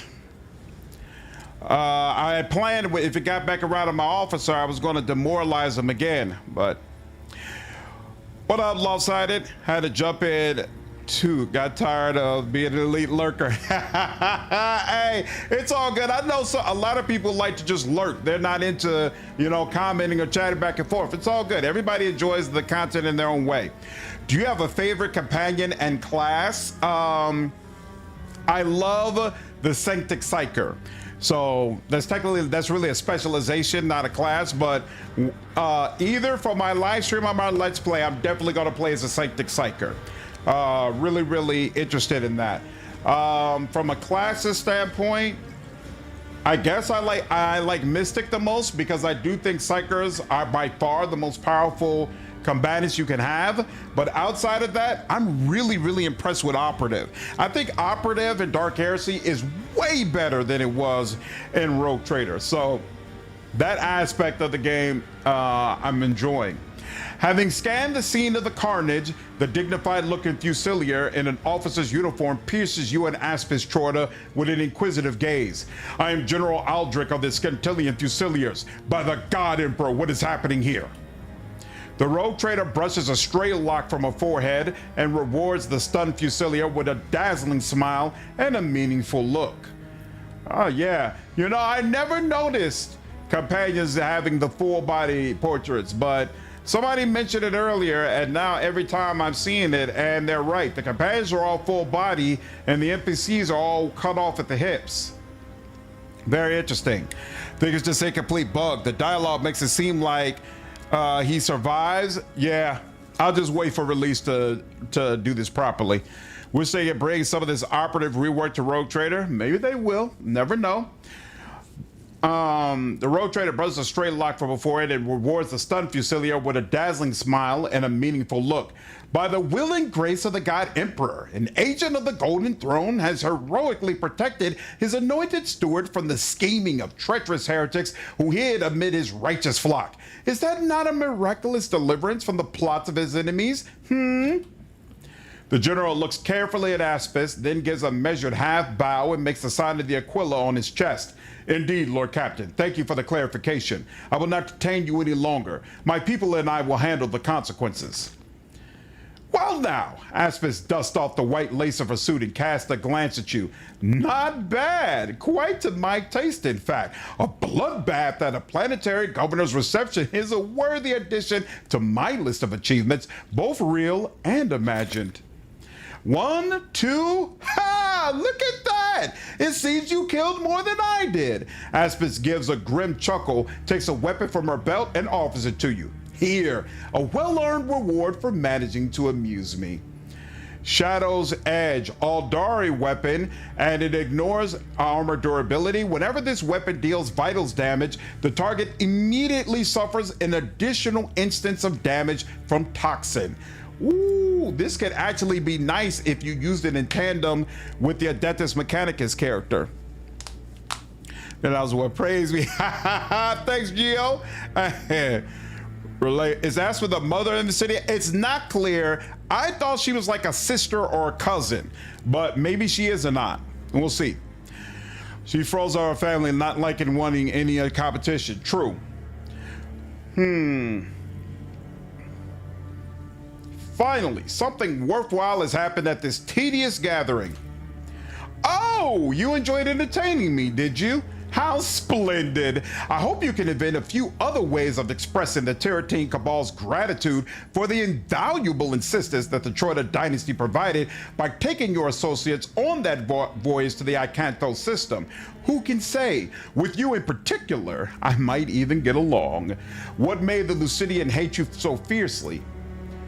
An old grudge. Upon arriving on Scintilla, I used my status to reclaim some property from my dynasty, which his family had seized in the absence of my agents on the planet. The fools assumed that House Troida would never return to Scintilla after we founded a rogue trader dynasty in the Coronis Expanse, and so they decided to help themselves to what was not theirs. You mentioned a voyage to Icanthos. I was in the war band that was sent to that system. Were you now? Do you know how reckless and pointless that voyage was? The implacable flame nearly vanished into the ball of the warp, and all for what? Aspis fixes you with a stare. No, do not answer. The reply would only disappoint and anger me. You would not want to disappoint or anger me. What happens now? Aspis gives a dismissive shrug. When required, everything that happens in the spires has a way of neatly and quietly disappearing. Marius will take care of it. Her gaze falls upon the body of the Lucidian who orchestrated the attack. Of course, for this fool's family, the story is only just beginning. I will see to it that their offspring's mistake exacts a bloody toll from the entire line. This Artvaka fought well. His strands will give me strength. Let me consume them, Hunter. Xenos Hybris, nod Tarakti. Go ahead. Damn! This is the first time I've done this, Paul, so I'm seeing something new right now.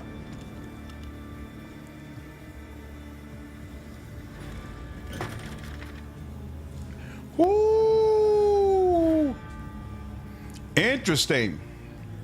What's up, Travis? How are you? Can't see Zero Company exceeding Dark Heresy. Outcast's been making RPGs for a while. I would have to agree. The Kreutz meal proceeds without a sound other than a sickening crunching noise. By the time she finishes, Rudolphus's body has been reduced to a little more than a few gruesome shreds of flesh. Thank you, Slandered. I will make use of this soft-skin stretch to grow stronger. I need to return to my duties. Aspis bestows a thin smile upon you. Thank you for our little stroll, Acolyte. It was most gratifying, although I cannot promise that my future searches for entertainment on this backwater planet will not include you again. A nice buffet. Woo.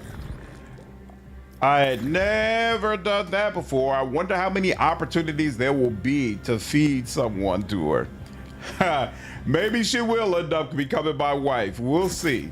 Anything is possible. Anything is possible.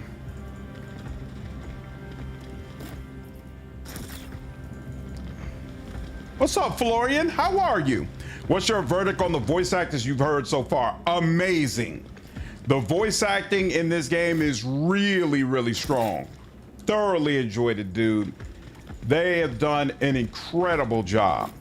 Very, very impressed with the voices I've heard thus far. Very, very impressed.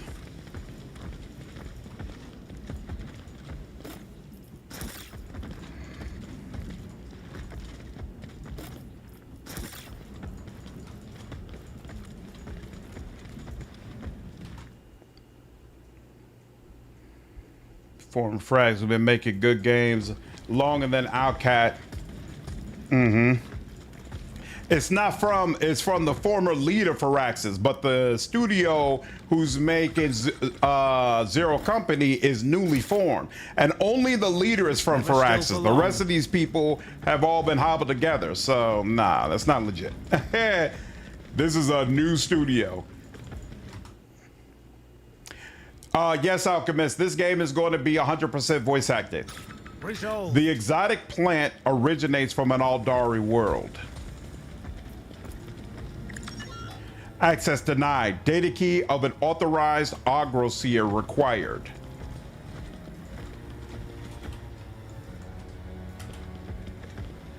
And I cannot talk to her again, apparently.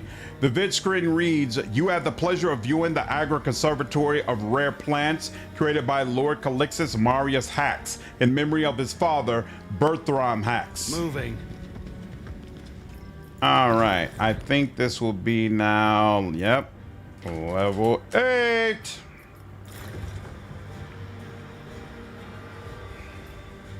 Perhaps I can see you have the solid gameplay, but a full RPG, can't think of any they worked on in recent times. I mean, the closest to it was Midnight Suns, but that still had the problem that, from my understanding, XCOM had as well. Gameplay was great, story and writing, Midnight Suns had terrible writing. Increase damage dealt by ally during the next turn by 6% and twice its value against their armor for every enemy within that ally's influence. Ooh, that could be useful. Officer moves target ally, not happening. The officer grants an ally an additional 13% hit chance on their next attack. That could be really cool. I like damage dealt though. This could be great for COG.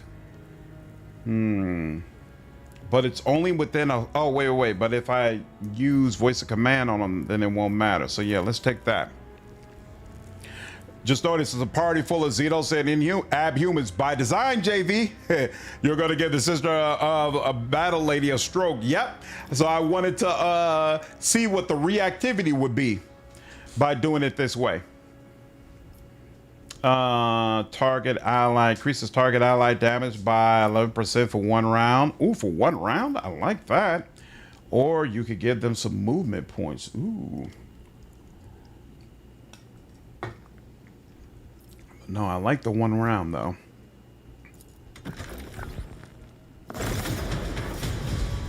So let's see, break their ranks. Ooh, I wonder. Yeah, I can increase their damage further. That's kind of crazy, actually.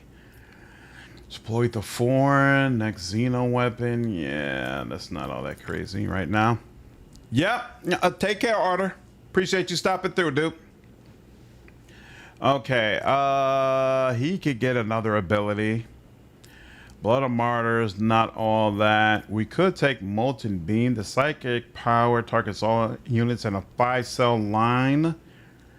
All affected units must pass. No, I think I'm gonna take Telekinetic Barrier. Sometimes you really want one particular character to be protected. And 5-cell radius is just not that much. He's usually way further away from any of the real problems. 10 plus targets level of burning damage. All affected units must pass a reflex test or suffer 4 times veil degradation, additional damage to their armor durability. That could be, at max, that could be 80 damage to their armor durability, which is honestly no freaking joke. Man, I'm on it, Moonlight. I'm on it. Travis, I've actually given no thought to what I want from Avowed 2. No thought to it whatsoever. I'm too focused on Pillars 3. Not really satisfied with any of this, to be honest with you. Plus 5 damage reduction. Yeah, it's always going to be that. And then Veil Degradation. This will go higher, but you know, I'm going to get Molten Beam. I'm going to get Molten Beam and just go with it. Mystic deals willpower bonus, direct damage. Yeah, sure, whatever. Oh, I like this too, but not for those abilities. Boom, boom, boom, boom, boom. I can't put it on that. Why does it say? Okay, here. Wait. What do you have? What is this? Oh, that's right. You get additional damage when you use the God Emperor shield. I forgot about that. I need to put that God Emperor shield on more often. Okay. All right. I mean, on make you look but funny. 3 of us. Clockwork looks better. Might be. We'll see. What I want for Vow 2, for it to come before Pillars 3, just to troll the Pillars 3 believers, that is something you would say, Moonlight. That is absolutely something you would say. Targets of warriors' attacks will perform a counterattack. I don't like that. Deal 32% more damage to the enemy armor. Sure, I guess. Or I guess we could take Slash. Someone said Slash is actually really hilarious on COG. So let's take it and see what it's like. Units damage is increased by 12%. Sure, whatever. Why not? Think we're going to be the Watcher again in Pillars 3? I do, Leth. I think they can still milk it with their past lives. I'd hate to play as someone new. So would I. They need to finish the story. So yes, I do feel like in the end they're going to let us do it. They will let us do it. All right. Oh, and you. For 1 round, all attacks against the Wayseer and allies affected by guidance are made with a penalty to hit chance at least 10%, or no, actually it could be less than 10%, but still. Or he could give himself telekinetic barrier. Don't you have something that automatically gives you telekinetic barrier? The assail effect used by the wearer has a limited range, and when he uses a sail, he gains telekinetic barrier. So there's no reason to take the ability. Well, you could upgrade the ability, but I wouldn't bother doing that anyway. So yeah, let's just go with this because he's not putting on a dome either. I want to be wrong. I want to see Pillars 3, but I don't think it's going to happen. Why don't you think it's going to happen again? For 1 round, each of the character's subsequent attacks at the turn deals more damage. Attacks against the target have a additional hit chance. Yeah, like that. What's the sail using right now? For no calculated strike. I thought that's what I just got. Attacks against this target gain 10% hit chance for 1 round. Attack for 1 round. Precise attacks against this unit gain 10% hit chance. Oh crap. So basically just got the same freaking thing. Oh well, it is what it is. Pillars 3 happens if the Watcher isn't the main character or Dare isn't there. I'm rioting. Same, JV. These are necessary. These are necessary things.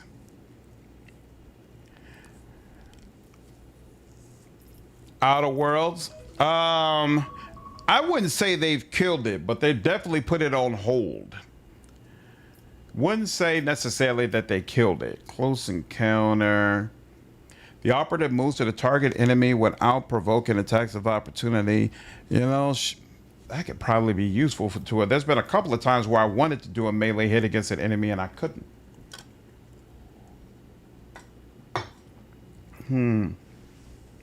Target's defense and damage reduction are reduced by 13 until the end of combat. Good lord.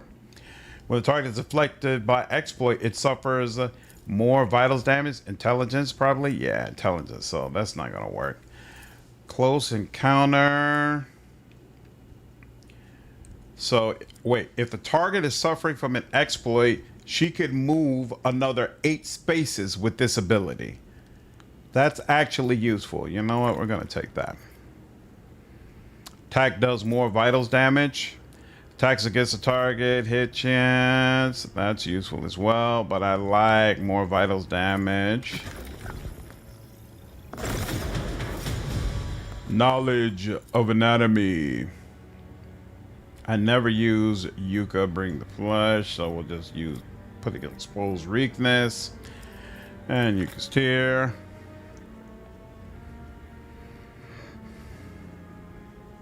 I did too. I actually liked the first one and thought the second one was an improvement. I thought the same way. Felt like it was something they could have done with a patch. Their leveling system chafed me too. I feel like the pricing of the game really killed it.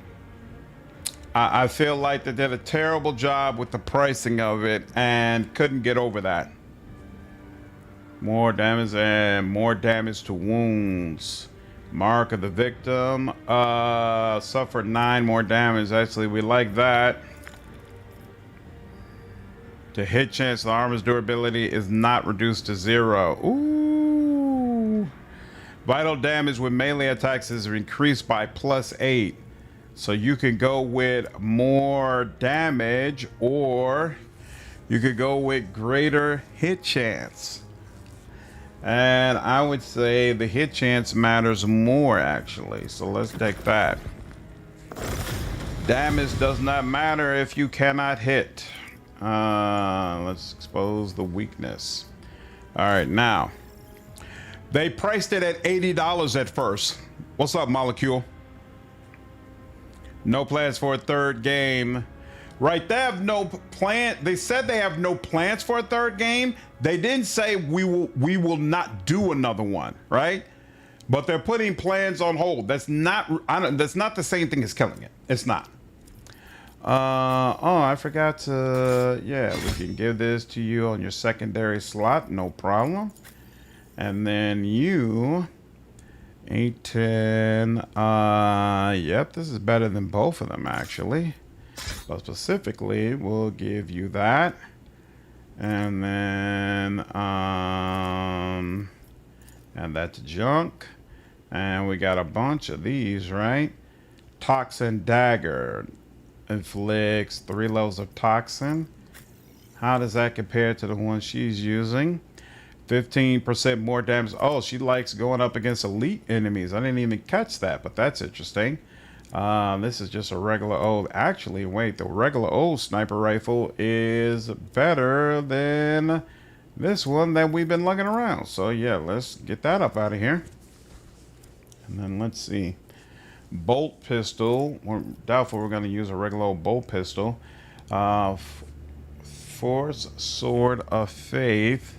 We could let that go as well.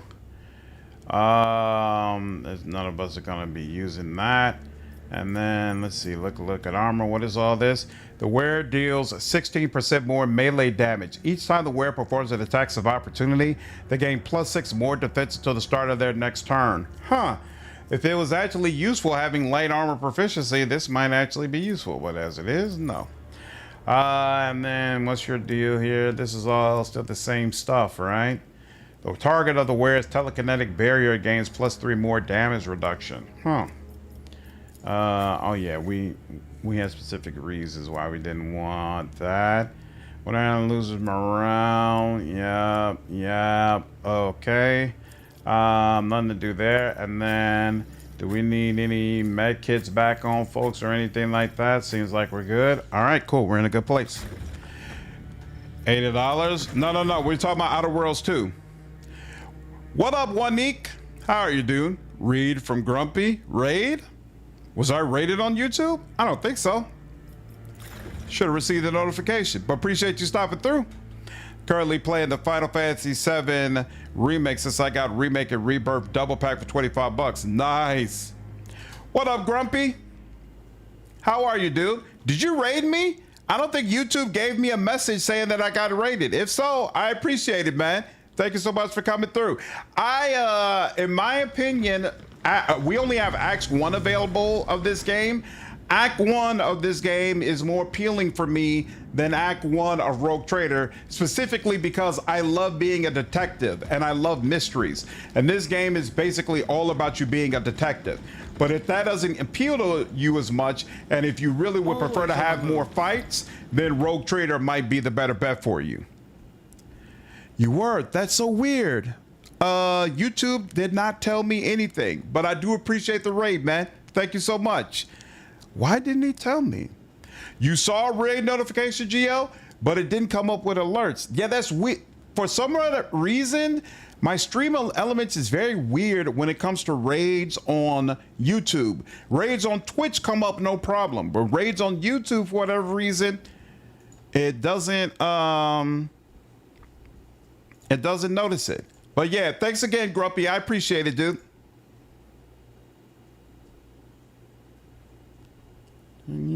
No, can't do that either. Interesting. The Agra Conservatory is serviced by numerous mechanisms, far too many for a typical garden. I feel like I was playing a book with Rogue Trader. Well, the advantage of this game is that at launch it's going to be fully voice acted. So the beta is not fully voice acted. It's only about maybe 50 to 60% of it is voice acted. But in the full version of it, it'll have full voice acting and you won't have to read all that. If that bothers you. Me, I'm used to playing Outcat games, and so I'm used to it. My eyes open. The reagents on the table are intended for assembling poisons. Success.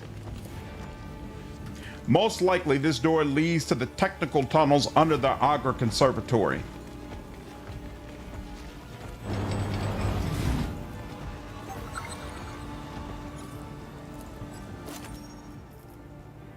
Covert shotgun. Extrapolating bracers. Whenever at least 3 enemies suffer damage from the wearer's area attacks, they must pass a resistance test or suffer a critical effect to their torso. Ho, ho, ho, ho.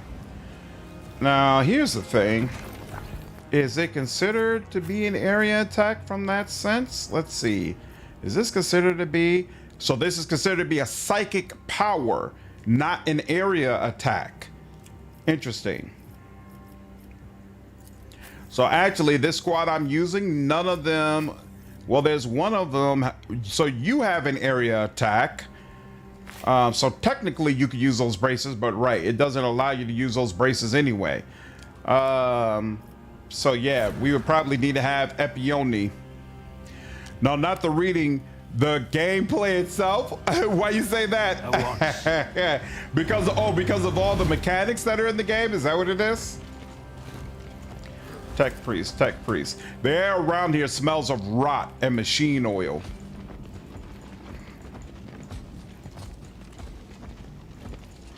The ushers hang around to entering the auditorium is forbidden. Lord Calixtus's orders.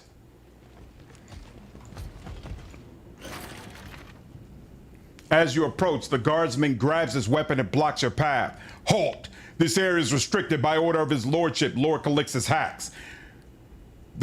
What's inside? The auditorium, sir. It was damaged during an intercept operation involving the palace guard, the details of which we are not privy to. The decrees of Governor Hax do not extend to the servants of the Holy Ordos. Both Fusiliers hastily make the side of the Aquila. 1,000 pardons, sir. We didn't recognize you, but you still may not enter without a rebreather. Why would I need a rebreather? The firefight compromised the chamber's windows and the external atmosphere has breached the interior. It is toxic at this altitude. Where can I find a rebreather? With the quartermaster in the armory, sir. Leave. So if you come here first, you could just straight up go here, no problem. And then there's a bunch of people trying to steal a mace that's also an artifact. And so if you're able to save the mace, then you can either keep it or return it to the church. Up to you. What's KH4? That I'm not sure of. Kingdom Hearts 4, maybe? Really like Rogue Trader, but there are a lot of mechanics. That's for sure true. Just felt the same with every game playthrough, no matter the choices. It's not nearly as much difference in the story choices as they had with Wrath of the Righteous. That's something I'm hoping will change with Dark Heresy. We'll see though. Roche is a lot more accessible compared to the Pathfinder games. From a mechanic standpoint, I do feel like it's a lot more accessible, but if you compare it to any other general game, it's still way more reading than what's usually required. Releasing in 20 years. Oh, this is locked.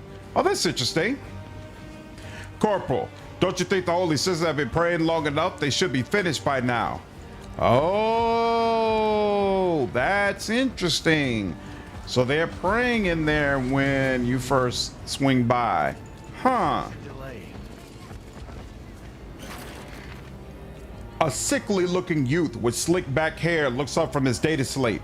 Yes, my fine lord, I have been notified, a servant of the Gordon throne, to be afforded all possible assistance and granted access to the palace storerooms. Let us not waste time then. How did you know who I am? That was taken care of by Lady Oliath Rathbone. She sent a servant ahead with a note. Most prudent of her. Who are you?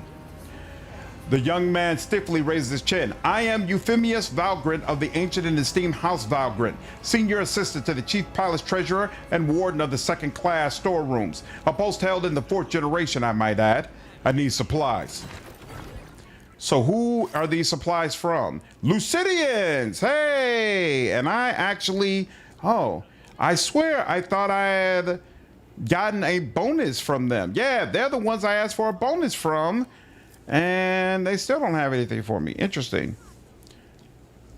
If the wearer only has one enemy in range, they automatically get a bonus against them. And nope, that's not enough. Oh well. Leveling road trade was the same. This is true. Releasing after we all gone from this planet. Oh man. Once per turn when it wears vitals, deals vital damage while shooting with a pistol, they do not spend action points while making the next pistol attack. Great. I can't believe I don't have more reputation with these people. That's unfortunate. All right, fine, whatever. Whatever.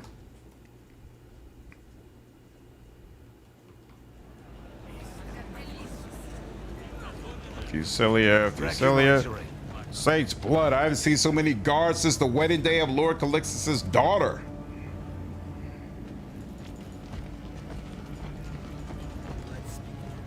I agree. There's too much activity for a simple celebration. Good lord, there are a lot of people here. All right, there's a doc. The wait is unbearable. I will demand satisfaction for this humiliation.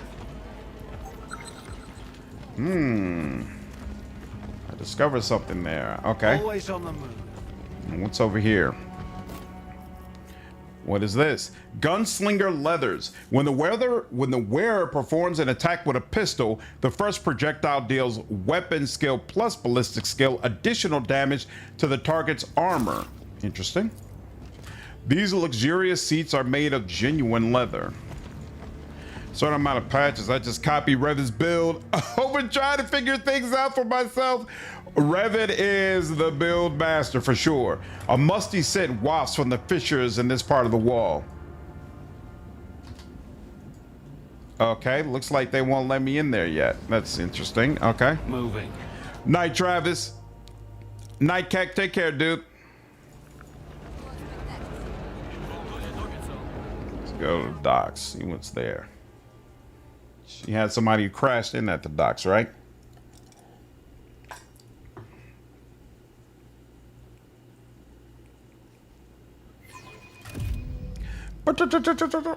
Okay, we are here at the docks. This is where we just came in at. Attack priest over there. Goods over there. There's a check we have to do over there.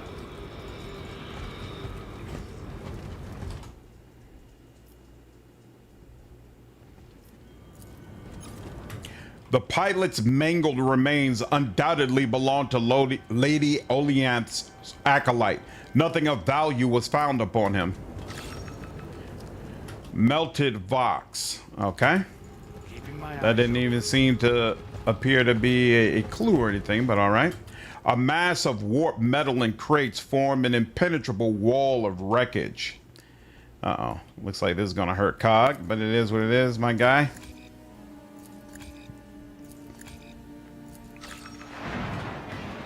Many times it takes. So did you already pass the fight instance that was supposed to happen if you got here first? Yeah, that fight where I'm gonna have to, or rather that area where I was supposed to have a rebreather mask in order to get in. If I had come here first, I would have been able to walk in and I would have done a fight there. But because I wasn't here, they resolved the situation in a different manner. Night Grumpy, appreciate you coming through, man. Definitely check out your channel, dude. But I had to drop the standard. Oh, sorry to hear, Travis. That's rough, man. When is Blood of Dawnwalker coming out? In the midst of all this Gothic news and everything else coming out, I completely forgot about that game. But it's coming out soon, right? Vast rows of docks vanishing into the distance, standing ready to host hundreds of vessels and the thousands of guests arriving at the Lucid Palace. Mobility. Legs injured. Why?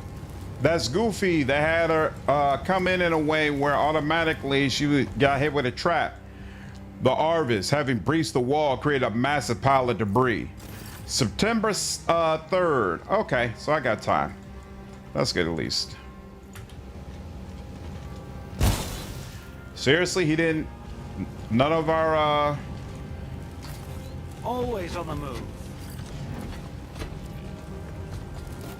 None of us have enough awareness to pick it up, huh? 1 week before Wolverine, I'll probably choose Blood of Dawnwalker over Wolverine. We're not using heavy armor. Each target affected by shockwave shots suffers -1 morale. That's not bad, but we don't have the medic. The Minor Shrine of the Omnissiah, which maintains the functionality of docks, teams with sacred machinery.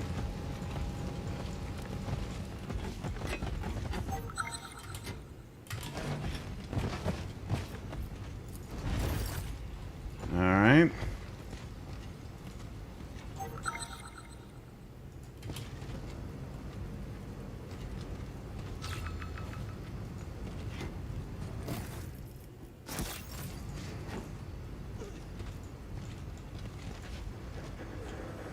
Looking forward to Dawnwalker as well, Bruce. Yeah, I'm really hoping they do well with it. Keeping my eyes. A lot of possibility there. Lot of possibility, but they gotta put something better in here. For all this work to just get that trash, it doesn't make any sense.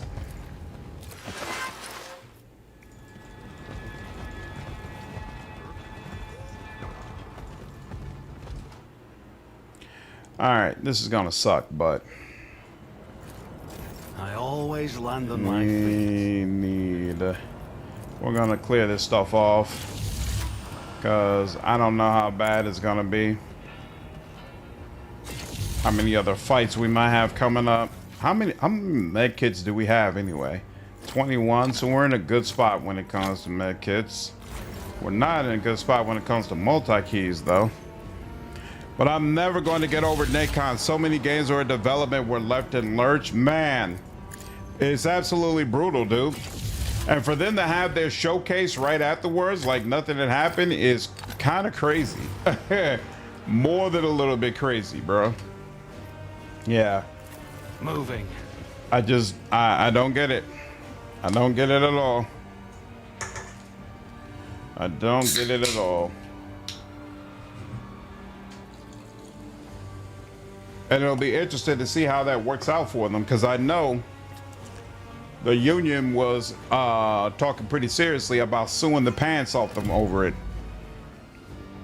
And my understanding is that's a much more serious situation in France than it would be in America, you know, where corporations are able to get away with that kind of thing all the time. So we'll see whether or not they actually pay a punishment for it.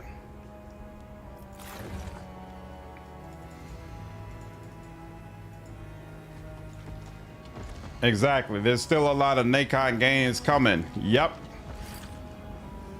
Slandered. May I have a moment of your time? Slandered. I didn't expect our paths to cross again so soon. Despite his words, Toma looks unamazed. Both our mission's success depends entirely on how tonight unfolds. Spare me a little of your time now, and for the rest of the festivities, you may dispose of mine however you wish. Great. Let's work together.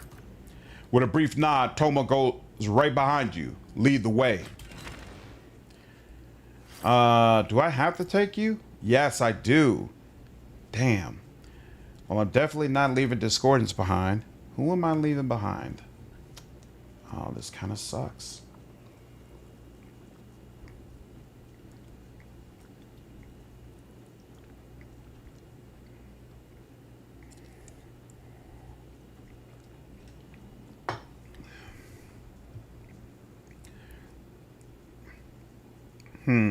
Are those confirmed?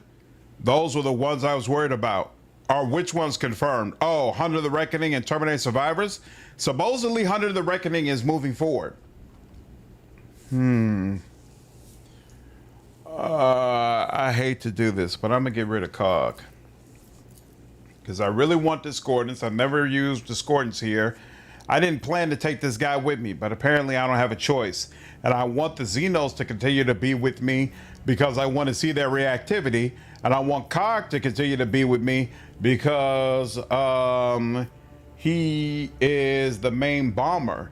He's the best at in a fight. You know what? Now that I think about it, though, I don't think there are any fights until we get to the very end. So I think I'm gonna take out Sorrow, leave COG in. So yeah, let's accept that. I think that's how it works. This guy, super interesting.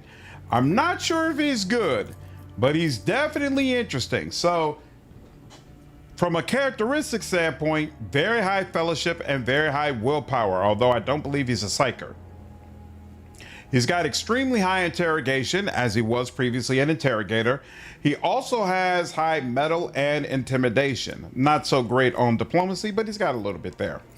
When it comes to archetypes, he's an officer, right? And then he also has the background Scola Progenium.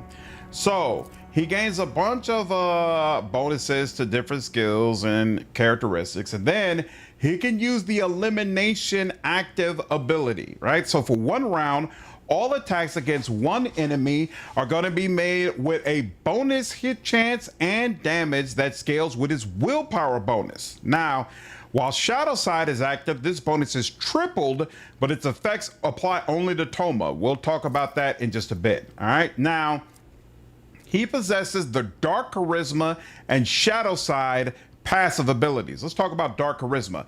For every calculation, Toma uses willpower instead of fellowship, and he gets a +10 bonus to all non-combat skills. So willpower is really all that he cares about, and is going to allow him to really pump things up, which again is interesting.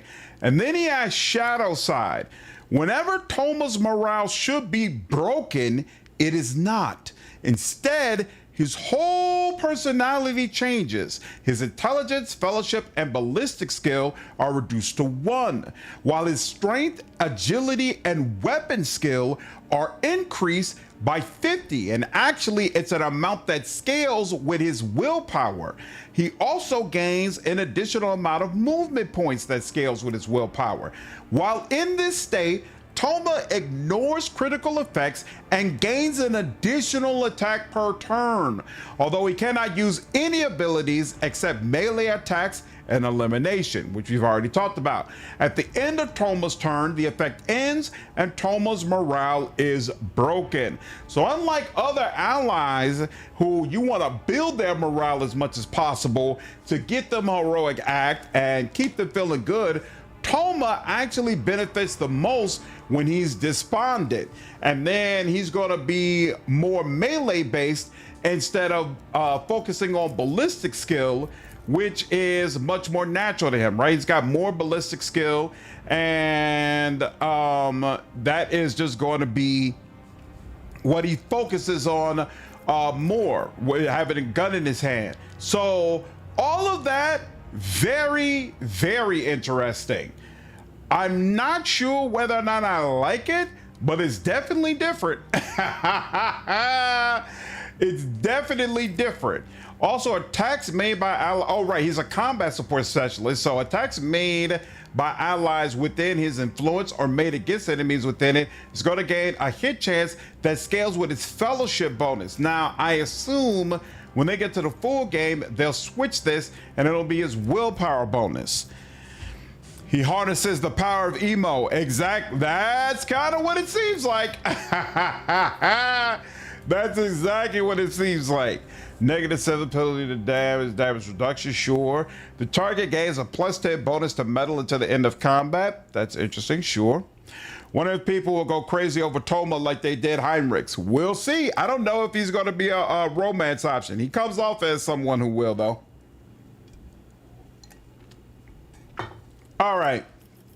So then I also know he's got a bunch of unique talents that tie into this as well. Let's see, voice. So let's see. Skull Progenium, Purge the Unclean. If Toma kills the enemy targeted with elimination, his shadow side ends at the end of his next turn. Unless Let the Shadow Rise is active, any source that would normally grant morale to Toma reduces it instead. So let's see. Toma gains the additional heroic ability Scola Progenium, Let the Shadow Rise. This ability allows him to activate Shadow Side until the end of the turn. After that, his heroic state ends, and Toma's morale is set to 0. Interesting. Very, very interesting. I am not going to be figuring out all of his little stuff in this playthrough, most likely. Is there, cannot be, no. Insulting. Attacks made by allies within the character's influence deal 10% more damage. It's like to make the most out of combat support, you need to have them up close. Somebody was asking, who am I getting the Claymore for? And I was considering giving the Claymore to him because I think he needs to be close. Officer abilities is increased. So wait, when we're looking at this stuff, hold on, let me check on something. So when looking at this, it said uses willpower for every calculation. Toma uses willpower instead of fellowship. So that should work with a range of all non-attacking officer abilities is increased by +5. So that should be scaling off of willpower. His endgame model in inventory screen looks pretty cool. You can zoom in on him and see the cybernetic trail down towards his chest. Really? Okay. I will check it out. Kills the enemy, his saddle side ends at the end of his next turn, which allows him to stay in that super mode for a longer period of time. Grants plus morale. Be a compass, not a chain. Toma and his allies gain a +5 bonus to any non-combat skill he is advanced at least once, and this is going with his willpower bonus. That's interesting. Morale. Let the Shadow Rise. Okay. Toma gains an additional heroic ability, and this allows him to activate Shadow Side until the end of the turn. After that, his heroic state ends and Toma's morale is set to 0. So this will allow you to activate Shadow Rise even if you prefer to increase his morale as opposed to decrease it. Lots of commissars and sisters of battle were raised there. Think Argenta grew up in it too? Really? Interesting. His shadow side ends at the end of his next turn. Any source that would normally grant is active. Any source that would normally grant morale to Toma reduces it instead. So you could go either way. You could really pump it to ensure that his morale breaks more. But no, I think I prefer that we just stick with, hey, get this guy heroic act. There we go. Bring it down as possible. What's the deal with this? All characteristics are increased by 15. All allies within the officer's influence. Ooh, all allies within the officer's influence gain +2 morale for 1 round. The officer ignores distance and line of sight when using their abilities on these allies. Interesting.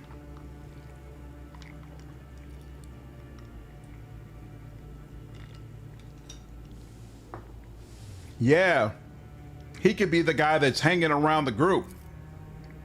I'm good with that, actually. We could change that.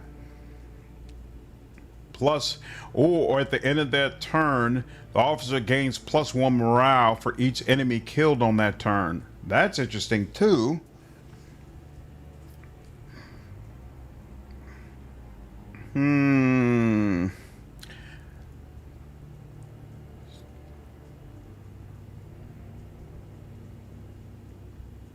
What is Acolyte? I think it's more of a setting issue. I think High Republic is that. Is Acolyte that the Disney Plus Star Wars show? Is that what I'm thinking of? Let's see. For 1 round, ignores line of sight when using their abilities on these allies. That's possible. I could go with either one of these, actually. Do I get another upgrade? No, I don't. This is the only upgrade I get for quite some time. The Star Wars show, yeah, I never got a chance to see it, but some of the clips from it were really, really freaking cool. It seemed like there were some really interesting fights in it. I'm wondering if Toma's cybernetics are a result of our choices in the prologue and Persephone recruitment. Might be. Might be.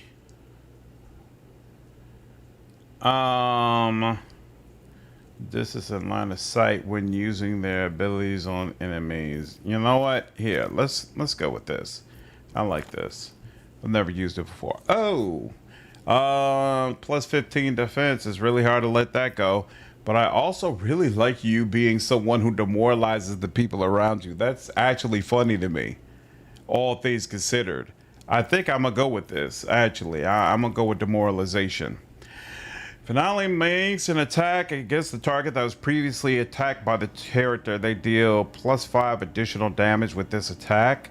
Wait, if an ally makes an attack against the target that was... Oh, yeah. Fellowship bonus, interesting. Allies damaged by 10%. Target deals 8 additional damage. Personal... or grants the officer or... Yeah, skill bonus. No. Shame. For 2 rounds, each time an enemy loses morale, they must pass a metal test or suffer an additional -1 penalty. That's interesting. That's possible. On the next test of gaining morale, the enemy must first pass a metal test. Something of a demoralization specialist molecule. When a target ally kills an enemy for the first time on the next turn, all allies within that ally's influence gain +1 morale. You know what here? Oh, this lasts for 2 rounds, actually? I actually kind of like that. You know what? Yeah, we'll take that. And then we get another one of these. Attacks made by allies within the character's influence against enemies within it deal 10% more damage to the target. You know what? Sure, why not? Why not? Why not? And I guess you specialize in interrogation. I thought my character did too, but apparently not. So sure, go all in on it. Oh, you get another ability. Look at you. Since he already has break rings, you could take aim. And then another one of these modifications. 10% for 1 round.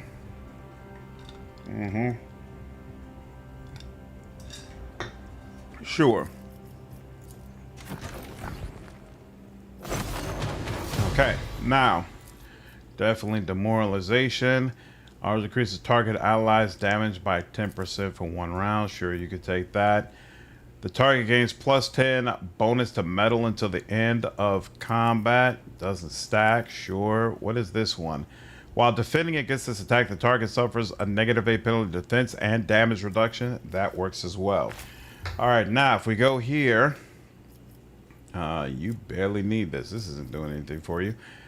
Oh, this is, I'm looking at you. I didn't even realize it. I thought I was looking at my main character. Okay, so let's see. You are holding a sniper rifle. I thought you might want that. Okay, and how does this compare? This is way better than what you have. So yeah, let's give you this. Let's give you a real sniper rifle.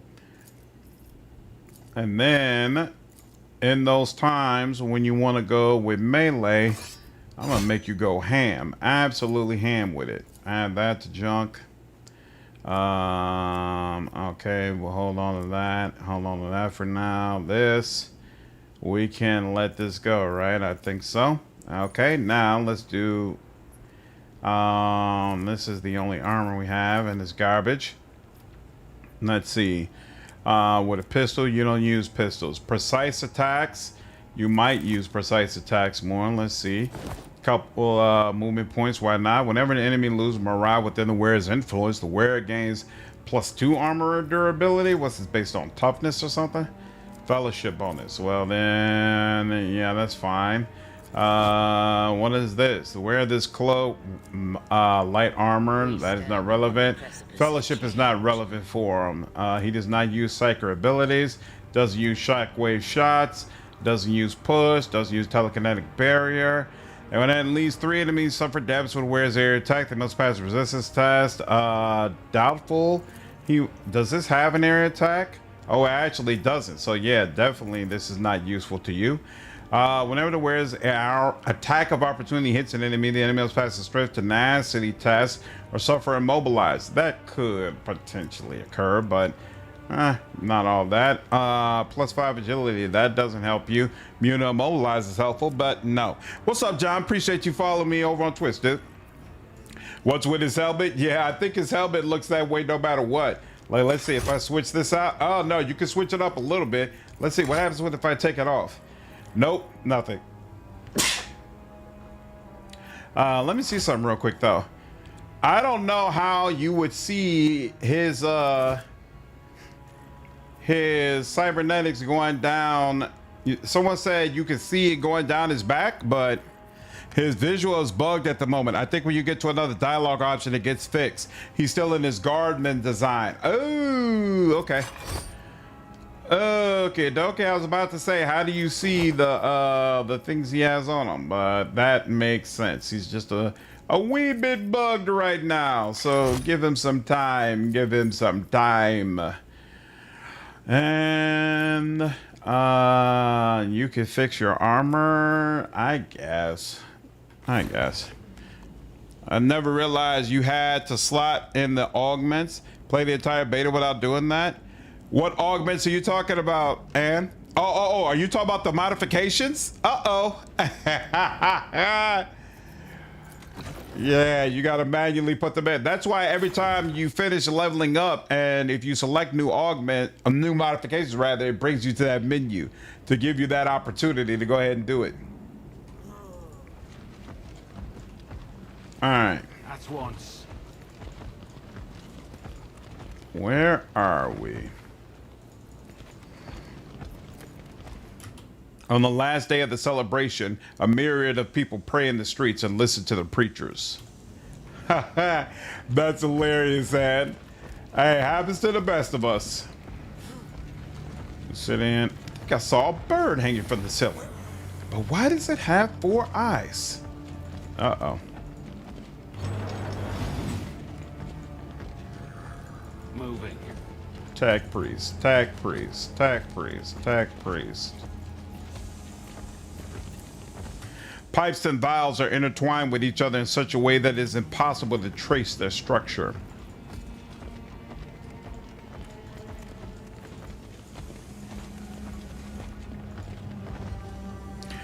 Go and pray in silence while there is time before the ceremony. The statue of the God Emperor is made of tastelessly expensive materials. Always on the move. This new system, like what I see. The armor chains, not so much. Someone, just get out! What's the problem?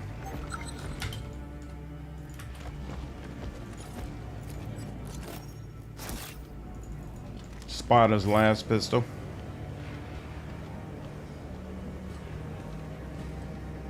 Ooh. I didn't see that before. A full companion quest will be added in future versions of the game.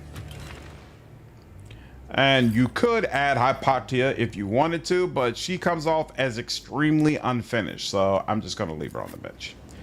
Basically, you know what, I will switch her in so that we can look over her mechanics and how they have her set up. I think the way they have it set up is extremely odd, and I hope they improve it in the full version of the game. The table is buckling under sumptuous dishes made for the honored guest.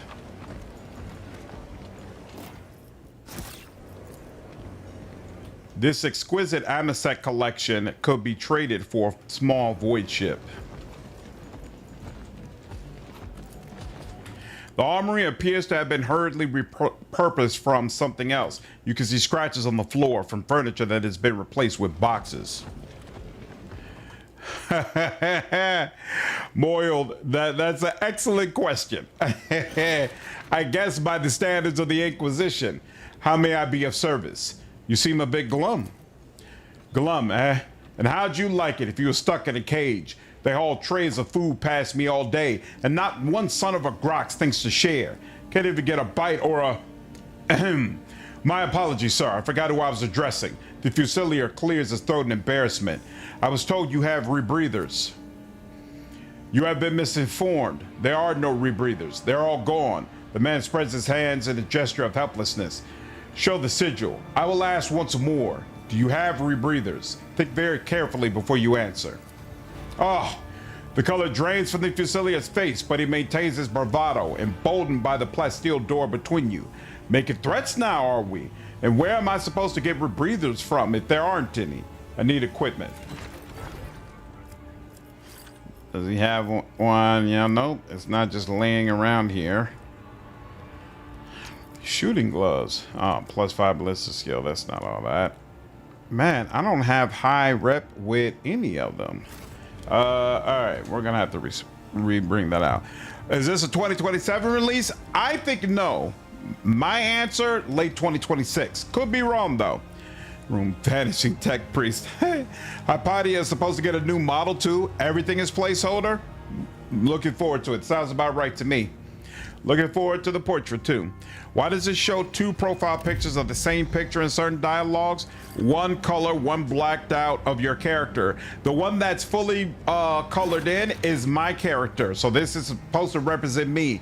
The one that's kind of blacked out is because they do not have a portrait of this particular character, even though they plan to put one in there. To take some of the alcohol, I'll buy a small void ship. It'd be nice. I was told you have rebreathers. There we go. Ah, to the void with them. Take them. The Lord General ordered us to stash a few for high-ranking personages, strictly for emergencies. I reckon my life hanging in the balance qualifies as a strict emergency. Oh, there you go. Good boy, good boy. I need equipment. And not charges, not multi-set, but we'll take some of these multi-keys. Unyielding armor. How are you doing on the armor tip? Good lord, you only got 28% durability. That's not good. Whenever the wearer heals an ally. I never got this for my medic. That's interesting. Defender's Gorget. All allies within the wearer's influence do not. Yeah, I don't care about that. Sell all junk. Deal. Alright. Yep, no problem, Cayman. All good. Late 2026, fingers crossed. Yeah, enjoyer. That's what I put my money on, but we'll see. We'll see. I don't have any inside information, so I'm in the same boat as the rest of y'all. They gave me a set of rebreathers. I don't know where this set of rebreathers is. Here, actually, if we go through all, newest to oldest, set of rebreathers. Oh, okay, cool. So it's not something I actually equip. Always on the move. So let's go back. Let's go back. You come through here. You come through here. You come through here. You come through here. go.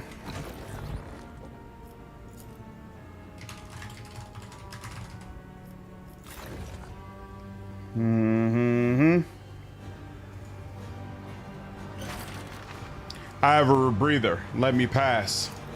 Yes, sir. They released it finished rather than rust and buggy. Me too. Good Lord, they absolutely destroyed this place. What happened? What happened? What the hell? That's not what I tried to do.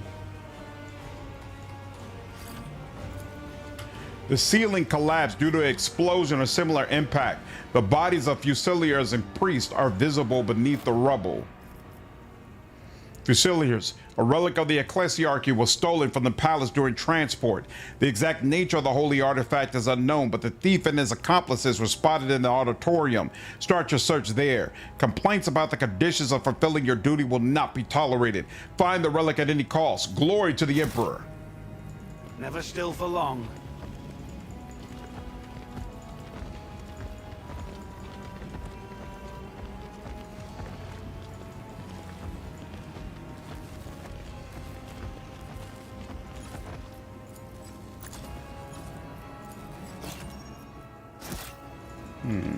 Firebomb. I can shoot at the grenade. Let's start over here first, though. Late with a good story is better than incomplete. I 100% agree. And I really want this to be one of the best launches that Outcat has ever had. So if it takes them longer, then so be it. I'm not tripping. Not tripping at all. What was the purpose of... Okay, sure. To the righteous one reading this, I could not take Martyr's hand from the palace. I didn't trust the relic to the God Emperor, but it still awaits salvation. I pray you, protect the relic from the creatures of darkness, for I had a vision. They are coming for it. Moving. Wasn't that interesting?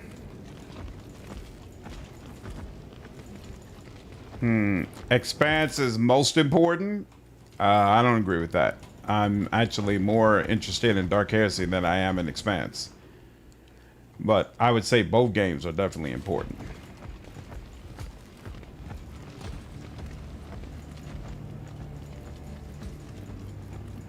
Both games are definitely important. All right, we came over here. Then we came over there. Did we come up here? I don't think we did.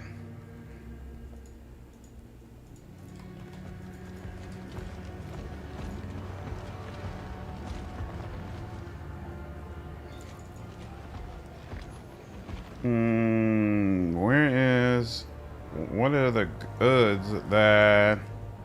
Oh, here we go. Oh. Received an exquisite dish.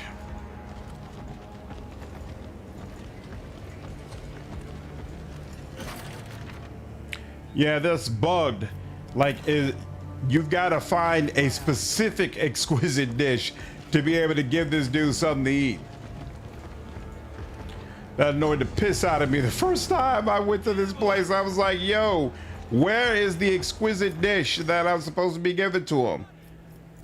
Yeah, we'll take out Cog, bring Hypatia back, just so you all can see her. So again, placeholder portrait. Her archetype is warrior, and then she has the Magos biologist background. So she can use test subject of thanatophysiologist. Until the end of combat, the target enemy must pass any test to avoid a critical effect or toxin effect with a -10 penalty. And then she also possesses genital biomysteries. For every calculation, Hypatia uses intelligence instead of toughness. Hypatia's wounds are increased by 10%. Additionally, she gains +10 damage reduction if her armor durability is reduced to 0. So she gets wounds that scale with her intelligence, along with a massive bonus to it right up front. And just overall intelligence is going to make her significantly more tanky. Now, she also gets Master Intoxicator. all of Apatia's attacks inflict toxin, and the amount of stacks scales with your intelligence bonus on our targets, triggering the effect immediately. This effect may be triggered once per turn against each enemy. So basically, she wants to spread toxin around to as many people around her through her melee attacks. But the thing is, and she also automatically comes with dual wielding specialists, right? And similar to Pascal, she can have a two-handed melee weapon and a two-handed ranged weapon. But as you all already know, this game doesn't really handle it well when you switch between melee and ranged attacks, at least not up front. Later on, when you have Arch Militant in Rogue Trader, and maybe it'll be here as well, that gives you more mechanics that really support that playstyle. This is one of the things Revan has been complaining about since Rogue Trader launched. He's like, yo, the Warhammer is all about sword in one hand, gun in the other, and you go to war, and yet Rogue Trader doesn't support that playstyle. I don't think this game really does either. And so consequently, it makes her feel very underwhelming, because that switch off that she's supposed to be doing, it's not all that great. It's not all that hot. I don't think they're going to be making that many changes to the character model, because the character model is already very unique. Like, you don't see any other members of the Adeptus Mechanicus who look like this. So I'm not really sure what other changes they're going to do, but they obviously really need to do something with the portrait, and I don't think her mechanics work. And the whole toxin thing is kind of weird, because she doesn't have anything like Executioner, right? That's really going to make that toxic effect hit and demolish enemies. Like, with fire, it's kind of different because you got Soros. So Soros can, if an enemy's lit up, he can really make them feel the pain even more. With the toxin effect, if you don't, there's not enough mechanics and systems that naturally support that in the game, at least as is. So I feel like her build needs to be fleshed out more. Or maybe there's something I'm missing that's just going to become clear when the full game comes out. But that's where I stand on her for right now, which is why she's going back on the bench. Yeah, no toxin synergy yet with anyone. That's the way I feel about it, Enjoyer, for sure. Before it went full gates and I trust Outcat to make a good game. I do. Reconnoitering. I do as well. Man, more important, but I have to agree with Slander, prefer Dark Heresy. I mean, Expanse is definitely introducing them to a wider audience, you know? But at the same time, they don't want to lose the audience they already have. So I don't necessarily look at it as more important, but I do look at it definitely as more risky, because there's a huge chance if they don't get this right with an audience that is not going to have much history with them, that's going to be rough. That's going to be extremely rough. All right, let's see. You have returned, and just in time. The Lord Calixtus produces a chrono from his pocket. The trinket must have cost as much as an entire hive level. Canoness Marcella, who has the Order of the Sacred Roses detachment currently acting as part of the Spire Guard, took on the heavy burden of reviewing the security at the Lucid Palace. She should have already completed the rounds with her sisters by now. We kindly request this favor of you. Find out where she is and what is delaying her. It is time to move on to the final liturgy in the chapel. Where should I look for the Canoness? The esteemed warrior was being accompanied by her chamberlain, who he knows where she is now. Perhaps he has not been in contact for some time. Perhaps you could use your acolyte skills to find him using the signals from this device. Hax peels a golden comm bead from his ear and hands it to you. Why don't you send a servant? The Canoness and our chamberlain both being absent for so long is somewhat perplexing. Given the purpose of your visit, it would be sensible for an agent of the Golden Throne to confirm that these delays are but a regrettable misunderstanding, and not the machinations of apostates who have slithered their way into our abode. There's a slight irritation in Hox's grating voice. He is clearly not used to anyone questioning his orders. The Lord Calixtus makes a reasonable point. I don't remember what this skill tells you. May I ask you a few personal questions? No. Ha! Governor Hox's gaze is unflinching and focused entirely on the lines of his data slate. I will find the Chamberlain and the Canoness. Hax looks you straight in the eye and adds with a slight emphasis, the entire reception is running behind schedule. Find the Canoness and confirm that we can begin the liturgy. Reconnoitering.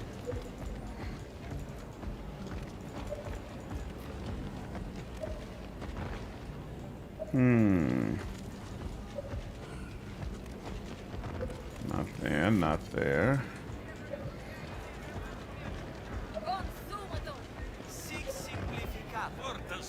Nope, not there.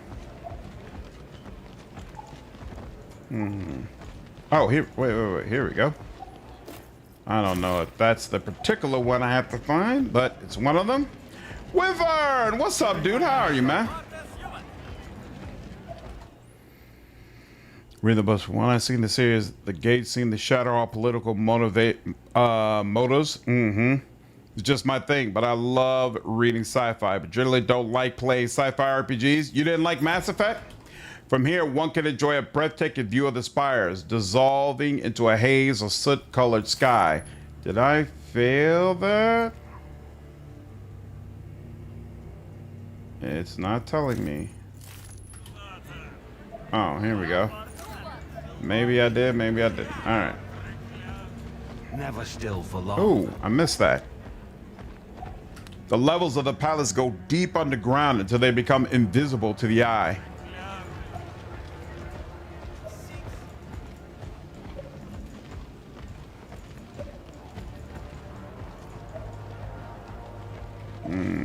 Looks like none for you, no problem.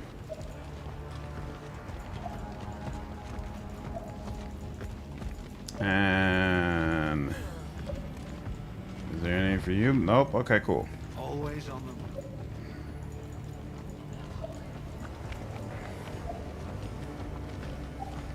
Plus, we all humans love Mass Effect. Cyberpunk, yeah, just, but I think that's about it. Yeah, see, it's still not saying that I have something to give him to eat, which is crazy. All right, whatever.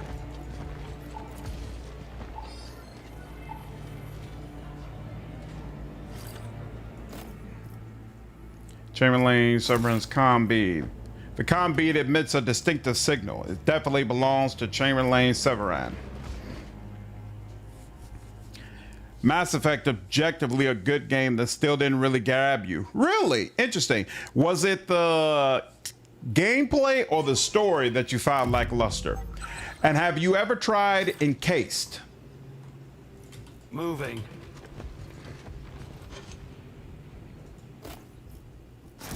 Who reads 40K?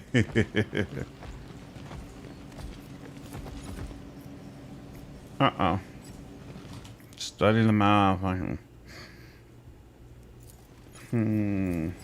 Adequate.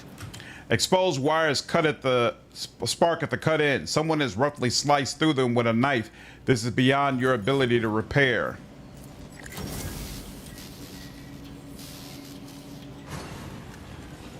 That food problem, the bug report, that would be annoying as hell. I'm pretty sure I already did, but you know what? Let me go ahead and do this just to be sure. I thought I did, though. Whatever. Game design, I guess. The quartermaster wants food, but even with multiple exquisite dishes in my inventory, I cannot give him a dish.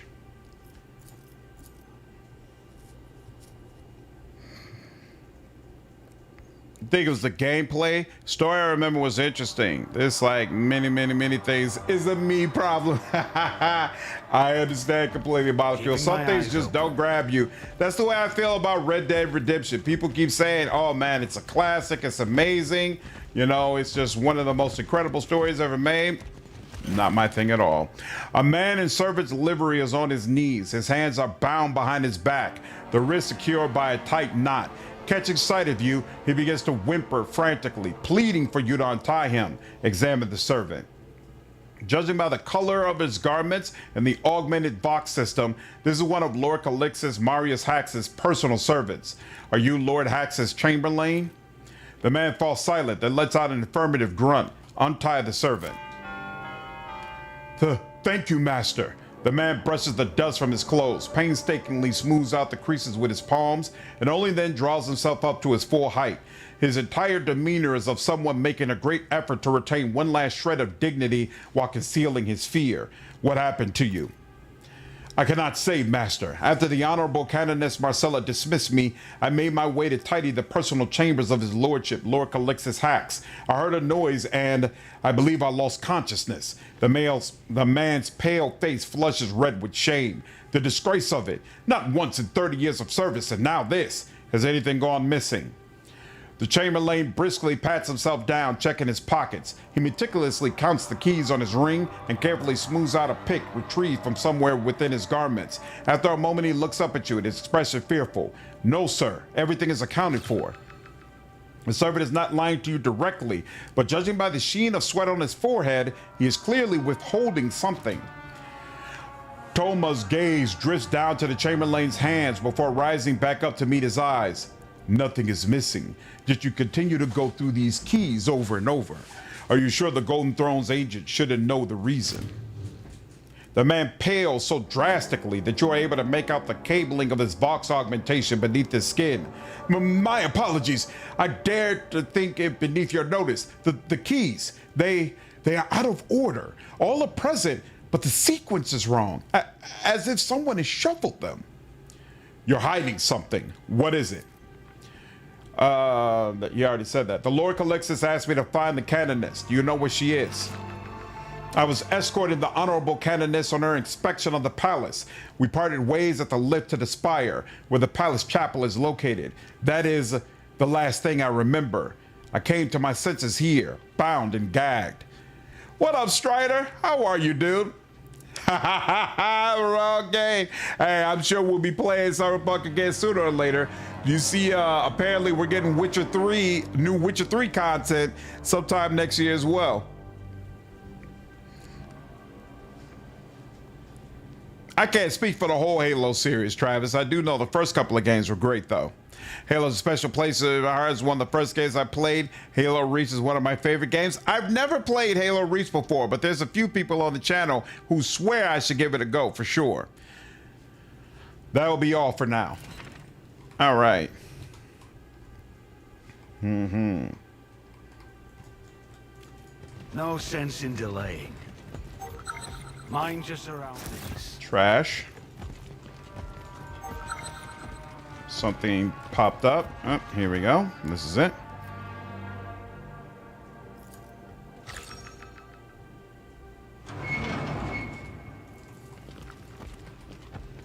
Be on your guard.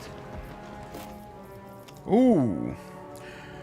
When this weapon hits, the wielder attempts to inflict 4 levels of bleeding. If the attack deals vitals damage, the number of those levels is double. So 8 levels of bleeding. Interesting. And I have to check that out. Crude. Whenever wielder targets an enemy with debuff ability, Yuka attacks this target. But I already have that, so it's not that big of a deal. But Saints armpits, it worked. I'm inside. They're also tidy and pretty around here, especially that counselor. Maybe the damn suit you saw them hold. I lug trunks up here. Interesting. It's not even a clue. All right, fine. Keeping my eyes open. Scrawled note though. Something to keep in mind. Something to keep in mind. All right, what about the other side? The Holy Order. And here, something. Stacks of thin parchment, neatly rolled by hand. They exude a faint floral scent. Be on your guard. Trash. The shelves are sagging under the weight of crates and chests filled with ornate household items.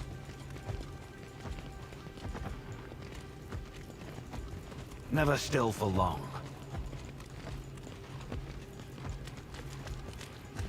All right. Halo reads like shonen manga.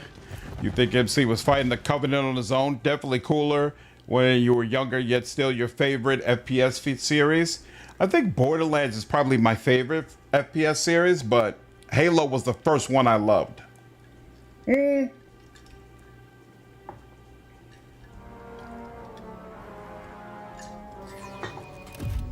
know what? No, I'm not going to say that. Half-Life was the first FPS I ever loved. Halo was the first one that made me consider other potential FPS games, right? Like playing Half-Life didn't make me play anything else, but because I played Halo, I was like, you know what, let me give Gears of War a try. And I gave a couple other things to try. And it's still not a genre I particularly enjoy, but every so often I'll dibble and dabble in one, and Halo is the one that really broke that gate for me. The table is buckling under sumptuous dishes made for the honored guest. This isn't for you. I'm responsible for every crumb. Go away.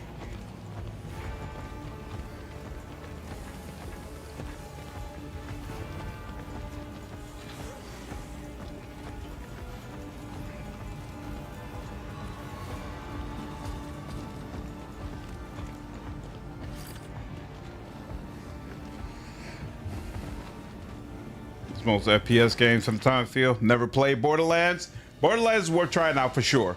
Acolyte. Shadows cast by the candlelight perform their mystifying dance on Inquisitor Rathbone's powdered features. I have been told by members of the Adeptus Sororitas that the Canoness and her sisters have departed for the chapel. Considering Marcella's rather foul mood today, I doubt that you will make much progress on your own without having to present your sigil and assert your status. I shall lend you my support. Then let us make our way to the chapel. After you, Inquisitor. She smiles indulgently. Come. Bungie is very good on FPS gameplay design. Nice. Always on the move.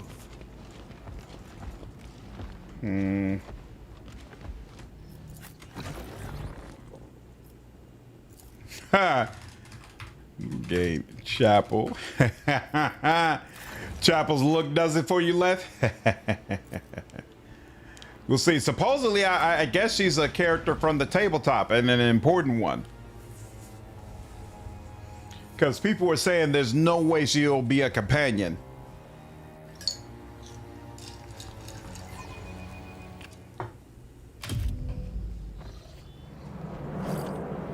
Bungie is not doing well these days at all, but the hope is they'll be able to recover. We'll see.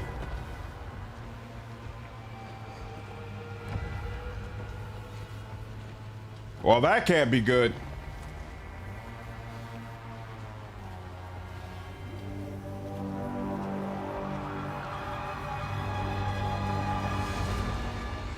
Somebody out here murdering battle sisters. Inquisitor Rathbone quickly surveys the chapel, her hand firmly gripping the hilt of a sword behind her back. Eventually, her alarmed expression is replaced with grim realization, and she gives you the barest nod. The Canoness and her sisters have left us, I see. A tragic development on the day of the holy celebration. We must prepare the court and the guests for these grievous tidings. Her face remains inscrutable under layers of whitener. What are your thoughts, Slandered? Was the Canoness's death the very assassination attempt we anticipated? The heretics would not have slain members of the Adeptus Sororitas and then crept away in silence. They would have turned their sister's death into a true manifestation of their twisted beliefs. All traces of melancholy vanish instantly from Lady Olient's demeanor, and our dark eyes turn to stare at you. Whatever it may be, the Canoness's death is our first lead of any real substance. Use it to make progress in our mission. My advice to you, Acolyte, before reporting officially, discuss your findings with me. Once you uncover the truth behind the Canoness's death, and I have no doubt that you will, we must consider exactly what verdict to present to the nobility. The truth is undoubtedly important, but to us alone. You have ample time to weigh up whose accusation would be the most beneficial to the Terratane Cabal's mission. Who could have done such a thing? Lady Oliant gives a slight shake of her head. We can speak of suspicions later. For now, only matters take precedence. The murder of such a prominent figure poses a great risk to the stability of the political situation in the Spires, and thus it would be wise to establish whether it is related to heretical influence and the activity of traitors to humanity as quickly as possible. This greatly complicates things for us. On the contrary, the principal players of Scintilla will see the Conus' death as a pretext to settle scores. They will not hesitate to accuse one another, exposing one another's worst secrets in the process. All that will remain afterward is for you to gather them together and draw the right conclusion. As for me, the nobility are wary of my reach and status as an Inquisitor. Moreover, I am no longer a stranger at the Lucid Palace and have not been for some time. My judgment in this case could be seen as tainted by bias. Mine, but not yours. You are a new piece on the board. Thus for today you shall serve as the voice of the Holy Orders in the Spires. Owlcat nailed the art style with this one. It looks great. I agree. I think they did very, very well. Very, very well with it. Not many studios have the guts to say goodbye to Microsoft. This is true. Them locking their own DLCs was bogus. Got the Destiny 2 late, so I didn't know about it until I bought one of those DLC packs and decided I'll play it at a later date. It was that bad? I didn't know. The Vault is crazy. No other MMO I know does it. I will ensure that no rumors circulate through the palace before this tragedy is officially announced. I will also see to it that the guests are occupied and that no outsiders are near the governor when you are ready to report your findings here. I advise you to make haste, Acolyte. This chapel is now a crime scene. Search the area, find something, anything that can shed light on the sisters' deaths. We need more than just corpses and a promise of retribution when we make the announcement. The court must understand that the Inquisition is already on the killer's trail. I will await news by the governor's side. May the God Emperor guide you, Slandered.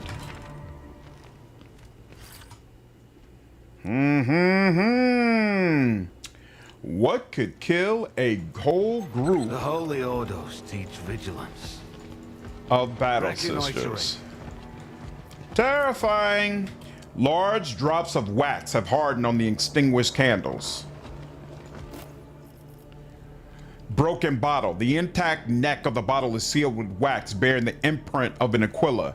Traces of ruby red amasec on the shattered glass exude a tart aroma.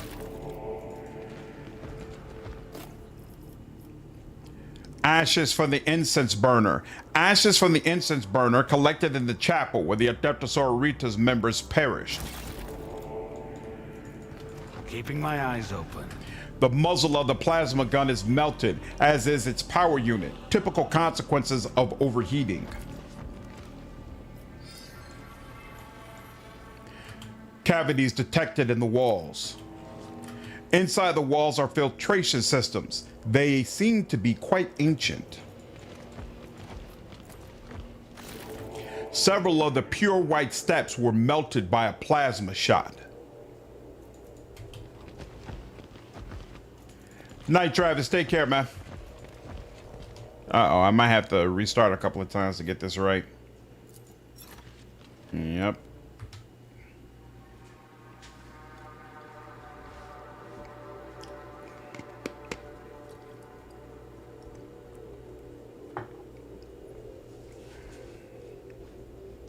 Geo, they do not live if you come here first. However, you do get to talk to the Canoness and get more information from her. And she's the one who wants that artifact that ended up being destroyed. So if you're able to successfully retrieve it, you can deliver it to her and then get some additional points with the Skintillan mission, more reputation with the vendor that way. But because we got here late, we never got an opportunity to speak with her at all. So she is Sister Septima's leader. So now with her death, I believe that means Septima is in charge, which makes the comment about her being estranged from her fellow sisters very interesting. So maybe her leadership will be kind of tenuous. Maybe she'll need us to help her convince her sisters to rally behind her. Very, very interesting stuff. And most likely the fractured nature of the Battle Sisters will be of harm to the Inquisition, so the Lord Inquisitor might even ask for my intervention. But the way that you obviously, this case is very important to the Battle Sisters, right? So the way you resolve it and what you say is the answer is going to have serious ramifications on how they feel about you. And I did a mono-dominant playthrough, but I felt like my mono-dominant character would tell the truth. The Battle Sisters did not like the truth at all. They were not fans. What in the hell? Come on, man. I've done this like 6 times. It's 40%. 3 or 4 times, y'all. And then I should be able to get it.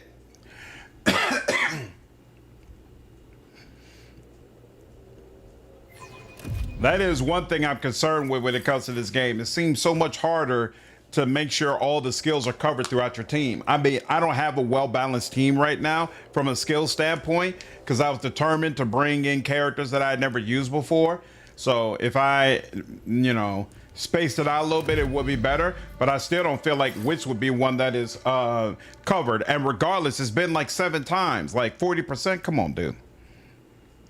You don't tell the Battle Sisters the truth? Exactly. You tell them what they want to hear. You tell them what they want to hear. Dude. Like, seriously? Why is unfair wrath so tedious? Miss, hit. Then the enemy gets a lucky crit and instantly kills your MC. Yep, then reset and start all over. This is why I don't bother with it, Jeremy. I'm straight. I'm straight on all that. Nope. It's not fun. It's not fun to me at all. It's not even like, and when I say it's not fun, I don't even feel like defeating the game on unfair is a sense of an accomplishment, you know?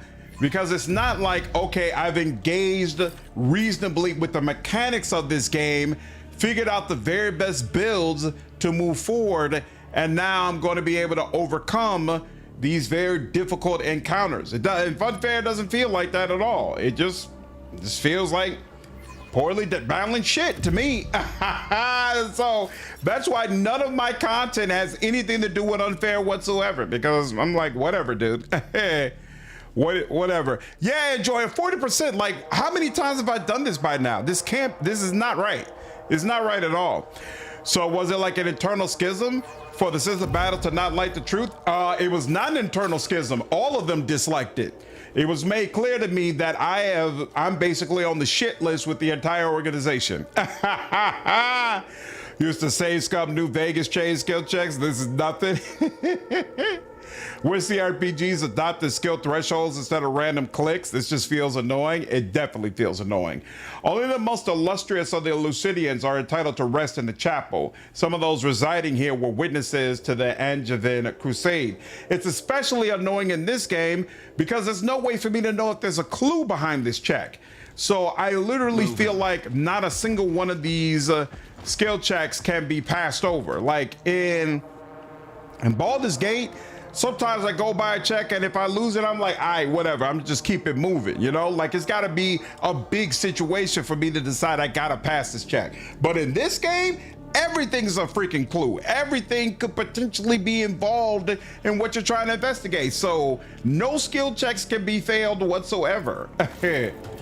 The body of the Sister of Battle is covered with a tapestry depicting an unknown saint. Her hands clinging to the fabric bear strange greenish spots. This panel controls the mechanism that adjusts the height of the tapestries. Keeping my eyes open. This switch is completely stuck.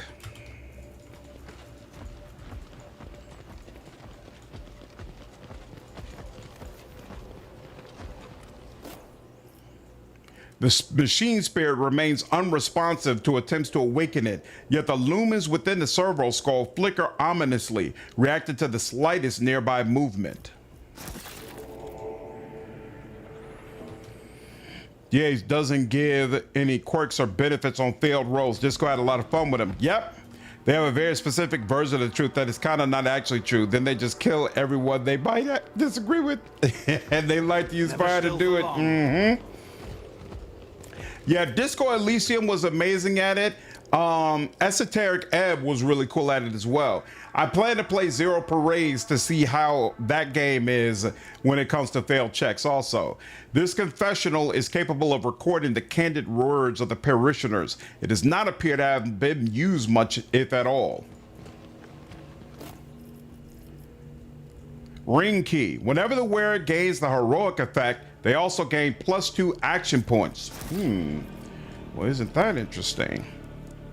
It's because of fittest Rogue Trader on Unfair. Rogue Trader on Unfair and Wrath of the Righteous on Unfair are two completely different beasts. Rogue Trader on Unfair actually feels good. It actually makes sense. Wrath is not the same. Dominating on Unfair. One turn, the final boss. Something in me tells me I could do it in Wrath if I could squeeze past Act 2. That might be true, but as you can see, Wrath on Unfair is significantly less pleasant. Significantly. What's up, Rollback? Actually, a lot of clues you could get from multiple sources, so not all checks need to be passed. That's true, but there are some clues that are not from multiple sources.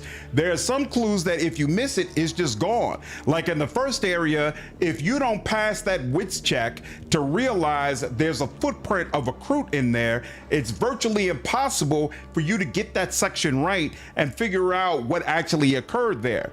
You know, so it's impossible to know whether you're looking at that like once in a lifetime check. Or like this thing right here, I passed a perception check or whatever it's called in this game. Yeah, I think it might be perception to notice that there's a servo skull here.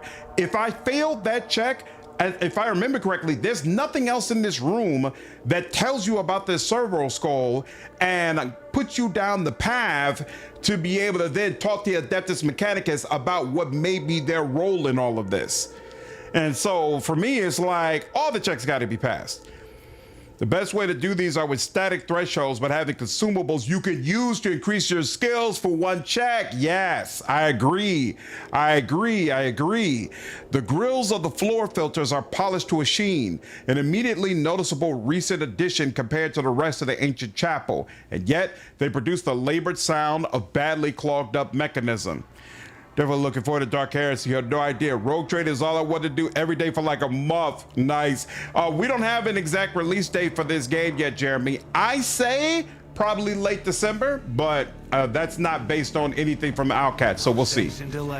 We shall see. There's a lever behind the statuette. Okay.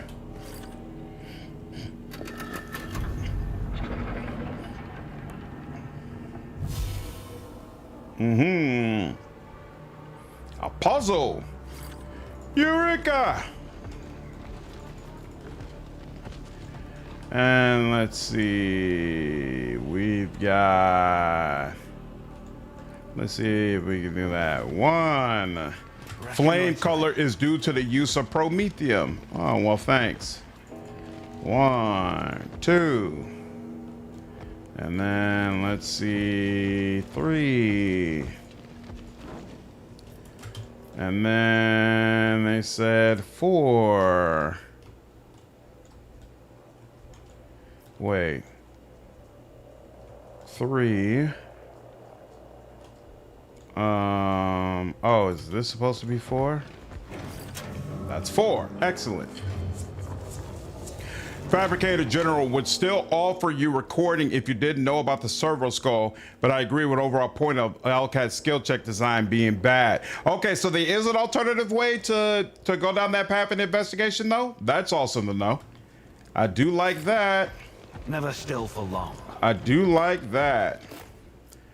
And this is the Blurred Way Staff. So this gives you access to a force sword that is actually has terrible damage, so you would not use this as a melee character unless it's secondary, but it gives you the blur power, which target ally within 8 cells is going to gain an amount of movement points that is 1 plus your willpower bonus and does not provoke attacks of opportunity for 1 round. So this could be great if you want to help someone to be a little bit more mobile.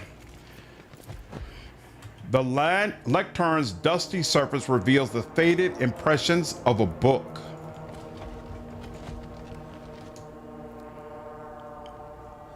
Man, it's so far to get through all Market Square Tavern Defense. Oh, you did the Tavern Defense on Unfair? So wait, are you out of Act 1? Are you in Act 2 yet?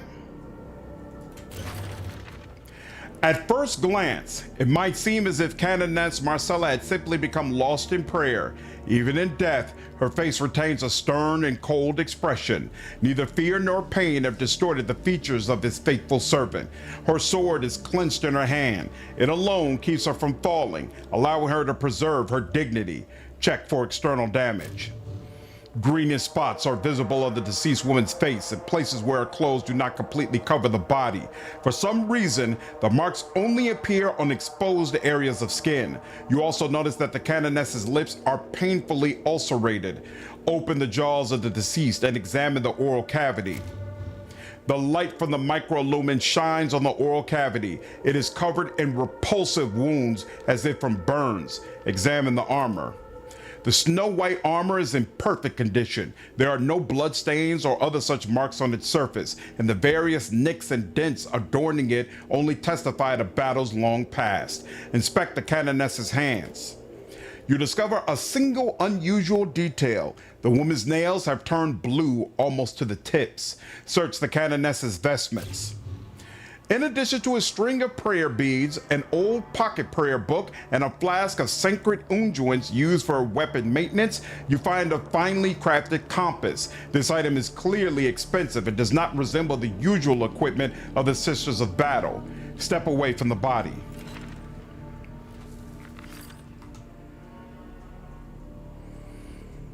Another man could have finished Pathfinder game. Unfair achievements. The sister's hand is extended out towards the Canoness's body. Her fingers are caught in a death spasm, and large greenish spots have appeared on her skin. The sister's skin has taken on a greenish hue. Judging by her posture, she was trying to crawl to the elevator. All right, I don't see any other marks here. No sense in delaying. So now, if I could beat Wrath on Unfair, I shouldn't have a problem with Kingmaker, right? No, Kingmaker Unfair is more difficult than Wrath. Wrath has the advantage of mythic paths. So mythic paths make the game significantly easier. But I would say Act 1 and 2, no, not Act 2. Act 1 Wrath probably prepares you well for Unfair Kingmaker. But still, Unfair and Kingmaker overall is a more difficult experience than Wrath.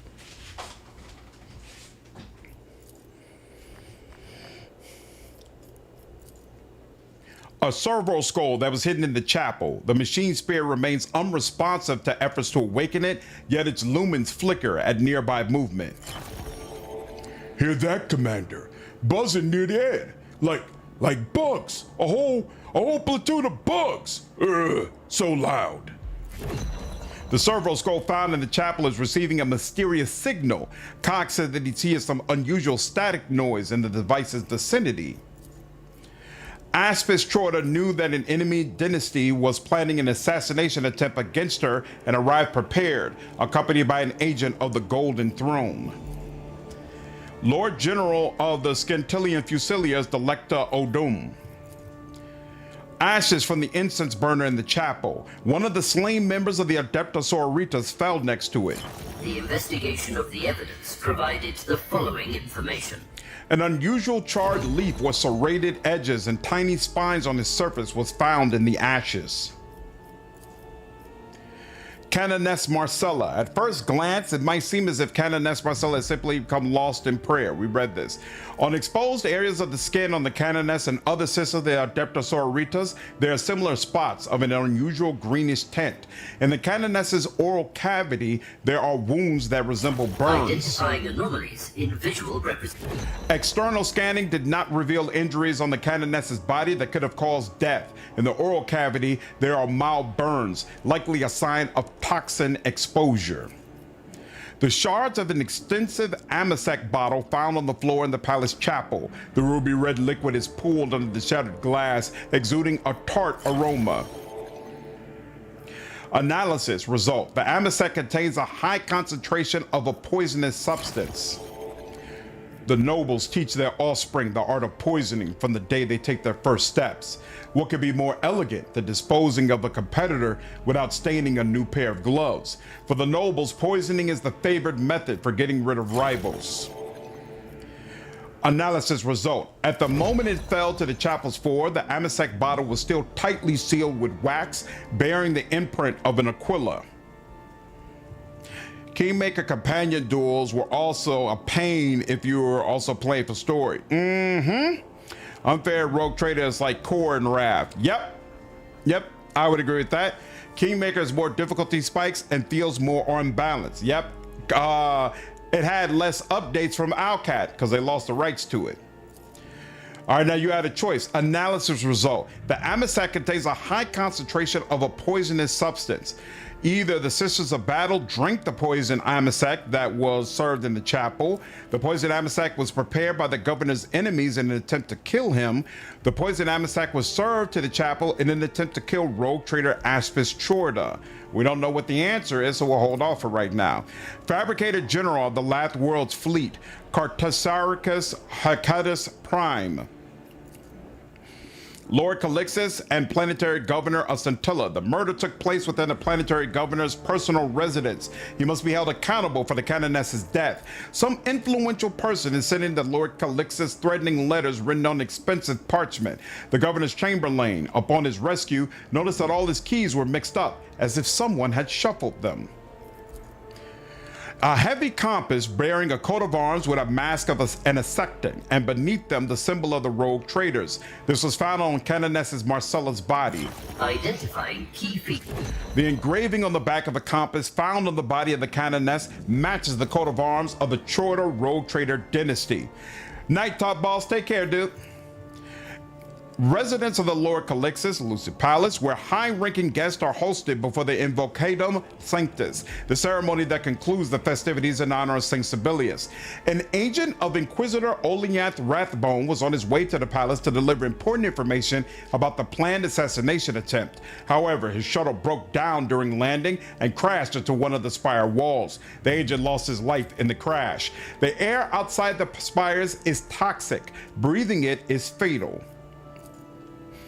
Pontifex Cardius, a representative of Archcardinal Agnato, sent to participate in the procession and to conduct the final ceremony in the Lucid Palace. And then finally, the crime scene. A chapel in one of the spires of the Lucid Palace, where Canoness Marcella and the Adeptus Sororitas members accompanying her were found dead. Hypothesis on the connection to the case. The God Emperor called Canoness Marcella and her sisters to him for their unwavering faith and their righteous deeds. A plasma gun with a melted barrel was found next to a deceased sister. The steps to the chapel were melted by a plasma shot. One of the battle sisters' bodies is covered with a tapestry depicting an unknown saint. A system of mechanisms controls the tapestries in the chapel, but one of the switches is jammed. Although the floor filters look newer than the rest of the mechanisms in the chapel, they are badly clogged up. All right, so now with all that, we have three potential hypotheses we could go for. Who should be punished for the death of the Canoness and why? The murder took place within the Planetary Governor's personal residence. He must be held accountable for her death.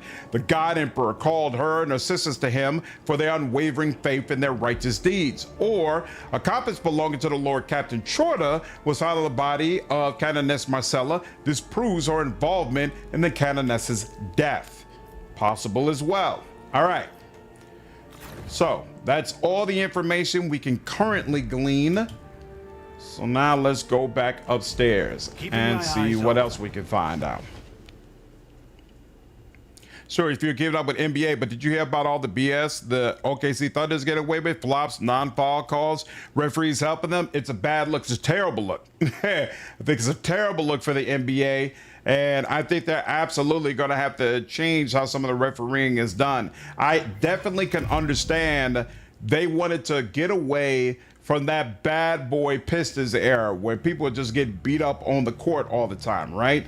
Because it made the players look like thugs to a lot of folks who are not comfortable seeing all that. And also, There are folks who are totally comfortable with white people doing the same thing in hockey, but they are totally uncomfortable with seeing black people do something similar in the NBA.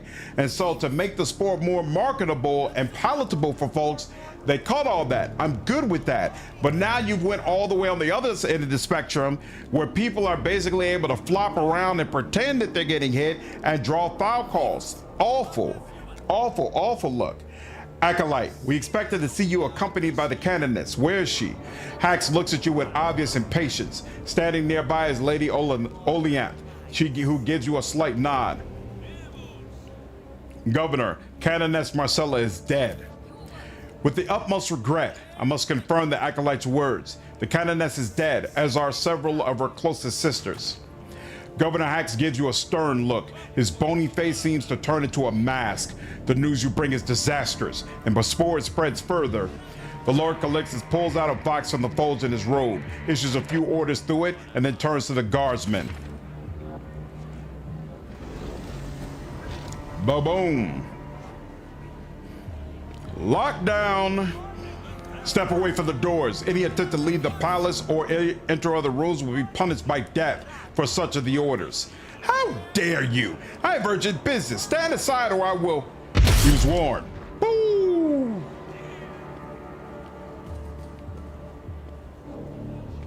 Lockdown.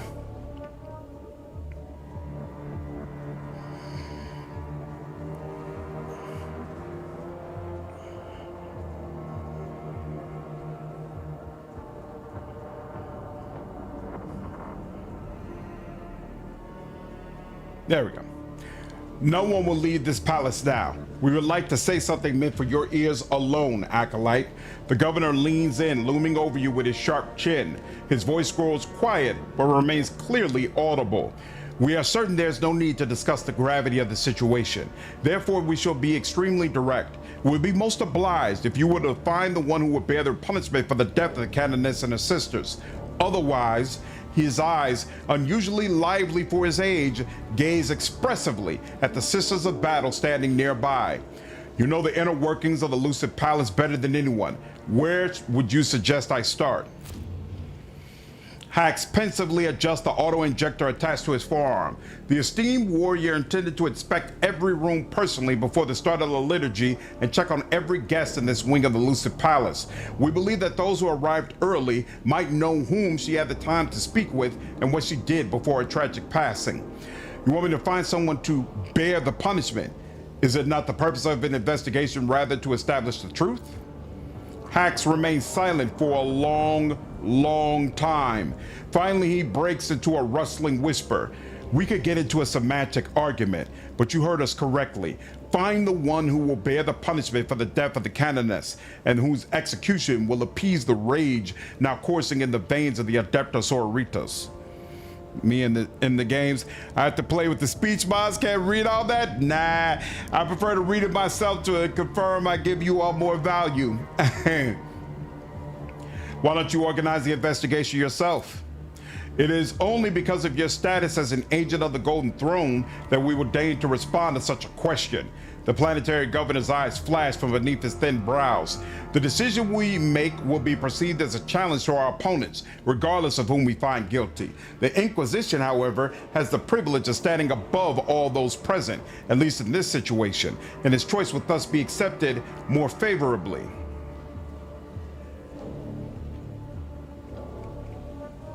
I came here for a different reason, but since the Lord Calixtus himself is asking for help from the Holy Orders, I will grant him this request.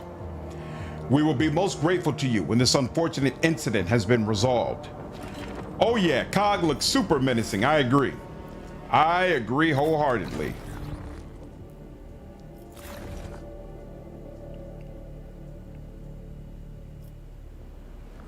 This is gonna be annoying.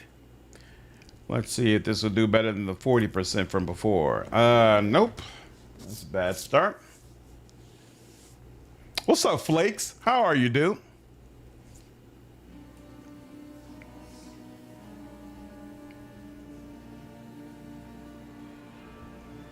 Actually, you know what I should do?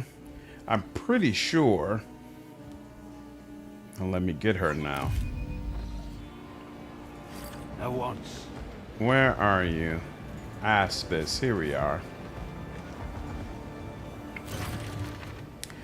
Acolyte, the red-haired woman you met earlier greets you with a wide smile, too playful for your heart not to skip a beat at the prospect of fresh trouble.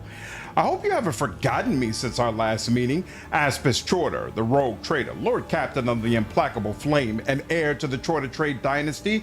Of course not. I certainly feel like exchanging a few words with you, given that your mission at the Lucid Palace has undergone a rather unexpected and dramatic transformation. What a thrilling turn of events. Sheila Compass found on the Canoness's body. Why is it that I found your belongings at the place where the Sisters of Battle were slain? She raises an eyebrow. The most blessed Canoness, may the God Emperor praise her radiant wisdom, saw this compass in my hand when I was talking to Marius. She assumed there was some kind of evil mechanism inside the device. The Lord Calixtus gave such a glare that I decided not to put the good woman's resolve to the test and instead generously offered the compass to her so that she could inspect it herself. As the holy martyrs are my witnesses, we would do better to spare the governor's nerves for more worthy matters, the premature deaths of Marcella and her sisters, for example. What is it really? It is a symbol of the special rights and privileges of a rogue trader who carries the light of humanity in the darkness between the stars and conquers previously impious worlds in the name of the God Emperor. After a pause, she shrugs her shoulders. Keep it as a memento. I have another. Good, just woke up at 8:40 a.m. for you? Nice, awesome, dude. You think there'll be another Pathfinder game from Malcat? I think so. Probably take a while, but I do believe they'll do another one. P, I believe she's going to be a love interest. Yeah, I would assume so. Does that mean there aren't any mechanisms inside? Well, of course there are. It's a compass. Usually my engine seers tune it for each planet I set foot on. Getting lost in the jungles of a death world or in the lower hab zones of a hive is good for a breathtaking adventure, but only for about the first 4 hours. If it takes longer, I get sick of all the walking and just want to get to the destination. It all sounds very suspicious. Why should I believe you? Aspas's face looks to be unreadable, but only at first glance. The truth reveals itself in the line at the corner of her mouth, her subtly narrowed eyes, and the spark in them. The rogue trader is not scared, nor angry or upset. Your words truly amuse her. Because you cannot seriously believe that a compass in the Canoness's pocket is sufficient cause to involve me in her death. I would not dare insult the Holy Ordos for even thinking that their acolytes could be so foolish. Enough about the compass. Indeed, you may take it to any tech priest and have it dismantled. I'm sure a representative of the Adeptus Mechanicus will satisfy your curiosity far better than I can. I have a feeling that you want something from me. Aspis gives you a thin, vicious smile. The smile of the powers that be, the sight of which fills you with the urge to recoil. You might have realized by now that I do not waste either my time or that of others on empty discourse. Use Fubu had comment edits. Yeah, I've had that feeling before. I feel like she will be, but the post-ending slides might mess up everything. Very possible. She flicks her wrist, making circles with EO smoke in the air. My duties have led me to many places and into many situations, probably too many for one person to manage. But never in my life have I witnessed firsthand a servant of the Inquisition at work. I expect it to be quite an insightful experience. I would like to participate in the investigation, under your expert guidance, of course. I have no intention of interfering with your work and would rather observe from the sidelines. She taps her nail on her lips thoughtfully and lowers her eyelashes in feigned modesty. I assume your high elves would not object. After all, an alliance with a rogue trader is more advantageous and reliable than the strained relations resulting from their last move. Why would you want that? Do you really need an answer? She seems to have no intention on elaborating. And yet, I would very much like to know the reasons behind your wish to join my team. If not for Nomos, I'd say going Iconoclast and Rogue Trader would be the dumbest choice. Aspis groans heavily. The implacable flame and I have been trapped in the Scintilla system by the warp storms with no end in sight. Meters tall stacks of paperwork await my signature upon my return to the ship, while the spires have nothing to offer but whiny grovelers and embittered rats. It is very commendable of you to suspect that I have some ill intention or a cunning scheme in mind, but I must disappoint you. Rogue Trader Aspis Chorda is driven by one thing alone: an all-consuming, soul-harrowing, insufferable boredom. I would be most delighted to have such an ally as one of my war band, Lord Captain. Splendid! Seneschal! Aspis snaps her fingers and the burly man beside her straightens to attention. The Lord Captain shall be taking a stroll on our own. Watch the guest and maintain communication with the Voxmaster. Report on noteworthy events only. I do not wish to be disturbed with any trifles from orbit. She casts a glance at you. And spare me your curtsies. I despise feigned servility. Oh, awesome. So can I let go of him? I can. And because Chorda was the one I wanted anyway. Lovely. Have you tried Dogmatic and Heretic, Geo? All right. And this is our very, very last companion that we will be able to recruit. Aspis Chorda. So she is an officer and she has the Rogue Trader background. So she could use the disdainful stare. The morale of all enemies within her influence is reduced by 2 with just the click of one action point. Very nice. And she possesses the Born Leader passive ability. When any number of enemies within Aspis Chorda's influence have their morale reduced as a result of her active action, all allies within her influence gain morale equal to half of the highest morale reduction suffered, to a minimum of 1. When any number of allies within her influence have their morale increased as a result of her active actions, all enemies within her influence suffer morale reduction equal to half of the highest morale increase. So she is all about tipping the scales of how everybody feels. Super, super cool. Now, there's another aspect of this as well. Not sure where it is. Her Lord Xenos and Lord Heresy skills scale on fellowship instead of intelligence. Very useful. And she can become a dual-wielding specialist, ignoring all requirements, meaning that usually officers cannot become dual wielders, but she can. But, oh, you know what? It's probably a talent that I'm just not seeing yet. So here, hold on. Did I already? Okay, I already did a full save. So now let's look at this. Voice of command, definitely. What are the talents? There's a talent she has that... Hit disdain. Ooh, I might want that too. We'll take a look at that in just a minute. Offense. Oh, here we go. When Aspis Chorda attacks a target within her influence, she gains 1 stack of Rogue Trader Frontier Commander. Until the end of this turn, Aspis Chorda's non-attacking abilities that increase or reduce morale change it by 1 more for each stack of this effect. Crazy.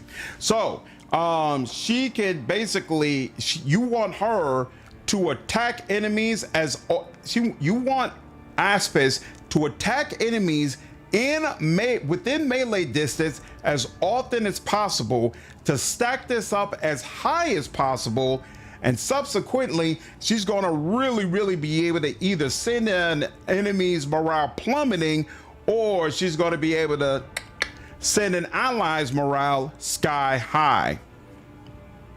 Dogmatic is a sensible choice in most major decisions. Heretic was bugged when I first tried it, could never get into it. Heretic has high highs, but I do think Dogmatic is probably the best one.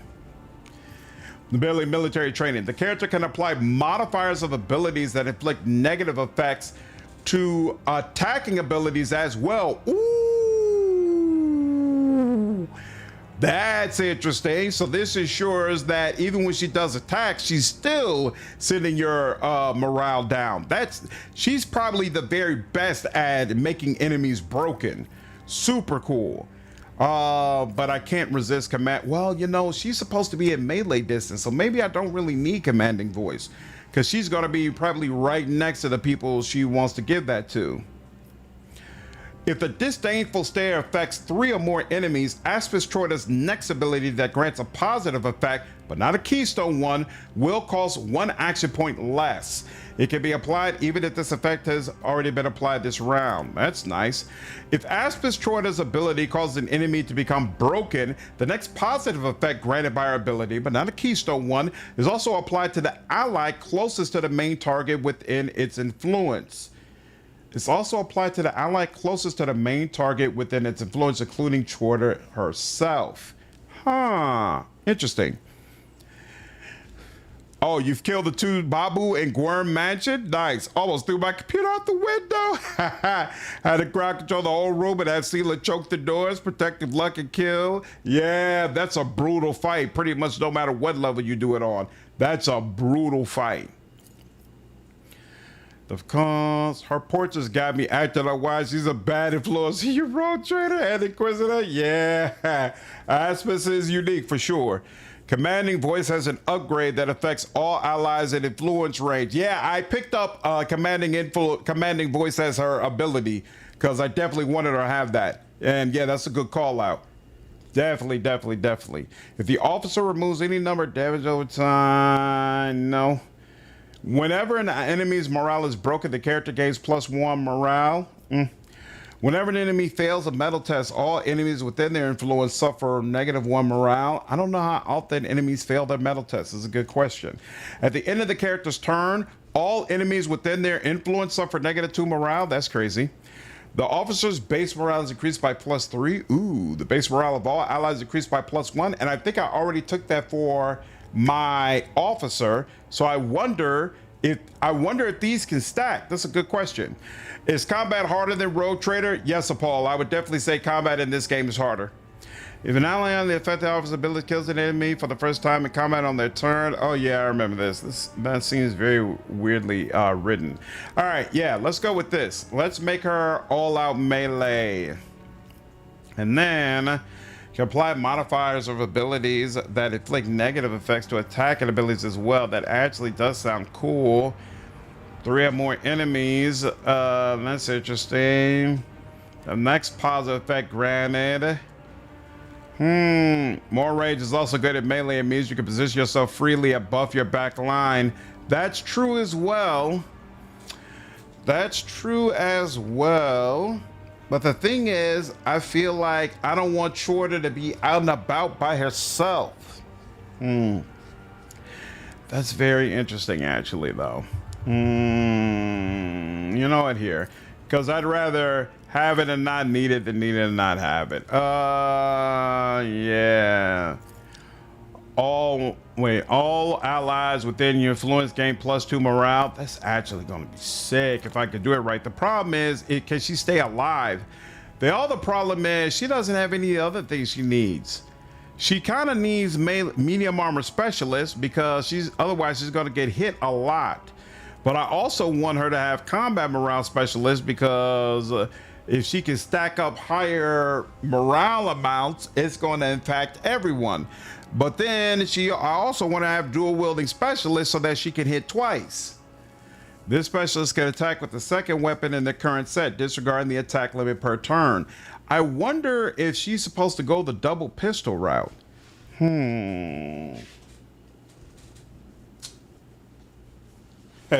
Aspis is spicy. Spicy for sure. I like dual wielder, but I think her being able to build up morale is what matters the most. So, but you know what? Her being able to build up morale is not going to matter if she can't live. But actually, I think the medium armor defense bonus is busted right now anyway, right? Because Alcat probably hasn't updated since that hotfix they released this morning that removed it. So I'm not even going to bother it. I think I'm going to go combat morale specialist. And just no. You know what? Do it the way it's supposed to be done. Do it the way it's supposed to be done, because they might update it by the time I get into another fight. Oh, this is painful, actually, to be honest with you, because I really want one of these, but you got to go for what's actually going to keep her alive. So, all right, fine, whatever.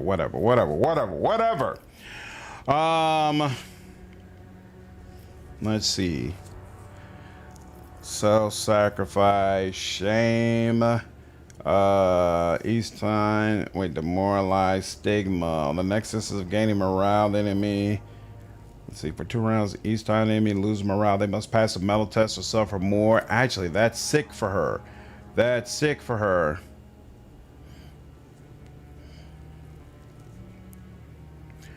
Could go dual wield and then get the defensive talent? What defensive talent? Second attack, combat flexibility, dual wield defensive technique. Each ranged weapon in the current set grants the character +5 defense against ranged attacks. Oh, if I did dual wield pistols? Huh. Cause that'd be 10 defense. Each melee in the current set grants the +5 defense against, oh, but you know what? It'd be +10 defense against ranged attacks. Which she needs to be close enough where enemies are in her influence. Oh, but wait, but if she did, she could also go double knife, and then it's +10 defense against melee attacks. You know what? I'm gonna do that. I agree, it's poor man's, but we'll throw a shield on top of it and make it work. The shield on top of it. Yep. I hate wasting a talent, but it is what it is. What do we want here? Lord Xenos. Yeah, she seems like the type. And we already got intimidation, right? Yeah, slander and Kai got plenty of intimidation. Whereas Lord Xenos, she's tops on that. So yeah. Yeah, we'll do that. And then I already got voice of command. I guess we could go.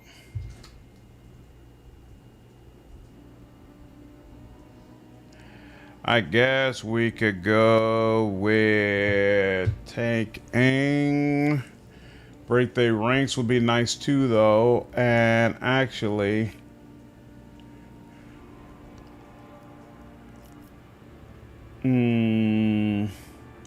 Wasteland 3 to the DLC release. I'm gonna go what? Yep, take care, Lev. You get synergy with a rotated talent you snag. True. Sure, she'll take this, whatever. Move. More demoralization. The enemy must first pass a metal test. On failed test, they gain none. No, I wanna send it going down. Once per turn. You got anything else that pulls morale down? The target gains defense for each enemy with negative morale around the within the target's influence. Ooh, that could be interesting. Ooh, removes any bleeding, burning, or tossing effects. I actually like that too. I kind of like that because there's definitely, but you know what? I like it on the harder difficulties. Not right now, but when we're doing like full playthrough, it's definitely something I want. Yeah. Reduced by 2, and then what's this? Interesting. Hold fast. Definitely for you. All right, what's this? All aspects toward his abilities scale on Lord Xenos. Huh. Isn't that interesting? What does this provide? +2 morale. This is going off of willpower bonus, 13%. So that would be better. What is this? Allies deal 6% more damage to marked targets. After a marked target suffers a hit, the mark is removed. Interesting. What's up, Vakar? How are you, dude? 2 lawful is the right thing to do. 3 attack. I don't know why I'm doing this, but why the hell not? Targeted all allies within its influence gain more hit chance. That sounds good. Target all of its allies within its influence suffer -8 to their metal, tenacity, and resistance. Oh, okay. And then what is your inventory looking like? What are you wearing? That's decent medium armor. Interesting.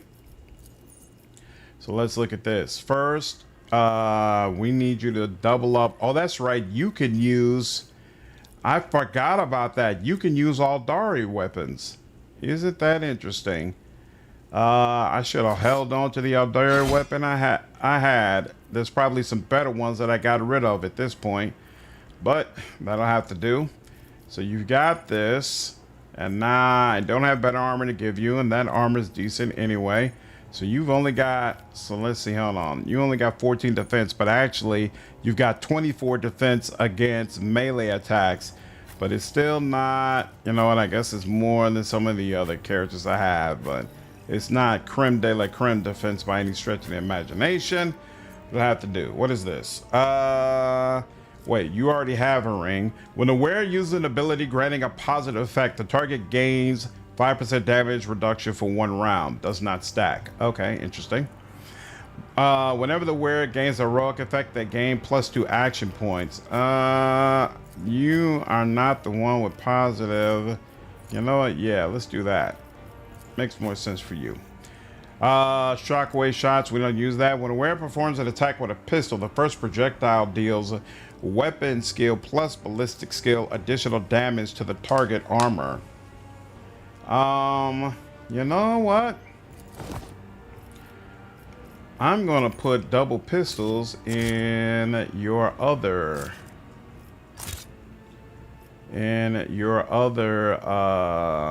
3, 6 plus 4 extra armor. Put it in your other slot so you can switch back and forth as you see fit. By 4 p.m. Oh, nice. So you got a full 8 hours. That's awesome, Vakar. Your choice is just you be an asshole and randomly attacking. Area attack must pass a resistance or suffer a critical hit. We are not wearing light armor. That doesn't help. This doesn't help either. +5 agility, become immune to immobilize. Sure, whatever. A little bit more targeting on they said ranged precise attacks. Interesting. Probably won't use that often, but okay. Oh, she could give herself +5 fellowship, which would give us up to 60, which would increase our bonus. And all right, that's about as good as it's gonna get. This team not well balanced, but I'm gonna roll with it. I'm gonna roll with it. Reconnoitering. Oh, that's right. Part of the reason I got her, I was hoping she had some wits, but apparently not. All right. So, back to restarting again. Go ahead and get that.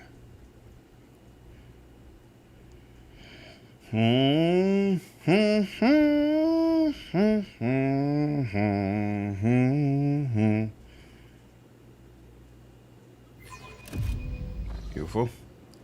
And where is it? There we go. Oh my god. Okay. This is so annoying. So annoying. And it's going to be even more annoying when I'm playing on harder difficulties. I just know it.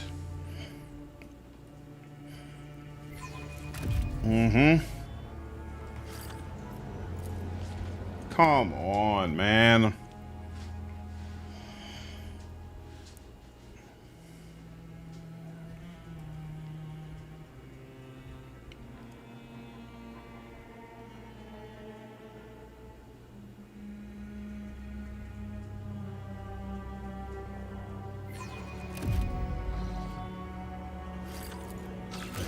Thank you. A murderer in the palace. How exciting. How about a little bet? I wager my great-grandfather's honorary rifle on the Lord Captain Seneschal. Such a menacing appearance, so many scars and augmentations. He gives the impression of an unscrupulous mercenary. An intriguing wager. I will take that pledge, but I suggest making a different bet. Was this thug of a Seneschal following orders, or did he go rogue? The barbarians from the Corona's expanse can be quite unpredictable. Never still for All long. right. Finally got that done. All right, you all. I think we're going to go ahead and stop here. It's been a little over 6 hours, and we have made a ton of progress. Finally gotten into a brand new area and are deep into the investigation. So I am very, very excited, and I continue to enjoy this playthrough. Most likely I will be back on tomorrow evening. So I hope all of you enjoyed this stream today, and I will see you in the next one. Take care.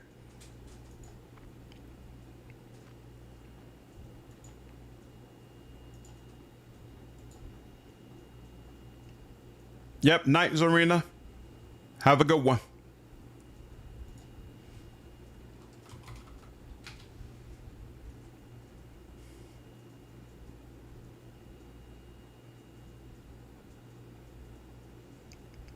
Night Cube.